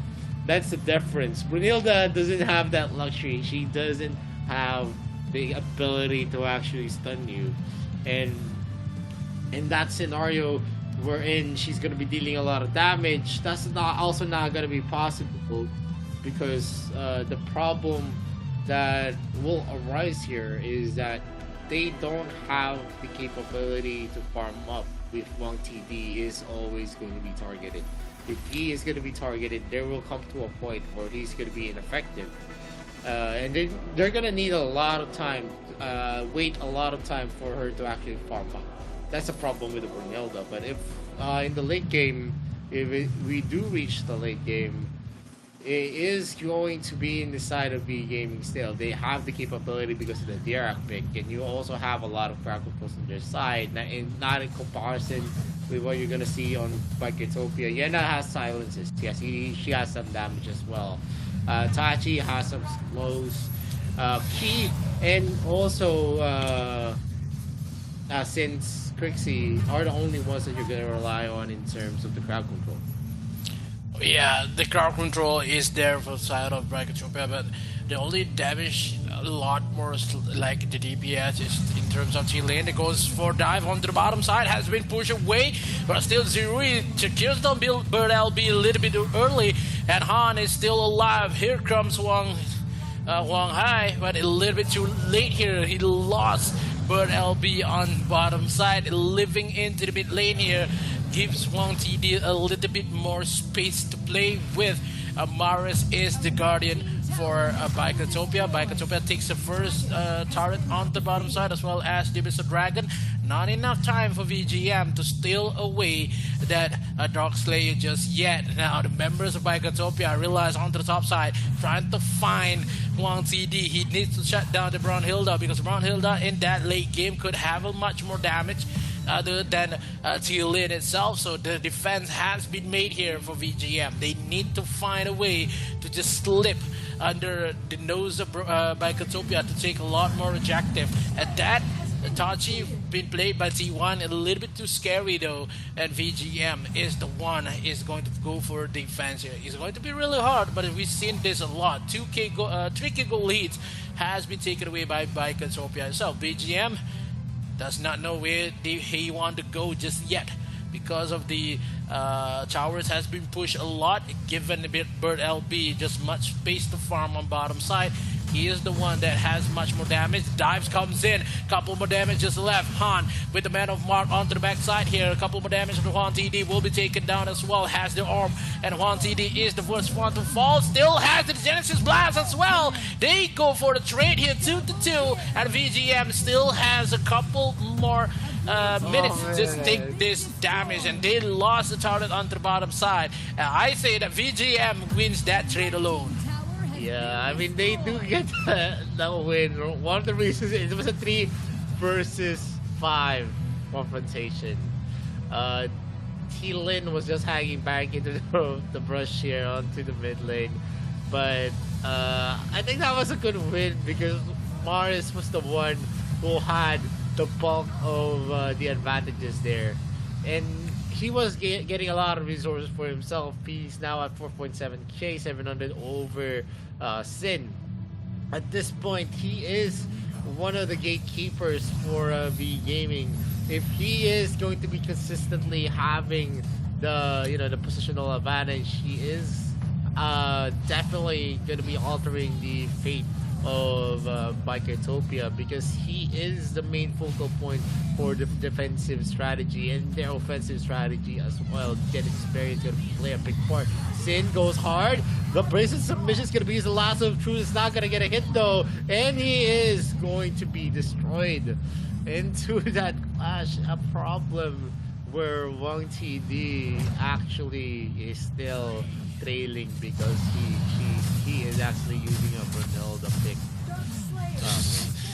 Yeah, the Brunhilde pick is one of the edges for the side of V Gaming, because she is not up to par in the current meta, and they still have the Hayate though, and I don't know why they bring out the Brunhilde version. It's going to be something that V Gaming could manage to just alive in this match point, because if they had a Hayate, maybe the side of Bikertopia could not kill him a little too much. 3 kills that also forces for the side of Brunhilde. They lose a lot of turrets in this current matchup, and we saw this happen before this when V Gaming is the brink of losing, and that time when 15 minutes into the game they just stole the Dark Lord and makes the win for V Gaming itself. Now maybe V Gaming is waiting for mistakes coming in for Bikertopia, because a lot more mistake has been made when we saw the dives comes in on top side. That is not in the favor of Bikertopia, but Bikertopia plays it really well in terms of objective taking, and I kind of like it, but they lost start on top side as well. So VGM does not lose so much currently because they are the ones chasing goal. Only we saw a 3k goal lead, but now still has a couple 2,200 goal lead in terms of how VGM is coping with the farming in terms of the damage itself. So now they haven't been spotted just yet with the Blossom just hit. Still not enough damage has been put by LB to just scare away the members of Bikertopia into the mid lane here. They lost down Quang Hai first, and now the second Morris is the one to defend this. They had 27 seconds to defend before Quang Hai leaves again, but the members of Bikertopia is going to end this game without any hesitation. Yeah, going in for the top lane, and Trench is going to be used. It is going to be hard to actually reach the area of Wang TD though, and the mid lane turret is going to be the next one that they take. Inhibitor turrets are still intact at this point, but it is just so hard to actually overcome the advantage. They need to actually reach the late game. Quang Hai needs a lot more items as well. And T Lin, already at 8.5k, is definitely going to have the bulk of the gold. While on the side of V Gaming, it's still going to be Maris with 3-0 onto his score, 7.3k as well. It's going to be a big thing if they're going to be able to hold back what the offensive of Bikertopia. If Bikertopia prolongs this, it's going to be a scary prospect, as more items are going to be available to, those weak heroes in the early game, like the Brunhilde and also the Wonder Woman. Yeah, the late game is one of the points that V Gaming is waiting for, because of the Brunhilde already been taken 3 times and also the Wonder Woman 2 times. So it's going to be really hard. But I think if Bikertopia want to win this game, they need to take down Maris, because of Maris haven't died just yet, and that defense is really good. And you can see how Maris is just reaching a lot of a distance. They just make a distance between him and any other members of Bikertopia, because he knows he are on the defense. The Genesis barrier is needed to this matchup, and it's going to be really hard on the side of by Katopia itself. If Mars is still alive, they cannot go full on damage, and the towers one by one will be taken away by Katopia. It is just really hard. Dashes comes in from Zero. They clash onto the bottom side. They want to take a look at the damage has been dealt. Maybe Juan TD is the first one to fall, and Zero is secures the kill as well. Bottom side, and after that, it will be a detrimental pause coming in for the side of V Gaming, maybe. And it is just get really hard. And V Gaming is not cope with the damage coming in for the side of Bikotopia. It's too much to be handled with. Yeah, I guess it was a pause from Bikotopia yet again. They're having some technical problems on the side of Bikotopia.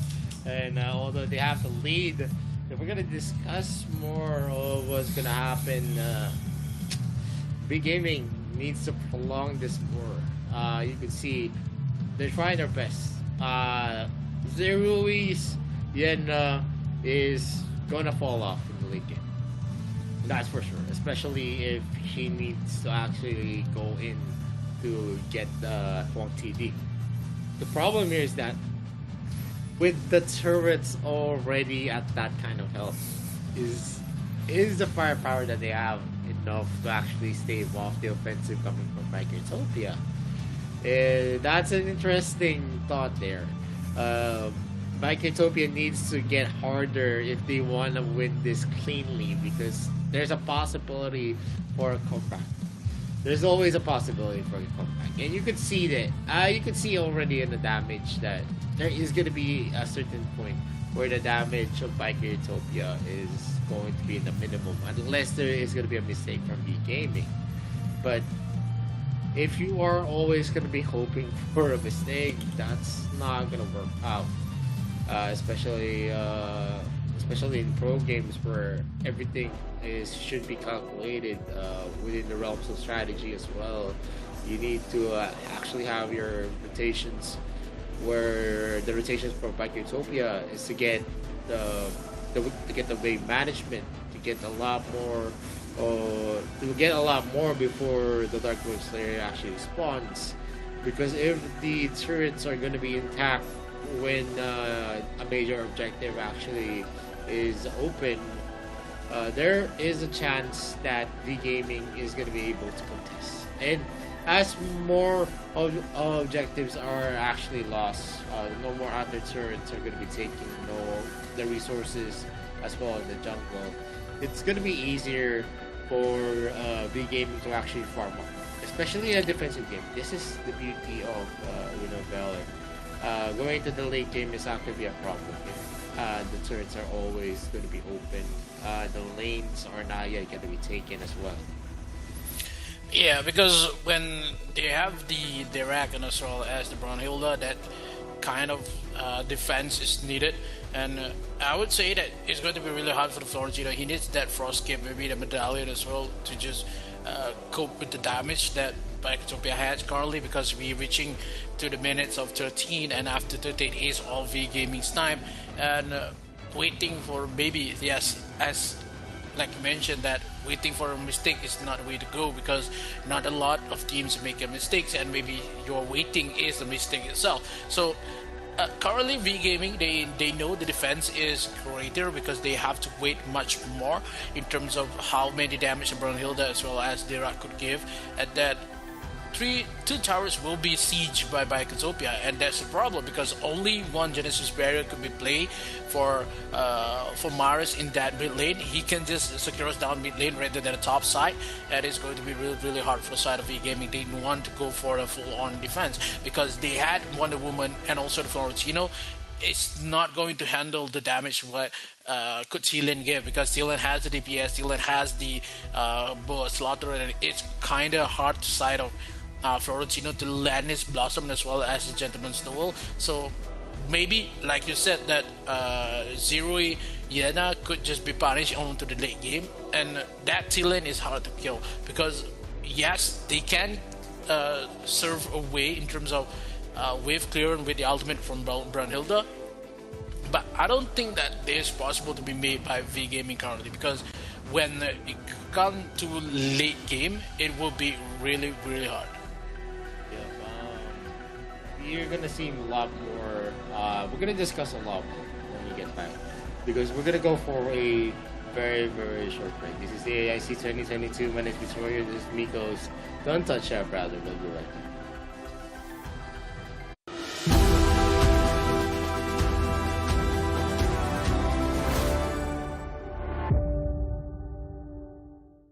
Hi there, rookie. Welcome to Arena of Valor. This is a multiplayer online battle arena mobile game. This may be your first time with a MOBA game, and you're at a loss about fighting with real players. Fear not. You have Arthur, a trustworthy pal to help you around. He will lead you into this legendary battle and show you the exhilaration of this game. See that crystal over there? Smash it with your divine blade and victory is all yours. Pretty simple, eh? But what about before that? Patience, pal. One step at a time. First, you have to destroy every defense tower in this lane. Of course, your enemies will not let you. They will do anything to stop you. So, do not rush to the tower. Wait! Get back! No! God! Please, no! Well, at least it won't get any worse. You have been defeated. Never mind, pal. We cannot run back time, but you will fully respawn as the countdown ends.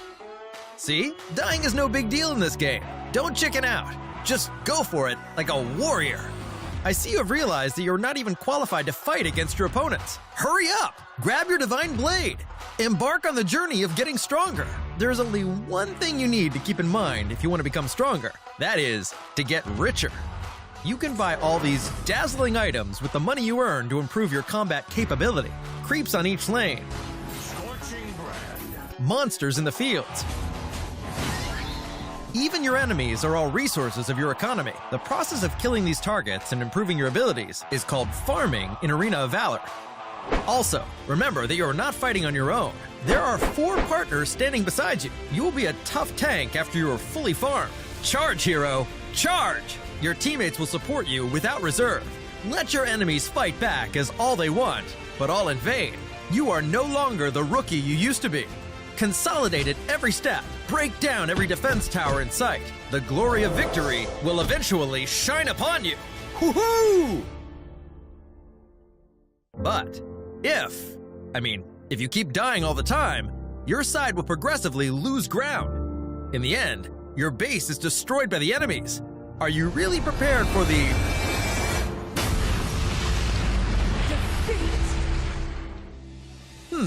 So what? Just take another round. In AOV, failure is just the experience you need to grow stronger. Come on, rookie. What are you waiting for? Let's go!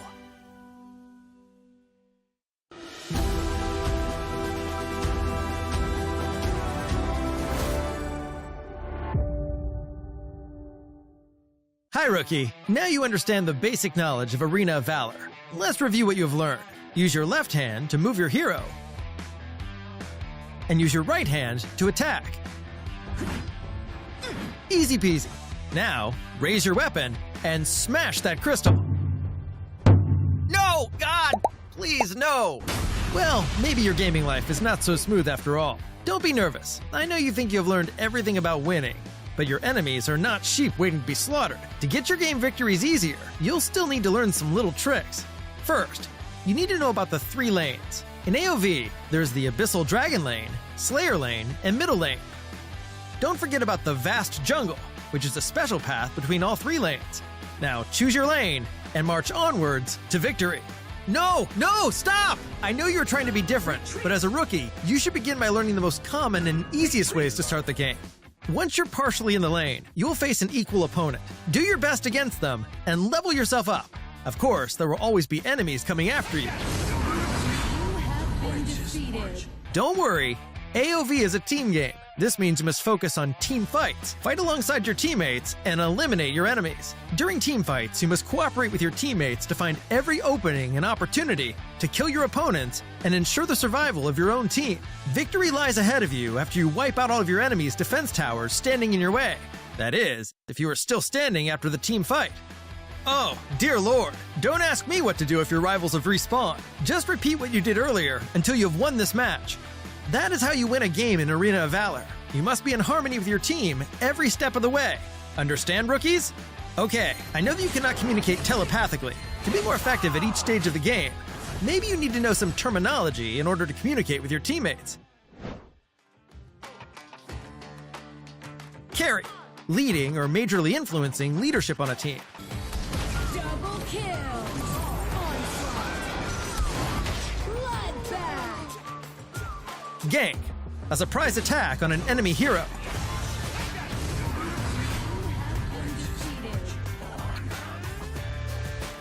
Buff, status effect that gives a beneficial boost. Debuff, status effect that gives negative impacts.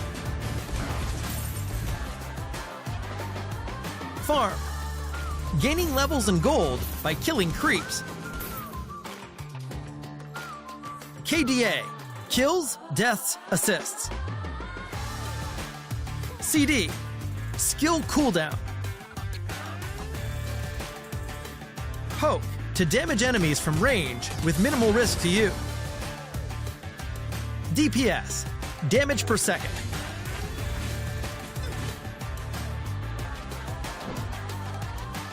That's all the rookie training for today. Let's start a match and get fully absorbed into the world of Arena of Valor and win glory with your teammates. What could be more enjoyable than praise from your team?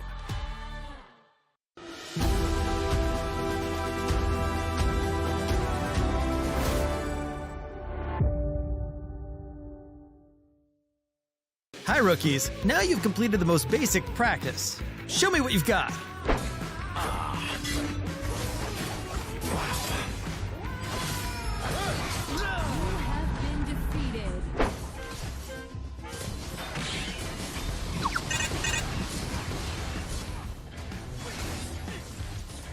No! God, please, no! Well, I have to say, you look a little funny. There's nothing wrong with pushing your limits, but in order to grant a satisfying Arena of Valor experience, why not start with some simple heroes? As a beginner, you'll get some free heroes. I know what you're thinking. Free means they aren't good. Trust me, that's not how it works in this game. The free heroes you get are all very powerful and are easy to get started with. Let me introduce you to some friendly heroes that are perfect for a rookie like you. The first is an old friend, Arthur. His passive skill, Paragon, increases his armor over time as he levels up in a match. His skill 2, Holy Guard, can deal a great amount of damage over time, which is quite brutal in the early game. What's more, Arthur can use skill 1, Righteous Fervor, to leap forward and interrupt the enemy's movement. He is definitely the nightmare in the eyes of his enemies, especially when they encounter Arthur on Slayer Lane. If you prefer the pleasure of killing enemies from range rather than being a tank, then you could pick Vera for the middle lane. Vera is also a perfect choice for beginners that want to play a mage. Her skill 2, Mesmerize, can control her enemies and puts Vera one step ahead of them. This will provide you enough time to aim and deal damage. Her skill 1, Hellbat, and ultimate, Inferno Bats, are pure damage skills that can hit enemies from afar. Using Vera, you can wipe out your opponents from a long distance away with just a few hits in the later stage of the game. The last one hero we recommended is Valheim, played in the Dragon Lane. Valheim causes consistent damage to harass his opponents. While Valheim's skills deal magic damage, his skill damage increases with physical damage as well. His skill 1, Bloody Hunt, provides area of effect crowd damage, while skill 2, Curse of Death, can stun his enemies for a short duration. Valheim can use his ultimate, Bulletstorm, to slow down and damage his opponents in a wide range in front of him. Both skills 1 and 2 can lock down enemies automatically, making Valheim easier to play. Normally, Valheim should stand in the back of a team fight and use his wide range of skills to help deplete the enemy team. Of course, you can always purchase your favorite heroes in the in-game shop if these free heroes do not interest you, or you simply want more choices to play with. Click your selected hero in the Hero section to see the 4 attributes of the heroes. Well, I have to admit that sometimes the length of the attribute bar may also bring you trouble, because the hero may be too difficult for you to master when starting out. Please be sure to choose carefully before buying new heroes. Before buying, you can also find the hero you want to try in the skin section of the in-game shop. By clicking Trial in the lower left corner of the hero's details, you can play a practice match with your chosen hero and get a feel for them. This helps you avoid buying a hero that is not suitable for you.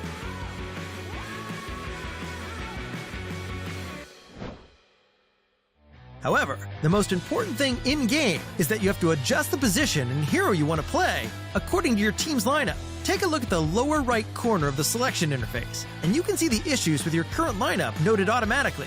By correcting these issues and supplementing your team with a different position, you can build a perfect lineup. Maybe you're fast enough to instantly pick your preferred position and role, but that might not be the best way to earn a team victory in Arena of Valor. Keep in mind that AOV is about teamwork, and the interest of the whole team is above all. Got it, rookie?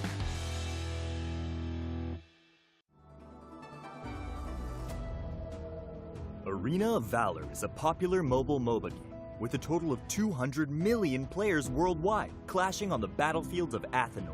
AOV has top-notch graphics, featuring over 100 unique heroes, excellent balanced battles, rich underlying lore and story, and a well-established global esports scene.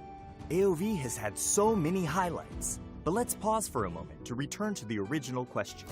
What is AOV to you? Arena of Valor is a mobile-based multiplayer online battle arena where you control heroes in a fair multiplayer competition on a battlefield known as Athenor.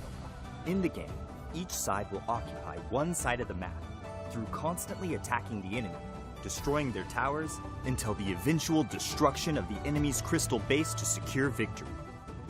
The extremely large number of unique heroes, filled with the imagination and creative skills, the excitement of confronting real players in real time, and the uncertainty that comes with teamwork are all factors that make every game you play a refreshing and unique journey.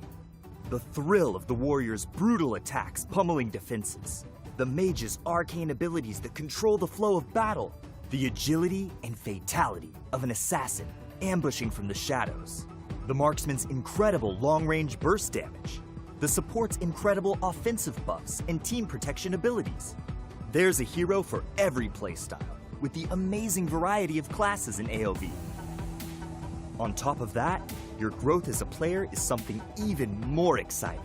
Operating skills, the number of heroes you can comfortably play, game sense, situational judgment, split-second decisiveness, and courage.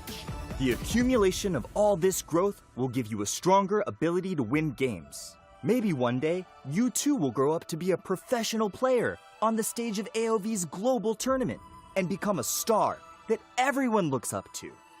Welcome to Arena of Valor.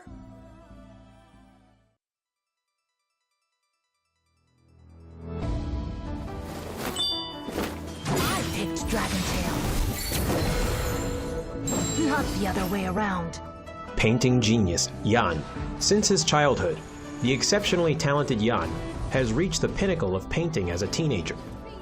But when inspiration dries up, causing the talented young man to fall into infinite anxiety, his master sends him on a journey to find inspiration, taking with him the Rivers and Mountains Dream Scroll and Sword of Inspiration in his path to find materials. The young man's search for a breakthrough is fraught with crisis, but this is no obstacle for the battle-savvy Jan, who will hold the brush of the Sword of Inspiration in his hand and repel the enemies that stand in his way as he paints everything in his path.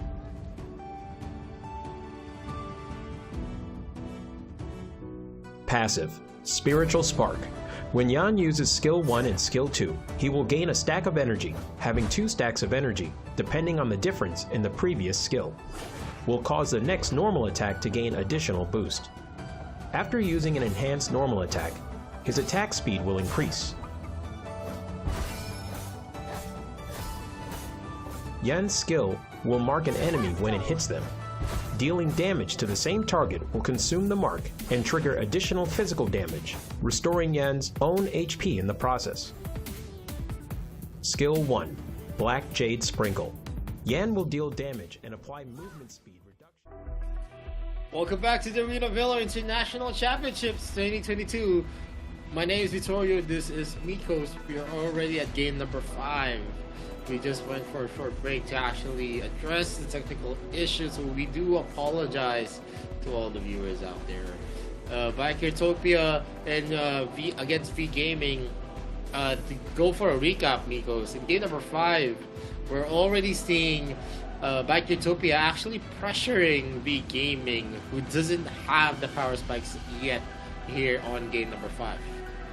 Yeah, because when we saw what happened last in that game particular, that is Baikatopia already knocking to the doors of V Gaming because only 3 towers just left, and it could be detrimental for the side of V Gaming to defend this out, and it's going to be something that our turret on the bottom side will be taken away, but still has a couple more health into that defensive state that VGM is looking for, and only Huang TD is the one being taken down by Baikatopia. The 3 kills lead that Baikatopia has, and as well as the 3k goal lead. So it is time that if Baikatopia takes this game into the late phase, maybe after 15 minutes, that Brunhilde will have more damage and as well as full items composition. It will be something that Baikatopia really need to think about. If they can bring this game to late phase, and it could be something that Baikatopia is doing right now because they won a Dark Lord Slayer in this tournament matchup because only 2 minutes left for the Dark Lord Slayer to be spawned. So if none of the members of Baikatopia trying to push it away, look how Baikatopia just forced down on top side, just want to bring this game into it, and trying to find Rizuri with a couple more dashes, and also maybe the silence comes in, but now Maris takes a lot more attention in this matchup, but now look at the health of T-Lane. It just goes in, a couple more damage just left, and the Genesis barrier has been pushed, and Huang Hai takes the kill onto T-Lane herself, now pushing away with the Florentino. Bird LB secures with the Genesis barrier comes in for Maris. The blast make it possible. That takes 2 kills onto Baikatopia. VGM with a good defense and also counterattacks makes the game livable for VGM. That was a good setup coming in from Huang Hai, catching up T-Lin. He did not know what hit him, and V Gaming right now is actually sparking a fire for themselves, and this is what they need. They need to be more aggressive. Once T-Lin was out, they didn't have the damage for to actually compete in terms of the sustainability that they have. That's 2 warriors instead of a double marksman pick. So definitely this is something that they need to be careful about. If T-Lane is going to be caught out yet again, it is going to be difficult to actually get a win. And you can see here the replay, they get the tower right now and are actually marching to start the Dark Lord Slayer. T1 is going to be spotting them out. Are they going to be able to get a steal here? There is going to be a start. Genesis Barrier is already out. Kwara is going to be getting the Infinite Slayer. Zerumi is going to be alone here onto the backside, and he gets bursted down. And V Gaming is going to be taking the Dark Lord Slayer with a kill for themselves. Zerui thought that the members of Baikatopia was going to join him, but he thought wrong with the damage that V Gaming was packing into the backline. There was no option there, and Maris being able to pin them down on that entry was key to why V Gaming had a smooth transition after they got the Dark Lord Slayer.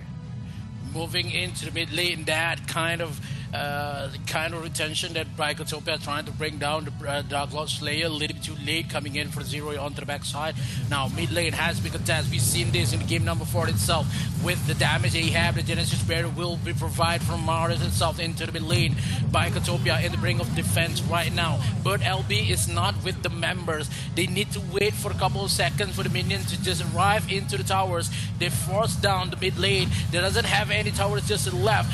It goes in with a couple more damage with the bracelet comes in. Still with a couple more damage, still have the Genesis Barrier to protect the Dark Lord Slayer with the Genesis Blast onto the backside here. Doesn't secure the kill onto T1. Still has much more damage. They cannot steal this away, but the Moonfall has been pushed to kill down this Dark Lord. But the members of EGM, they know the team fight 5v1 is not on the favor of them. So they are going to go back trying to steal this. The lasso does not hit onto the red buff, making the way to Baikatopia to push on down bottom side. Only Baikatopia will make this time possible because we've seen this matchup in game number 4 and game number 5. This is a mirror game. What happened to VGM in game 4 will happen in game 5 as well. Look at the damage from Brunhilde. Already has the damage, already have the full items as well. Only the matter of time. 1 mistakes left to be made. 8 to 8 kills, and members of Baikatopia into the mid lane. The members of VGM onto the bottom. They need to wait for the opportunity they had. They need to push the mid lane again. Yeah, but this is gonna be a harder fight for Marketopia. They do have 4 towers left, spared evenly onto the top lane and into the bottom lane.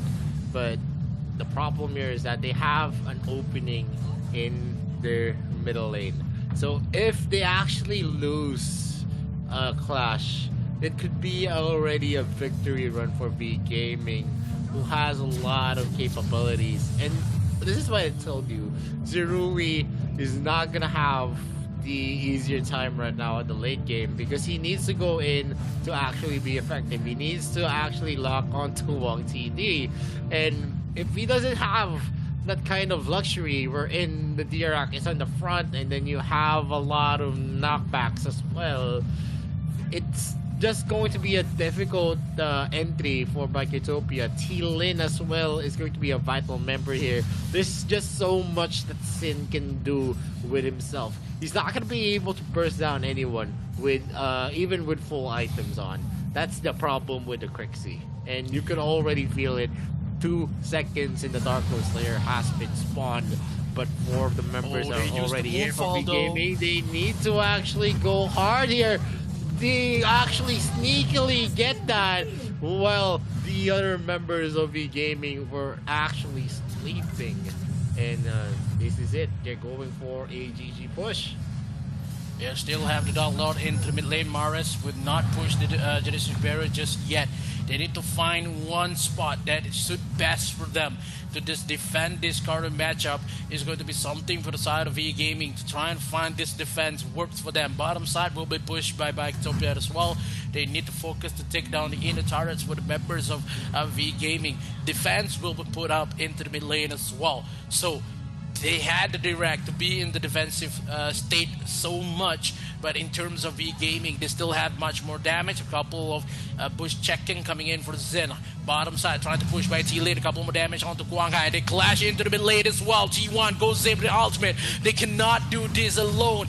Moonfall has been pushed. But a couple more damage, but look at the damage coming in for V Gaming. A little bit too much to be handled for the side of Marketopia. It's still the towers on the bottom side. And now the members have been clashing into the mid lane. Martis with the Genesis Barrier did not give a lot more presence into the defense itself. The towers has been secured. Bottom side pushed by Zerui. The members of EGM trying to find a way to just knocking into the mid tower as well. Ultimate has been pushed by T1. Trying to force VGM to fight as well. Trying to defend the mid lane again. A couple more ultimate has been used. Last of Guang Hai, but not enough with the Gentleman's Duel. But the Blossom does not hit for Bird LB. They can defend, but the tower's been taken down as well. 2 on top side, 2 lanes on top side will crash in a couple of seconds into the tier 2 turrets, but still managed to just defend by Marketopia. Yup, and V Gaming losing out 2 of those inhibited turrets is definitely going to be a deficit, wherein Marketopia could actually go for a backdoor play. The problem here is that V Gaming was not able to actually preemptively think that they were going to be doing a ballsy move by taking the Dark Lord Slayer. V Gaming did not have any kind of vision control there, and they are actually paying dearly for that. And right now, with most of the items online for all of the members, it's about who is going to be able to execute a better team fight. Is it going to be Marketopia, or V Gaming has what it takes to actually execute? Han is going to look at T1. He's not going to be engaging though without the support from the other members and a wave crashing into the bot lane. They're going to be forced to go for a defensive position. Oh, yeah, 40 seconds left. The Dark Lord Slayer currently by Marketopia is pushing the members of VGM into their side of the jungle. And look how Pika as well as T-Lane trying to push on bottom side, and T-Lane is not available in the lane as well. So the members of VGM could not know where he is. In terms of 20 seconds just left for the Dark Lord Slayer, the last possible maybe in this current matchup, because VGM in the brink of losing.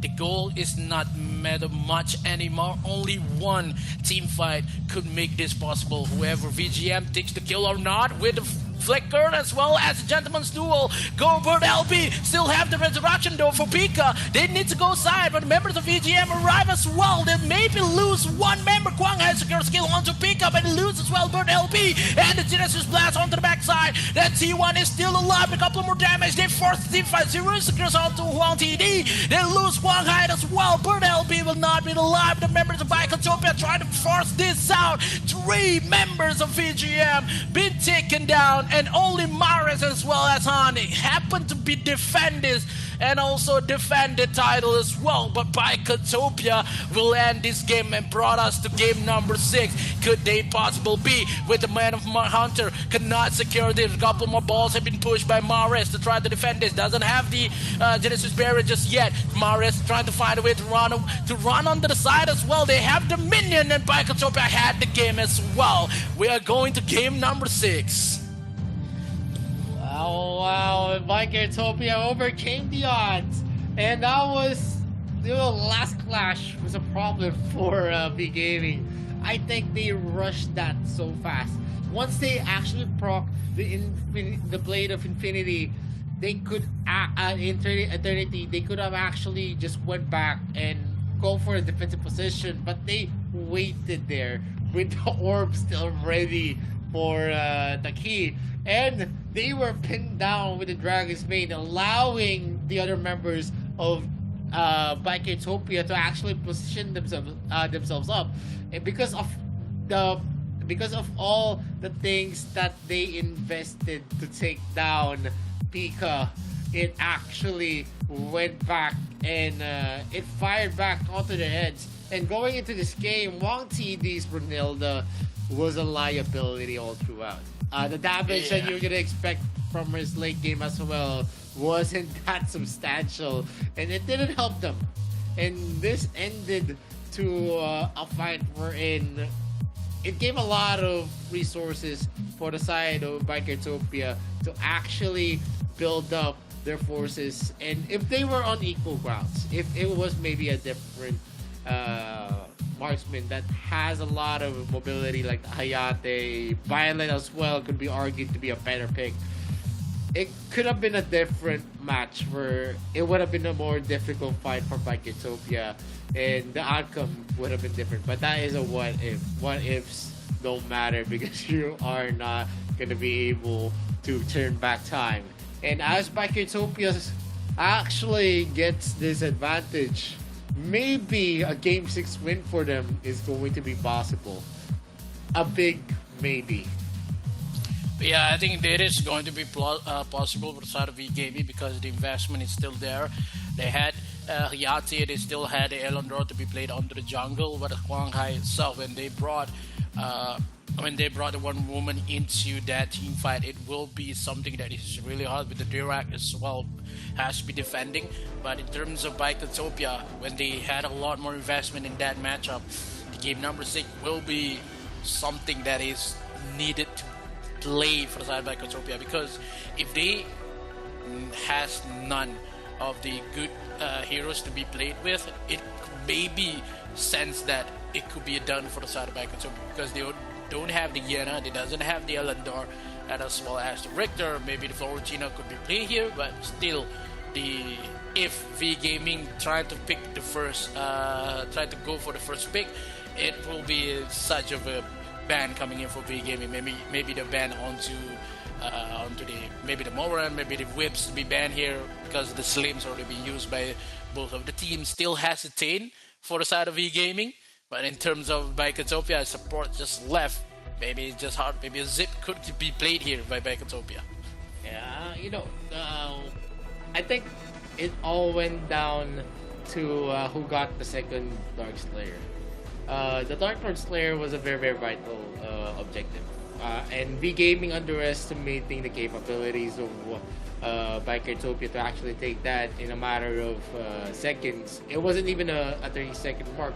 They were able to press that down. You have an Elender, so definitely they had a lot of playing time already down in the books. And V Gaming not able to take up a position was actually bad for them, because if they were able to pressure at least to let their presence be known while the Dark Lord Slayer was being taken, they could have deterred that. They could have scared Utopia to fully commit onto the Dark Lord Slayer, but because of the information that they showed themselves up in the middle lane in a 4-man rotation, and then you have one member in the bottom lane as well, it opened up the possibility to take the Dark Lord Slayer. And when it was taken, when we were seeing Han actually taking in the Vision, it was already a little too late for them to go for a contest, and that resulted to 2 pushes that opened up the lanes of V Gaming, and that's where it actually grew to a point where it became harder for V Gaming to trudge forward. The damage coming from the Brunilda that they were expecting, although they had the capability with the Brunilda, they were expecting a lot of damage, but because of the Yoga's Edge build onto that Brunilda, it wasn't just much. Look at the damage being dealt to Pre-1 TV. You're gonna expect a lot of damage from ADCs. 63k against Zerui's 80k. Even T1's damage was way better than what Wang TD brought to the table. So the Brunilda pick definitely didn't pay off, and it actually bit V Gaming back all throughout this game, giving a lot of resources to Utopia. And you can see here, Maris, Kwang Hai, and the others were trying their best to actually equalize here, especially for Maris' Dirac. He was the backbone of V Gaming. Without Maris, there was no chance that they would have lasted this long. 23 minutes into the game. Looking at the kills, not much.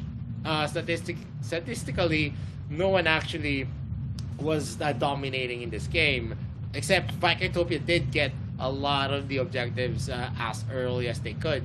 Zero is going to be the MVP of this game number 5. 833 KDA, 91.7% KP. Yeah, it is a good game for Zero itself, and it's that league game.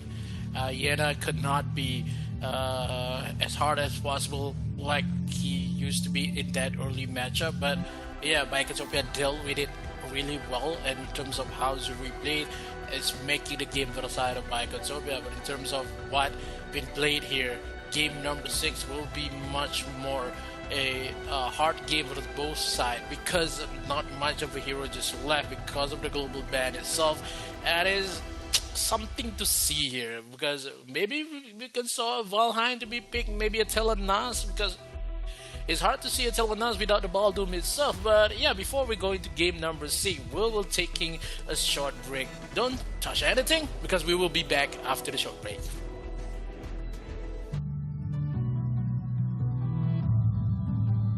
Jade Fan Beauty Yue. As the princess of the Dragon Kingdom, Yue brandishes a fan as her weapon, retaining her elegance even in battle. Aqua Force and Mountain Crusher allow her to easily control the whole battlefield, and Borrowed Might allows Yue to unleash endless attacks. If an enemy dares to offend Yue's grace, then they will taste the power of Rising Wind. Passive skill, Borrowed Might. Every time Yue uses Aqua Force and Mountain Crusher, she will gain a stack of Borrowed Might. When she has 2 stacks of Borrowed Might, Yue will reset the cooldown time of Aqua Force and Mountain Crusher and strengthen the next Aqua Force or Mountain Crusher. Skill 1, Aqua Force. Yue throws 2 bone fans at close range, dealing damage to enemies in their path. After strengthening, Yue will throw out 4 bone fans when using Aqua Force. Aqua Force will deal several times the damage where the bone fans converge. Skill 2, Mountain Crusher. Yue throws 2 bone fans at far range, dealing damage to enemies in their path. After strengthening, Yue will throw out 4 bone fans when using Mountain Crusher. Mountain Crusher would deal several times the damage where the bone fans converge. Skill 3, Rising Wind. Yue knocks back nearby enemies and deals damage to enemies in its path, while pushing them back slightly. Yue will gain additional vision.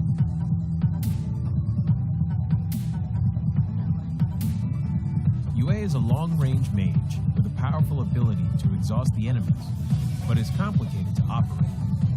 To deal perfect damage using Yue, you need to be skilled in combining her skills to deal damage multiple times stronger. However, when Yue overlaps with the enemy, both Aqua Force and Mountain Crusher can deal full damage. When in the lane period, Yue can quickly clear enemy creeps via refreshing her skills through her passive skill and then assist the side lanes. In team fights, Yue needs to use Mountain Crusher multiple times to exhaust the enemies and frequently use Aqua Force to charge up her passive skill to look out for chances to kill or exhaust fragile enemy heroes. The core combo of Yue is to save up a stack of her passive in advance and instantly use Mountain Crusher twice to deal burst damage. But be cautious. Yu's ultimate is the only life-saving skill, so she needs to save her ultimate to be aware of enemy assassins' heroes in team fights.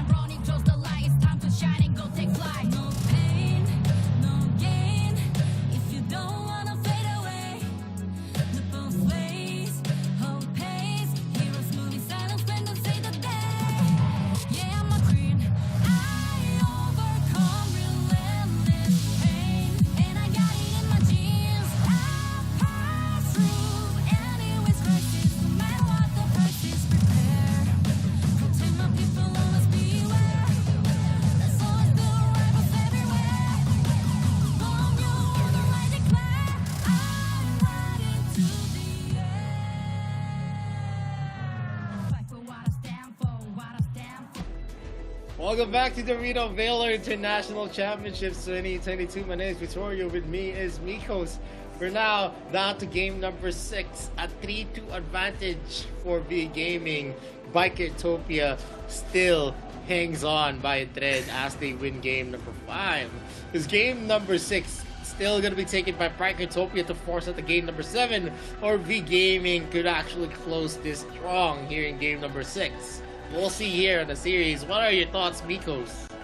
It's just getting harder and harder to just go for the next matchup, because when Bikertopia, they made a lot of investment in that matchup, and it could be something that they really need to think about what if left in the arsenal in this current matchup, because they doesn't have the Hayate, they doesn't have the Kafni as well, but I think the Kafni maybe could be played here by Zuri, but in terms of what V Gaming could bring, I just want to say that Bikertopia doesn't have already the Kelgroth as well as the Arrow.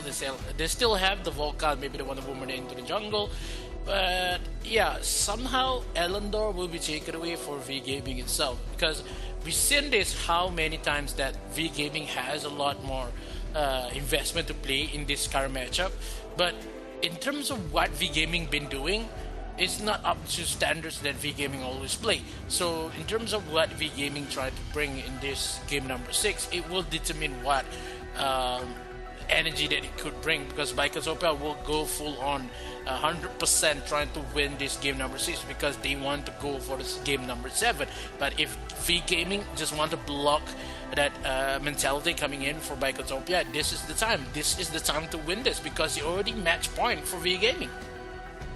Yeah, V Gaming still has Iggy in the mid lane. They still have Liliana as well. Heroes that definitely work. Dirac is definitely a hero that's going to be available for the side of Bicotopia though. And they can play this out to their strengths. Omen is still available for both sides. Correspondingly, Lorian already out, so it's not a bannable hero anymore. Nakrot is definitely something that Bicotopia doesn't want to land. But if Nakrot is not going to be picked out, there's still the Elender pick as well. So they could play that out. Because a lot of the assassins on the side of Bicotopia are already out. They used up a lot here. No more Richter, you don't have Yenna, you don't have heroes that burst down a lot. And with them in the first pick in V Gaming, they could actually secure a lot of the picks here. And it's gonna be interesting to see how they're gonna be fielding it. They still have Hayate for themselves. They still have Joker as well. Brunhilde, oh man. Yeah. Picking up Brunhilde was definitely the worst decision of their life. I think on the side of Bicotopia, they still have the Caphne. So they just played it well with. Maybe they want to go for a support like a Krezik's play here. Still happen to be okay for the side of Bicotopia, no? But still, V Gaming, like we just said, they want the first pick to be intact. And then V Gaming is the one to ban out Mina, and they want to force down the Nakrot, maybe the Omen itself. So V Gaming does not want to go out for ban onto Omen. They need to force Bicotopia to ban out the Omen and get Nakrot for them, but I don't think Bicotopia want to give the Nakrot instead of the Omen. But we've seen a lot more tankiness for Bird LB when he got the Omen, so both heroes is not up to contention when Bicotopia really didn't think about it, which one to be banned here. If they don't want to ban the Nakrot, they doesn't have the Zuka to be played it back with the Nakrot, so Nakrot's first pick, but what? They don't need to first pick Nakrot because it's already picked up by Bicotopia, so they can actually secure more with the ADCs that they want to field. And not much of ADCs are actually available for Bicotopia. Hayate is still available for V Gaming as well, and Violet is definitely an option that they could actually make use of this, because Bicotopia hasn't been able to use this in the recent matches that they had. Telenas is a very risky pick in terms of you need a lot of protection for that hero. V Gaming actually took it. Nakrot could be picked up. Elender as well. Dirac is going to be open for Bicotopia. Are they going to be securing that? Iggy is still open as well for V Gaming. There's a lot of picks still available here, and Bicotopia is going to be picking out the Violet. And one of the reasons I think why they picked out the Telenas, because it's a scary prospect wherein they pair it up with a Dirac, which is definitely a very hard combo to deal with, because Telenas' normal attack gets empowered. She's mostly like a ballista when she's stationary. Yeah, they have the Dirac into the mid lane, but in terms of how V Gaming trying to force it out, I think this is the time they bring out Iggy as well as the Nakrot, because they have to think about it. They want a Nakrot or maybe a Tain to just block for the Telenas, and we've seen a lot more Tain will be taken away, maybe for the side of Bicotopia, because they need to ban the Tain out. In terms of Nakrot, they still have the substitute for the Nakrot in terms of they still have the Elendor. They can go for a quick down pick here, but it's going to be something that it's hard to kill down the Varus. They only can target down the Violet as well. But in terms of the direct, might be needed to ban. If not, Bakatopia take it number 3. So it's going to be something that V Gaming really need to think about it, because they take down the Nacros, and only Iggy is the one currently like a new heroes to be in AOV. Still, we happen to see a lot more time to shine for the side of same kind of composition which have the Telenas, maybe the Nacros and the Teen to be picked here, but by Katopia go for a Kali instead of the Dirac. I think it's okay with the poking ability and the movement speed that Kali has.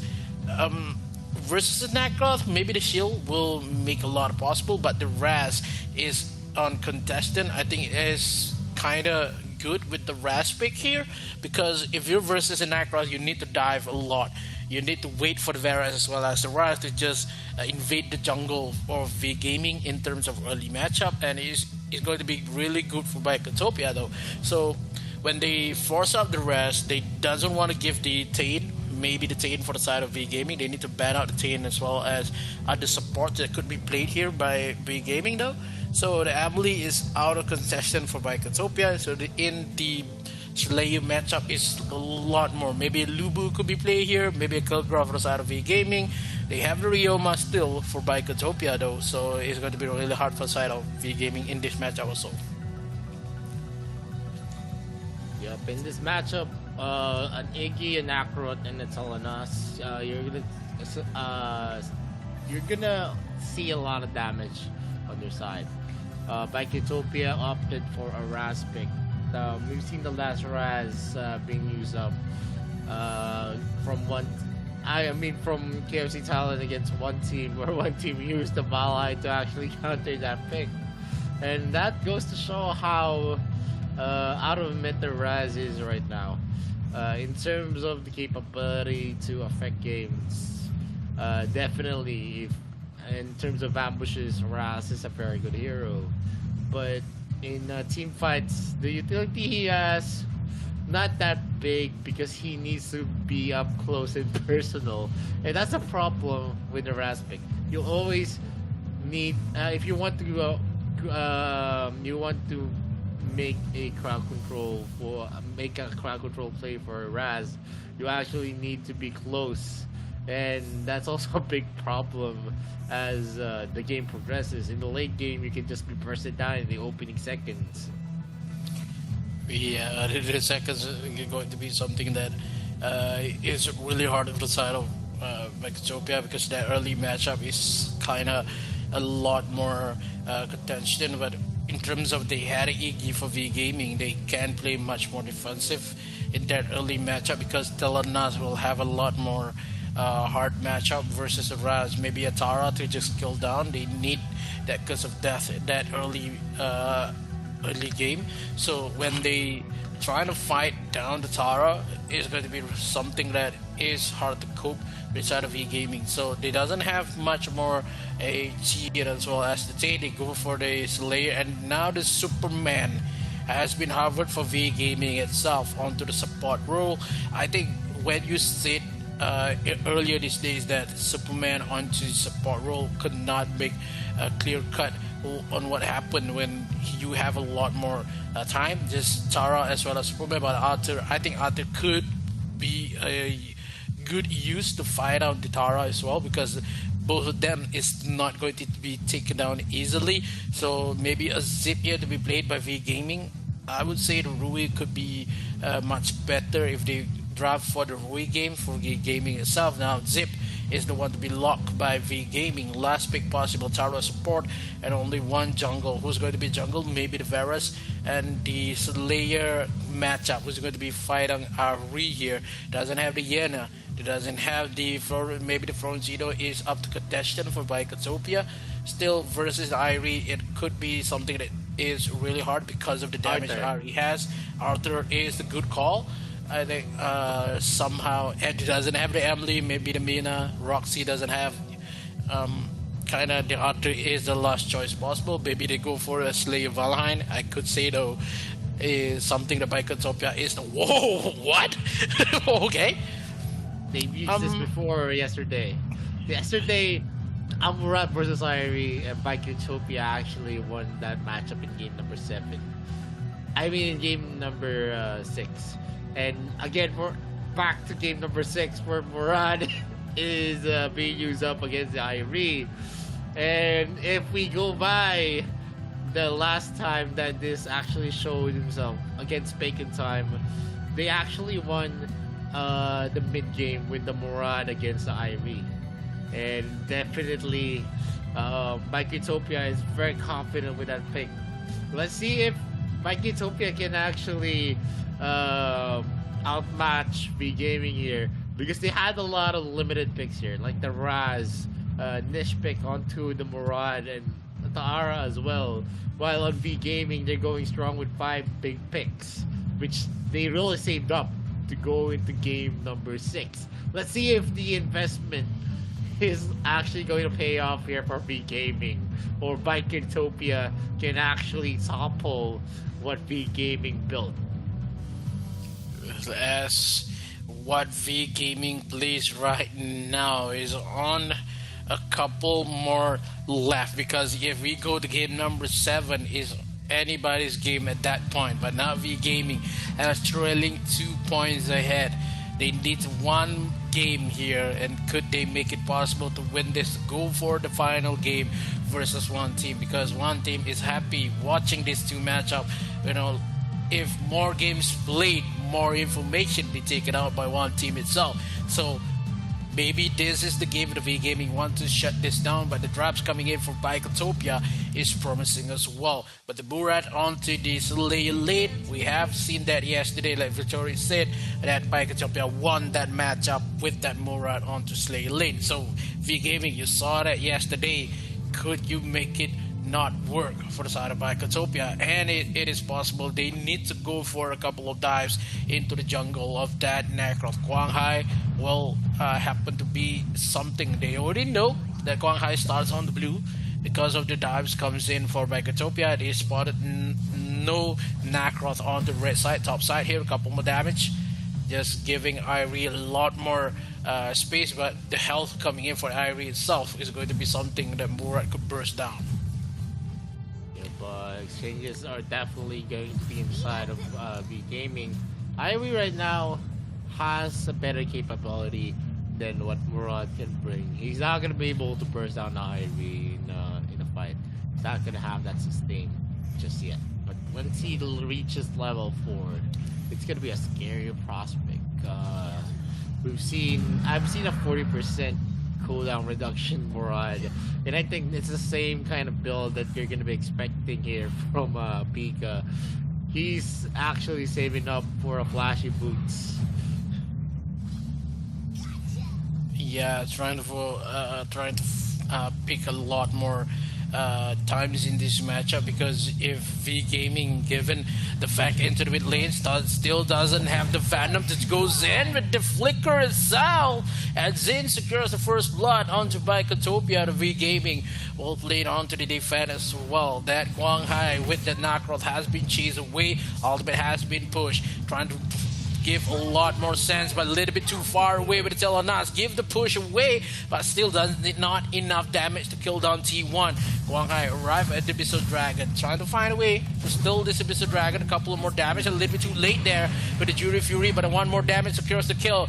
Quang TD takes the first kill for the side of VGM, goes with a couple of more damage just left onto the backside. T1 could not do anything. Zin is the first one to fall, with a double kill given to Wang TD at that Telenas. In that early game, it will be hard to find. Only one arrow left to kill T1, as well as the Tara on the bottom side. Oh, Telenas has much more damage in this early game versus Violet, but that is something that is hard to deal with for Bikotopia. Yeah, it's a very scary prospect. In the live servers, there's already a power-up on the Murad. The Murad right now, on the current patch that the AIC has been played out, hasn't been buffed yet. He hasn't been readjusted yet. So it's a scary prospect when Pika actually gets that buffed up Murad on the next competition. It's a scary sight to see because he's been effectively using Murad here right now. He already has flashy boots, already has an astral spear as well, and the Ryu has been used up here. Bird LB has a damage reduction, so he's not gonna be suffering from the temporal turbulence just yet. They are starting the Slayer though. A possible steal from T-Lin. He goes here to point the Venom, but he is gonna be a little too late as V Gaming secures that. Is going to be something for the side of V Gaming though, because that time is cramping for the side of V Gaming. With that, still nearly make it a steal for Vicatopia. If they did not take that Dark Slayer, it will give a lot more time. The ultimate has been pushed, couple more damage, and now the Zip Angry has been pushed. It takes the kill onto bottom side here. Zerui is not giving a good game because of V Gaming is trying to cap down on the backside. They have Wang Hai onto the backside as well. Only T1 trying to secure the turret onto the bottom side. It just cannot. The members of BGM, they are giving the hell to live for the Picotopia. Yeah, they are having a clinic here as they have the advantage going into these fights. And Wang Hai being able to see the advantage that was being built here in the bottom lane. So he is actually helping up the bottom lane to actually get a lot more of the resources. The second tier turret is almost out, one push away, and that's gonna be crumbling. And V Gaming knows it, so they did not need to go for any more pushes. And you can see here on the replay on how big of a play that Maris actually was patient about. He was very, very patient in the moment. He knows that whatever happens, he still has a range to reach Zerui, who uses Flicker. But that's just how big of a pick Maris is in comparison to what Sin has, like the Raz, who's definitely only going to work as long as the power surge is going to hit. That's a Ryu being used up. Bird LB is going to be able to use it, but he actually went back. He can actually secure that kill, but Bird LB did not commit.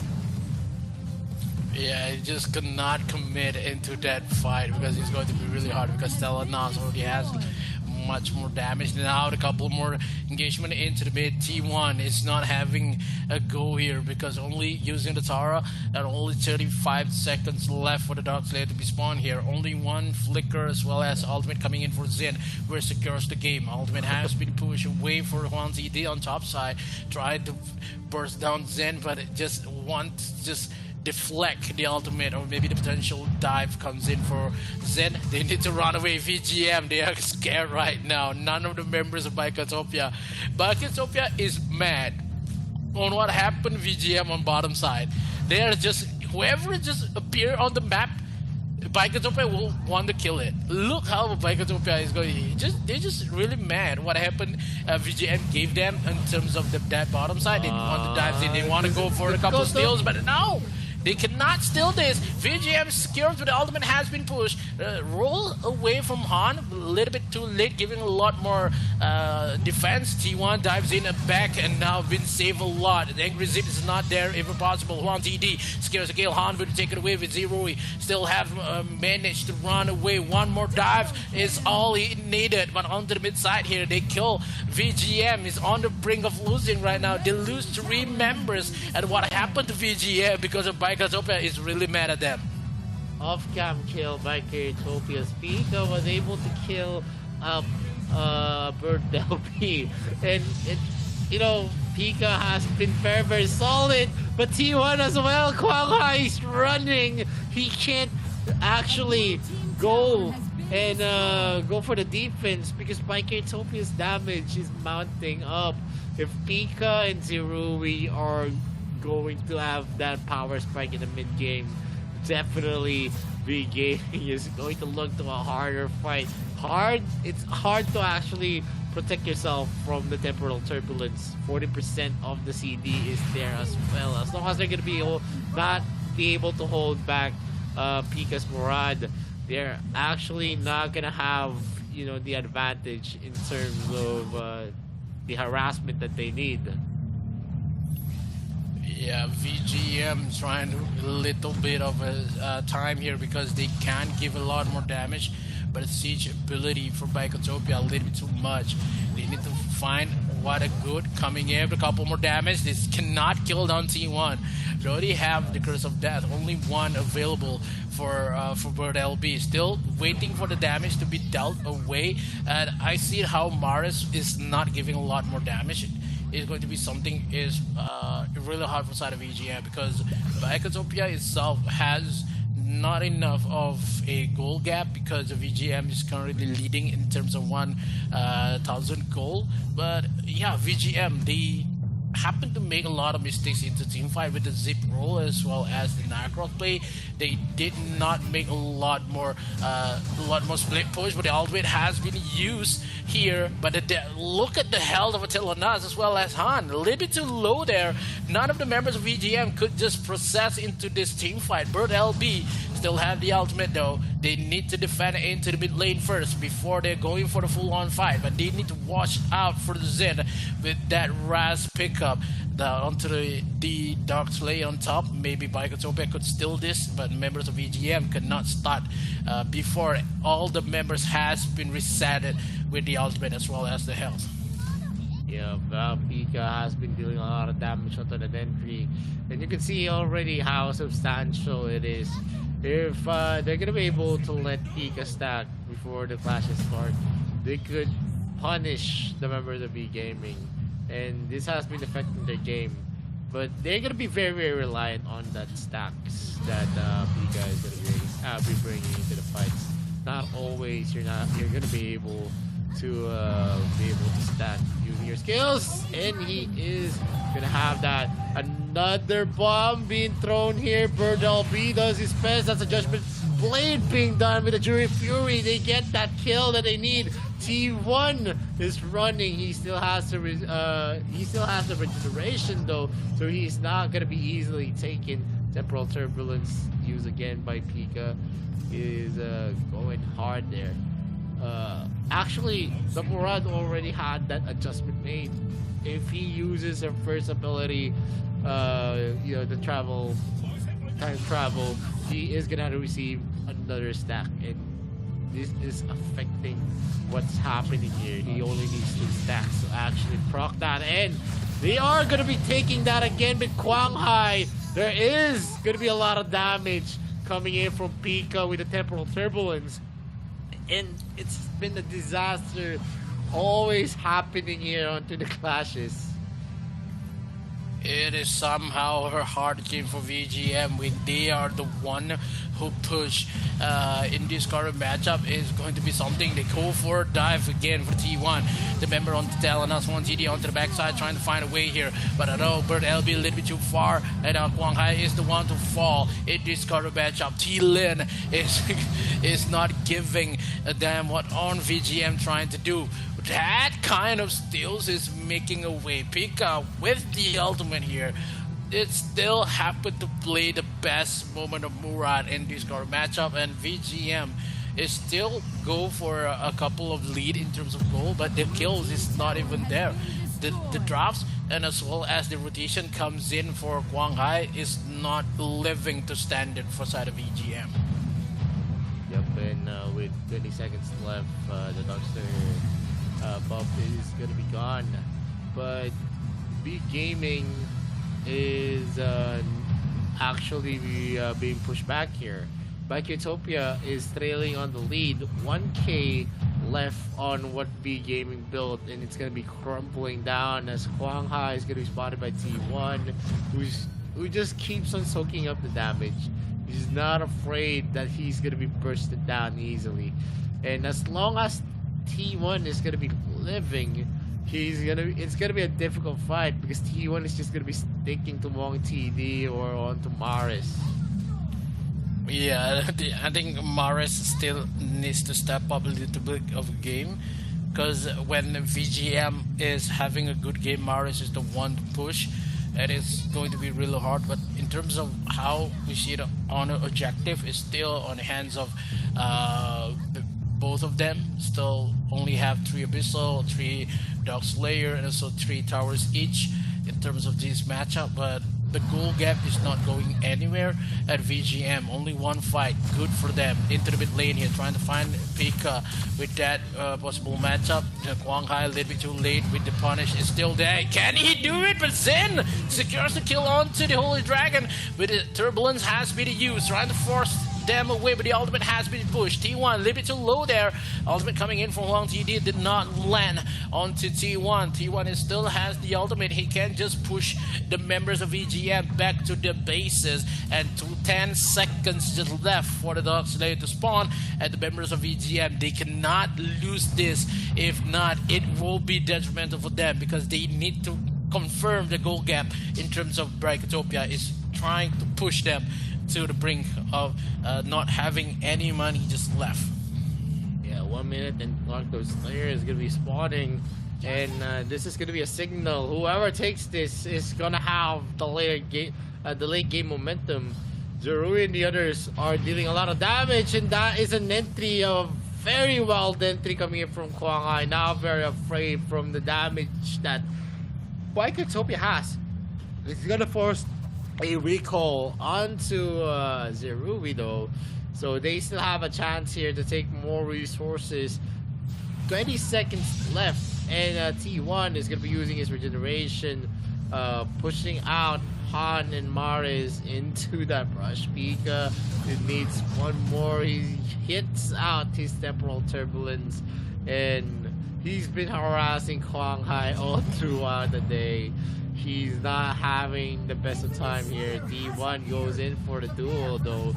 Are they going to be able to take it? It's already started as T-Lin uses his Venom to go in.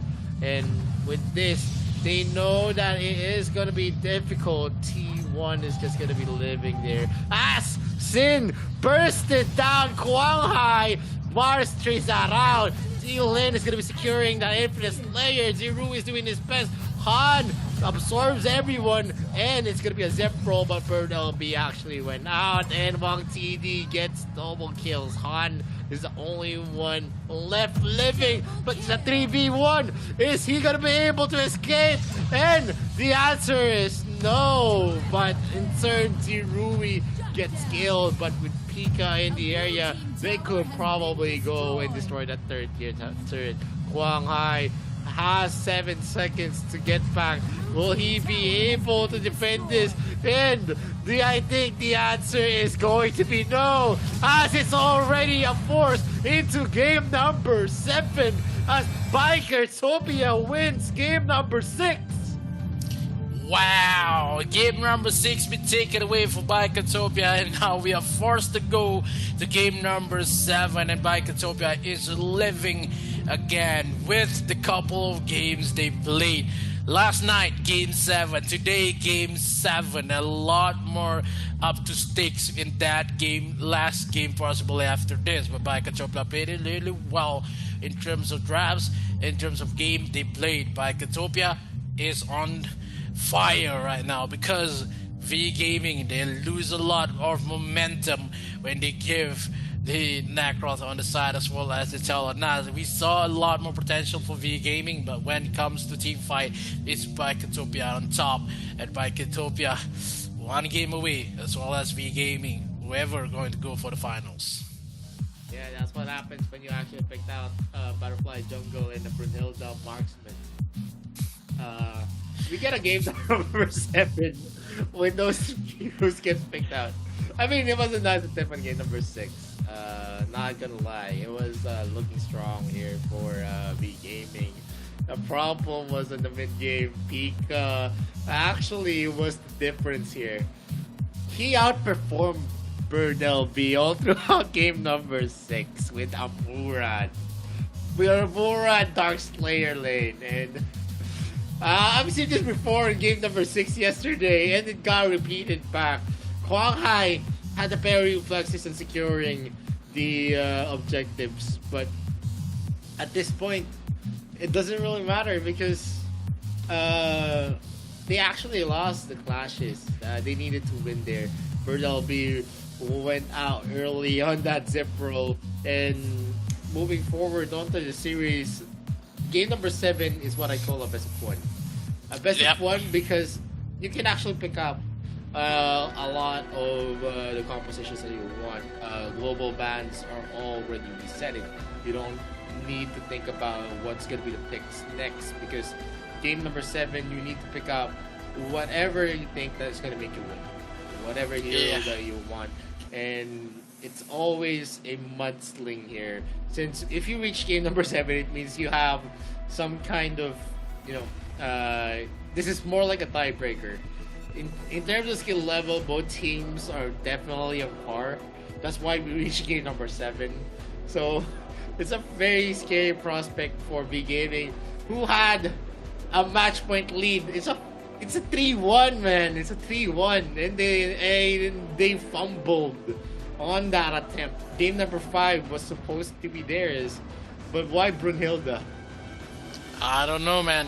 They make a lot more questionable pick with the Brunhilde and the Butterfly, as well as they bring. But when they brought a lot more like unorthodox kind of picks, it's not working for V Gaming. But in terms of Biketopia, they brought up the Murad, they brought up the Kilgroth, and as well as the Arrow, kind of working for the side of Biketopia, but instead they lose the matchup. But yeah, Biketopia, when it comes to weird picks, they can try to win it. But instead of V Gaming, they're too reliable onto the meta.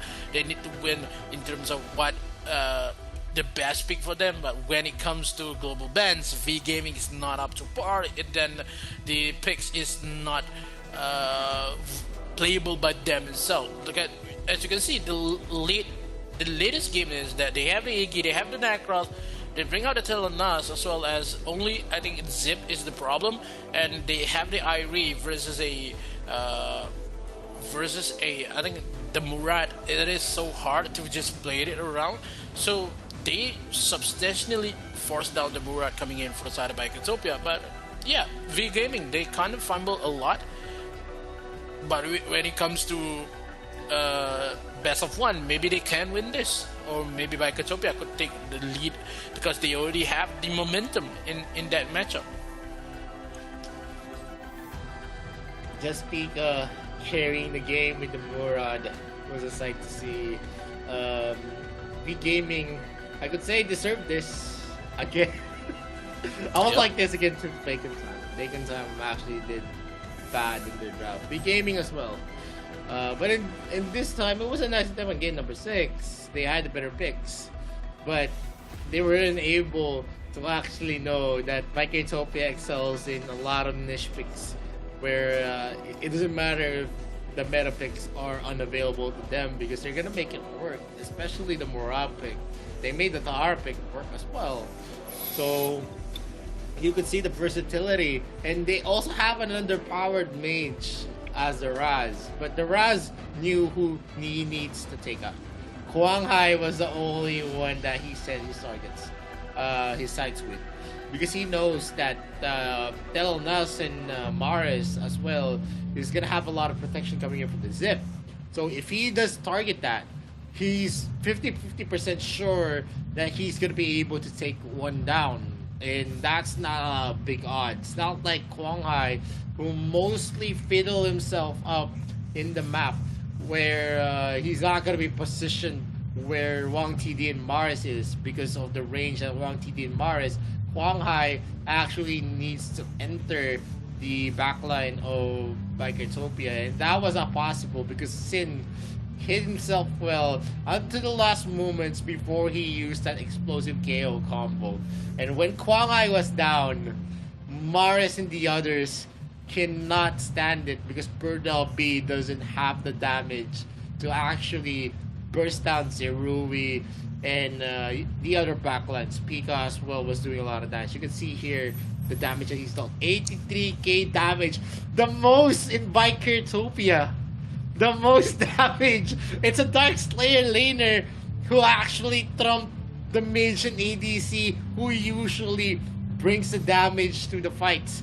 Pika also had those 1v1s against Spurt LB. He was able to take down the Ivy as well.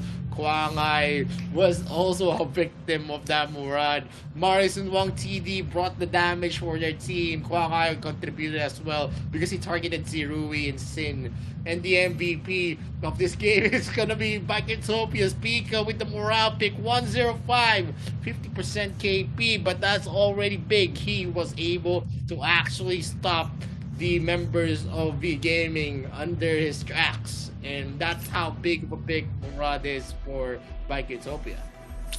Yeah, the Murad pick is one of the weird picks that win by the side of Biketopia, and we saw how the momentum is that Pika before this with the Chi and also with the Murad, he is carrying Biketopia to the last game for today. The game number 7 is going to be dictates who are going to be in the finals. Maybe Biketopia, maybe V Gaming, because we know for a fact that the global ban has been lifted, and also a lot more champions could be played in this matchup. Maybe we could see back the Hayate, maybe we go back for the Elendor pick here. So not much of a mistake can be made in terms of drafts, but if we recall back when it comes to game number 1, is V Gaming takes a lot of lead, but in terms of what Biketopia has currently, if they make it weird again, maybe they can win this matchup in game number 7. So yeah, has a lot more potential for Biketopia instead of V Gaming. They maybe has suffered a loss in terms of energy as well as momentum. But yeah, this is the time for Biketopia. Game 7, we saw it yesterday. Biketopia played it really well. Yeah, definitely. If Biketopia, if this is a sign, Biketopia could become the comeback kings of AIC 2022. They went for game number 7 repeatedly, and if they win this is their second consecutive best of 7 wins. So V Gaming is gonna be the first pick. They banned out a Yeoman, so that's already some information. A lot of picks are gonna be up. Lorian, you can still actually see Nakrot being taken as well. So moving forward, game number 7 is a best of 1. Let's see what are going to be the main picks of V Gaming in Biketopia. It's going to be something for the side of Biketopia itself, because they want to win this so bad. And if Biketopia could win this in game number 7, we want to see how Biketopia could play 7 games in the finals as well. So whoever going to be there, just brace yourself. 7 games into finals. But now V Gaming, they ban on to Roxy as well as the Omen. Biketopia, they are having a good time. You can see on their faces they are happy with the 7 games and also the chances to go for the finals. And the ban of the Laville, I kind of like it, the Laville ban, because they want to go for Huang TD. Happen to be instant, but they give DeLorean for V Gaming. We saw this, what happened when DeLorean been played by Maris itself. Played it really, really well, and it's kind of hard to see when DeLorean as well. They have the Elsu and the Nakroth to be played here for Biketopia. 2 big picks coming in for Biketopia, but for V Gaming, they have DeLorean. Yup, and right now they're hovering onto a Tulin and Nakrot. And Tulin so far against matchup against Lorian, he does excel in some ways that he can out damage Lorian in a short amount of time. The advantage for Lorian is that the Starry Sky is definitely a game changer in terms of the clashes. It actually stops the momentum of the other team, and he's able to actually have the usage of his passive, where he has that kind of magic vamp where the spell vamp that he has is sizable enough to regenerate some of his health in some of the clashes. And they're gonna be pairing it up with a Paina and a Kafeni. A very scary combination here. Team fight is definitely an option for V Gaming if they really want to win this. If they force Biketopia in any of the team clashes, they're definitely gonna want to be the one who is reeling from what is gonna happen. But Baldoom has been picked out here, and Baldoom so far is also a support that brings a lot to the table, and they're gonna be switching it up with a name. Baldoom is still gonna be hovered. Whoever is gonna be picked up, I think Baldoom is gonna be the better pick. Yeah, Baldoom is a good pick because they don't want to give a hard time, easy time for that Pena to be played in this current matchup, because they picked down the Pena because of how they're going to predict that Biketopia trying to pick the Elsu, but the Elsu is still not possible for them. But if they want to go, they still have the potential here. Maybe V Gaming doesn't want to ban down the Elsu because they have the Pena to be support, and the Elsu is not a good ban for the side of V Gaming. They can ban down maybe the Hayate first, because Hayate is a good matchup versus down the Pena. Veda has the healing, but the true damage coming in for Hayate will give a hard time for the side of V Gaming as well. The Torn itself, I think, is a good ban as well. So in terms of this matchup, I love the first three picks coming in for Biketopia, because they had Sustain, they have it early aggressive. In terms of V Gaming, they still has a lot more crowd control, as well as the late game potential for the Dead Café. In terms of Biketopia, they need something that can cope with the Slayer lane. Maybe they go for somehow like a Zuka pick here. Doesn't want to give Zuka for that for the V Gaming. Zuka as well as the Varus could be picked here. Look into the drafts, but I think Zuka will not be banned. They want to ban down the Varus first, because maybe they want something into the support role, maybe in terms of jungle. Varus is the one could fight down the Narcos much more often, so Elendor could be the possible pick here for side of V Gaming. Yeah, definitely. And V Gaming still has the capability to field a lot of your Zuka can be picked up to actually deter the Nacron. Elendor is kind of good if they can add a sustainable hero on their lineup. Maybe someone that could tank, but Scud has been banned out by Biketopia. It could work out well if Scud was still available. There's not much of any heroes that could excel onto the Darkslayer lane. Maybe someone like the Key could actually be picked up, but they're actually hovering onto a Yena instead. I think Yena could be the plausible for a side of V Gaming when it is a hard matchup with the Zuka pick onto the jungle. I think versus a Nacroth is a good, but Yorn pick, yeah, I just love when any teams pick Yorn, because of how potentially Yorn could just melt any towers in the game, as well as they had the Nacroth. The early game is secured, but now if Pika pick down the Chi again, it could be the same result what happened in game number 5. That is the good matchup coming in for Biketopia. Picks away the Chi versus Iena, and Biketopia lays every ammo they had to win this matchup. But V Gaming still had a good draft in this matchup. Game number 7, who are going to go for the win and going to the finals. I mean, one of my pickoffs here for Biketopia's lineup, it's going to depend heavily on to Zerui's Yorn. If Zerui is going to be able to farm well, Biketopia could actually have this, because they have strong lineups here. They have sustainable heroes like the Baldoom and the Key. They provide a lot of crowd control as well. You have you have one of the best junglers in the AIC, the Nacron, and then you have some damage on Tulin. He is a finisher and someone that can burst down any of the people at V Gaming. But V Gaming has something here. In terms of the team fight, the AoE skills that they have, the Healing Light, the Nature's Rally, coming up from the Paina, you have the Star Sky as well.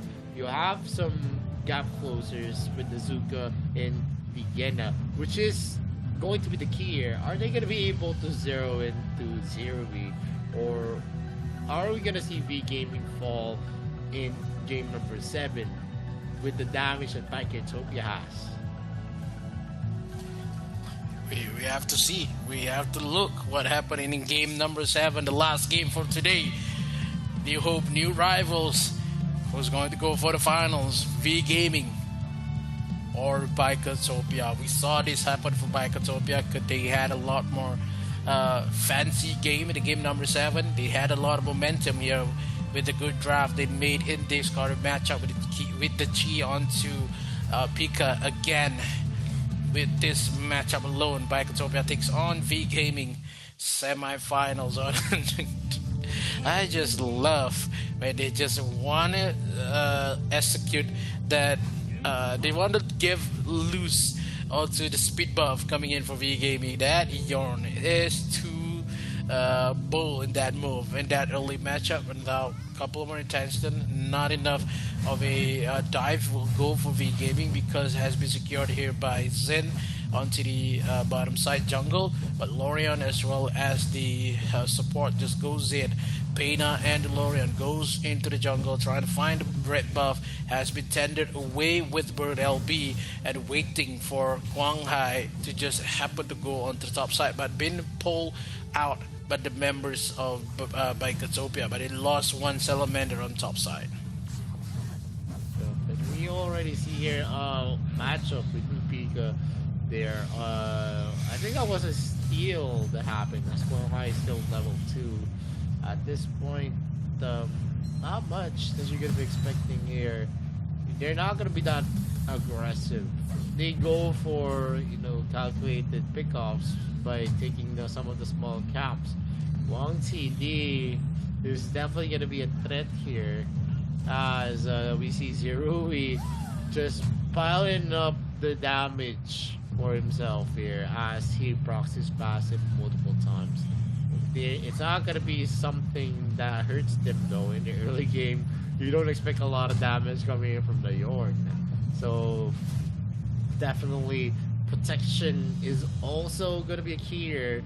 Zerui needs a lot. So he has an alchemy for himself. So every time he hits up a hero, he can have additional gold. That gave him a boost. 200 gold already difference against Wang TV. There is the trade on objectives though, as Paiketopia settles for the Pistol Dragon while V Gaming goes for the Slayer. They actually went for a invade there for the side of V Gaming. Okay, out he goes in for a couple more damage, but the Server Knight has been used trying to run away, but they will get a potential dives here, trying to secure the kill onto Maris in that mid lane, but a huge clash has been a couple more damage, but now Paiketopia focusing onto the mid lane here.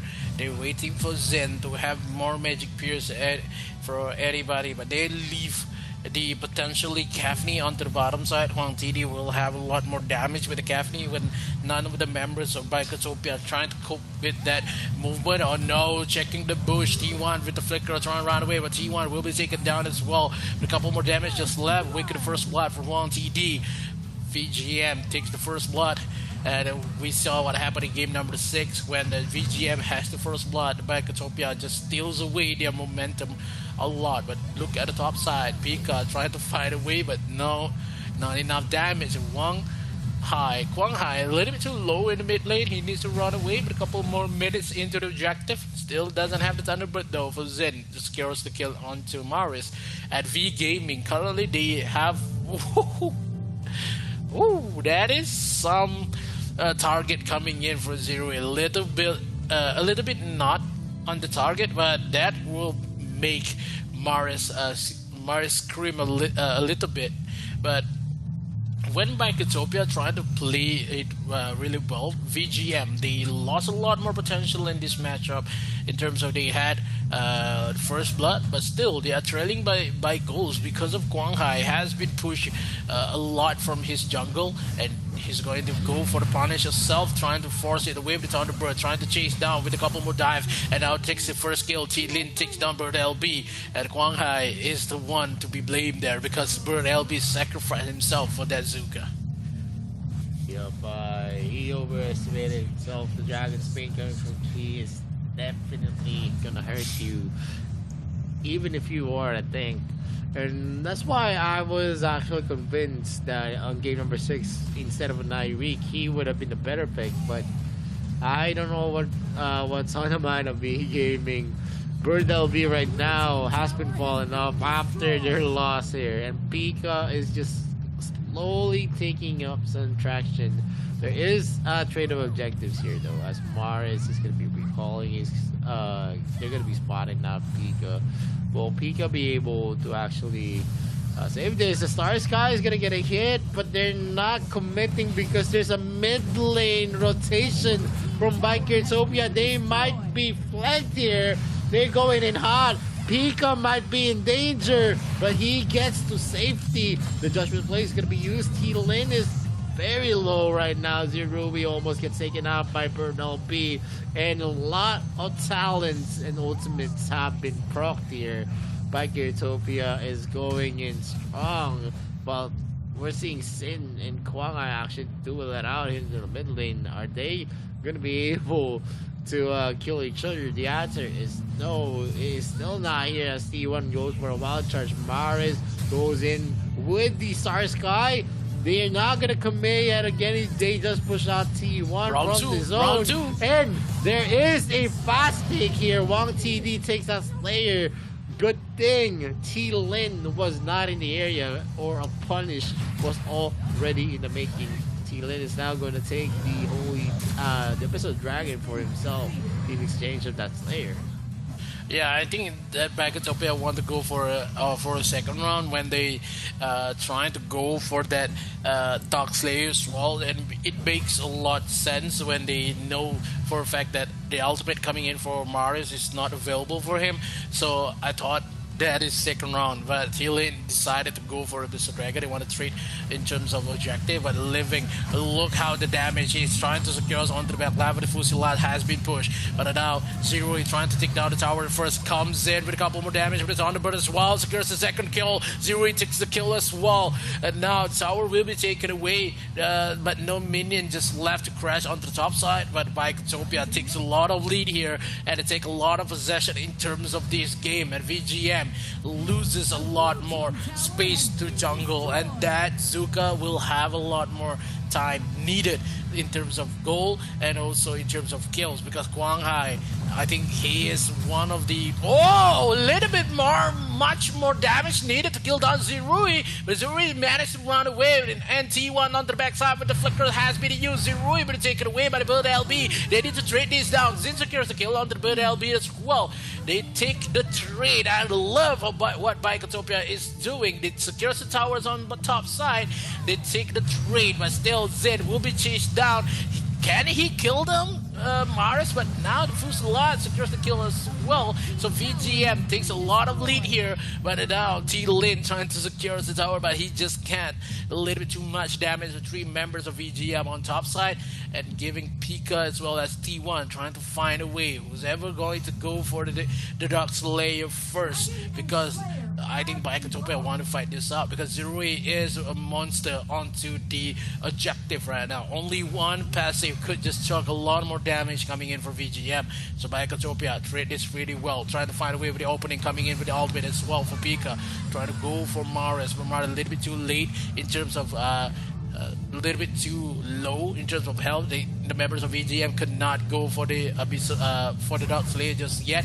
They can steal this, but T1 really need to do good work. Zin onto the backside as well. Use the Wild Prison, trying to secure the Quang Hai, secures the kill onto the Dark Slayer. They lost Zero on the process, and VGM, they are going for Brinket to win it. Double kill for Quang Hai. Gives one to the backside here, one by one will be taken away. One more attack with the Fusilat has been pushed. One TD secures the kill. go. They lost 3 members. Bottom side but takes the kill onto the tower. But now the members of VGM will force T-Lin into TP back home to try to defend this.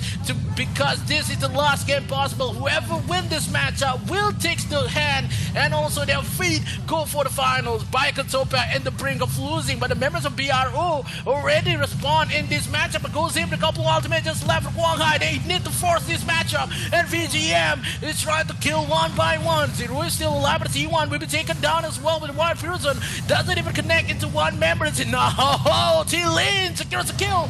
Onto back onto Wang TD. The members of VGM really need to back away. If not, it will be a couple of lower mistakes coming in this matchup as always goes for Baikatopia with a couple more counter-attacks on the VGM members. That was a good attempt. Birdell B being named. This is one of the key factors here. If Zerui is dead, no one can actually deal damage. Even if you can say that Pika can deal a lot of damage if he's going to be able to pin people down on the wall. Zerui is still going to be the main DPS here for Baikatopia, and without Zerui, you could see the disaster there. And Birdell B is going in, spots on T-Lin. He's not gonna let an easy push come to V Gaming. They need to fight it with every inch of the ground as a rotation is going to happen. They're setting up death traps for themselves. Death traps or not for the side of V Gaming currently. They are trailing in terms of the goal, couple hundreds only, but Baikatopia trying to find a way with 2 kills they need to find. They're finding a lot more. They spotted one member on bottom side. They spotted as well as Quang Hai.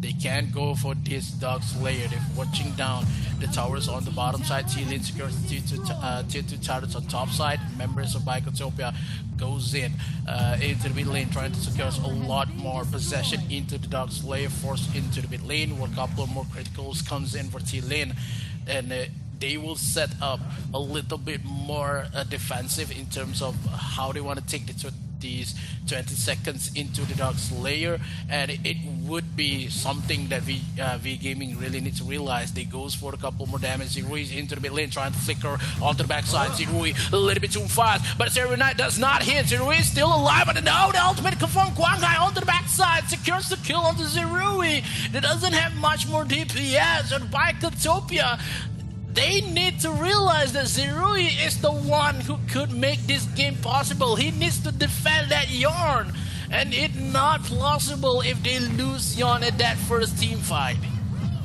Yeah, definitely. And the Slayer is going to be taken. They're going for the defensive position as Quang Hai being able to take that Zerui. And this is the problem with the Yorn pick. If Yorn doesn't have the flicker, they're not going to be able to position that hero. He doesn't have the kind of ability that you need. He's more of a walking turret, and he needs to be stationary as well. And that's the hard part here. And Han is just going to be getting in, taking in the damage coming in from Baikatopia. Sin is going to reposition himself. T1 doesn't have the ability to have the flicker anymore. Oh, he is going to be taking that. Quang Hai is going to be taking and securing that kill. T-Lin is running. Skyfall is going to hit. He is going to be in the far side, and he is going to be hit in the head. And a Nexus block is already going to be possible, and it is going to be an AOG versus GCS here on the finals of the AIC as V Gaming takes game number 7. They are going to the final versus one team for GCS, and it going to be an AOG team coming in for V Gaming. The life of the Vietnamese team is still possible in that team fight, and as well as the AIC 22. Congratulations for V Gaming, but I would say good job for Baikatopia to bring us to game number 7. The fighting spirit is there, but the execution is V Gaming really needed the win for themselves. But V Gaming, when they played a good game, they will have the win. But in terms of drafting, it will be something that needs to go back into drafting board, because that final versus one team, they will have their Cinderella story versus one team again. If not, It will be the same kind of result when the upper brackets final is the 4-1 win against one team. VGM, they have a lot more to give to one team in that final matchup. Then V Gaming is the one going to the finals. V Gaming consistently being the finalists for the AIC. They were the finalists in 2021. They actually was in the finals dominantly, sweeping people up in the upper bracket, only losing to Burrito United in the best of 7.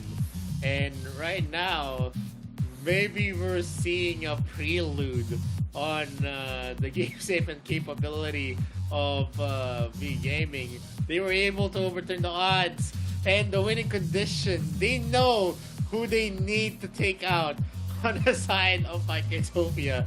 And once Zerui was out, it was very easy for V Gaming's damage dealers to wrap everything up. You have the healing light coming in from the Pina. You also have the Nature's Rally. You have a lot of stunts, and Maris really securing most of the opportunities for them. Without the Starry Sky, they won't really have a lot of free looks. But they made it work despite what happened in the early parts of game number 7. They were able to get their winning condition, and V Gaming takes game number 7 strong. That's a lesson. Don't pick out a Yorn, a Brunhilde, and maybe Atelinas could actually work. But in terms of marksmen that become ballistas, that needs to be ballistas to actually be effective, they're not really, the most defensible heroes that you want to protect, because you're always going to be stuck in one area. Yeah, because that problem is they doesn't know how to defend out the Yorn. You pick it up the Yorn versus Izuka as well as the Lorion is going to be really, really hard, because you have the Baldoom, but Baldoom is the first one to fall, and it's going to be something that is hard to defend the Yorn itself. Maybe if they take down the Elsu, maybe they had a much more comfortable pick because of the range that Elsu has, and none of the members of V Gaming could go onto the backside without being noticeable. Look how Zuka just Guanghai just go onto the backside, just use the ultimate, and then boom, Yorn is gone, and none of the members has the DPS, and the Knuckles could not do anything, as well as using his ability to just take a lot more objective, and it is really hard on the side of Bikotopia. But yeah, they brought us to the game number 7, and kudos to them. They still have the potential, but V Gaming really needs to win. They have this the fighting spirit into the late game possible, and makes the win for them, and they are wanting to play one team once again in AIC 22. Yeah, definite rematch. After they lost in the upper brackets, a redemption story could actually happen. A redemption story, but that's not sure. One team wiped them out with a Nazenka in the last game on the series. So, there's a lot of confidence on one team. But the gaming can actually still be be a contender. They are challengers, and they showed it up here in the game number 7. They are hungry for the win, and whoever is hungrier is definitely gonna be chunking the biggest piece of the meat here in the AIC 2022. Well, let's see. Are they gonna be able to actually damage the pristine record of one team not losing a series here? They did lose some matches in the series that they played, but it doesn't matter because they're looking strong. They had a 4-1 lead against V Gaming in the upper brackets. But we also saw Bikotopia had a 3-0 lead against Bacon Time, and they went with it was a hard fight for them. It was a 4-3 as well for Bikotopia, and that could also translate going into the finals, because these guys who've experienced a lot in the lower brackets definitely has the experience, has the capability. They are the top of the lower bracket, the teams that were desperate to stay in the AIC, and they were able to call them all to enter the finals. Yeah, accuracy with the couple of stats left for the side of Bicotopia. 13 minutes into the game, and we see Maris dealing 89,000 damage in terms of that matchup as well. But I think the most of the point when Pena is the one making the healing for the members of VGM makes the game. And I think when Bicotopia had a lot more potential in that matchup because he has the goal different over time. And at only one, well, I think it's 2 point over time that V Gaming is still up front. But yeah, the 2K goal lead made by Bicotopia is not enough. And that choke point alone, when they happen to catch down 0 a lot time, and it is giving hard time for the side of Bicotopia. So yeah, Bicotopia is the one we seated third in this AIC 22. Congratulations to them. But in next week, we're going to find who's going to be the number 1, maybe number 2 in this AIC 22. Because whoever are going to win that trophy is going to go home with 700,000 US dollars. Ooh, this is exciting, man. Yeah, definitely very, very exciting. And the MVP of this game is going to be Kwang Ai on that Zuko 504, 75% KP. He did well on finishing up Zerui. But I think, most honorable mention is always going to be on the Lorian pick. Maris on that Lorian was a menace. If he did not proc the flicker from Zerui, Kwang Ai would not have that open looks. As well on the attempts by Virgil B. Although he was falling off against Pika, in terms of the team play, he knows what he needs to do. That's what matters. You don't let the game affect you. You always look at the brighter side, look at the objectives, look at what you can do for your team. And he was able to do it. He was able to silence Terui, opening it up for Kwang Ai to take the kill. Starry Sky from Maris as well opened up another opportunity for Kwang Ai. And of course, the decision making for Kwang Ai to actually trust what his teammates are doing. He's not always in the clashes, but that doesn't matter because he was able to capitalize on any advantage that was given to him. We're going to see now the grand finals on next week. That's going to be July 10th. Yep. That's on the GMT +7. So one team versus V Gaming. One team is still waiting, while V Gaming, definitely the challengers here. One team has the better record, but anything could happen. I've seen a lot. AWC, AIC, we've seen a lot of underdogs actually come. And Bicotopia could have been the comeback kings here if they would have won it, but it's another story. V Gaming is still going to be dominating here in the AIC 2022. Yeah, this is going to be something of an exciting game to see one team takes down VGM again in the finals as well in the 10th July, and it could be hard to miss this because only one best of 7 to be played at that matchup, but it's going to be something that we need to see. But yeah, in terms of what happened in the finals, we will see. Before that, I just want to say that thank you for everyone in this. We have a good month because I will not be in the finals. I just want to state it out there because today is my last day in the AIC, and guys, maybe I see you when I see you. Maybe in the next, upcoming matches after AIC. Who knows? Who knows? Yeah, definitely. Migos has done well for the AIC 2022. I'm pretty excited now for one team in V Gaming, but that excitement is going to be coming into next week's cast. I'll still be joining you guys for the finals, and joining me there is going to be Giang Gaming.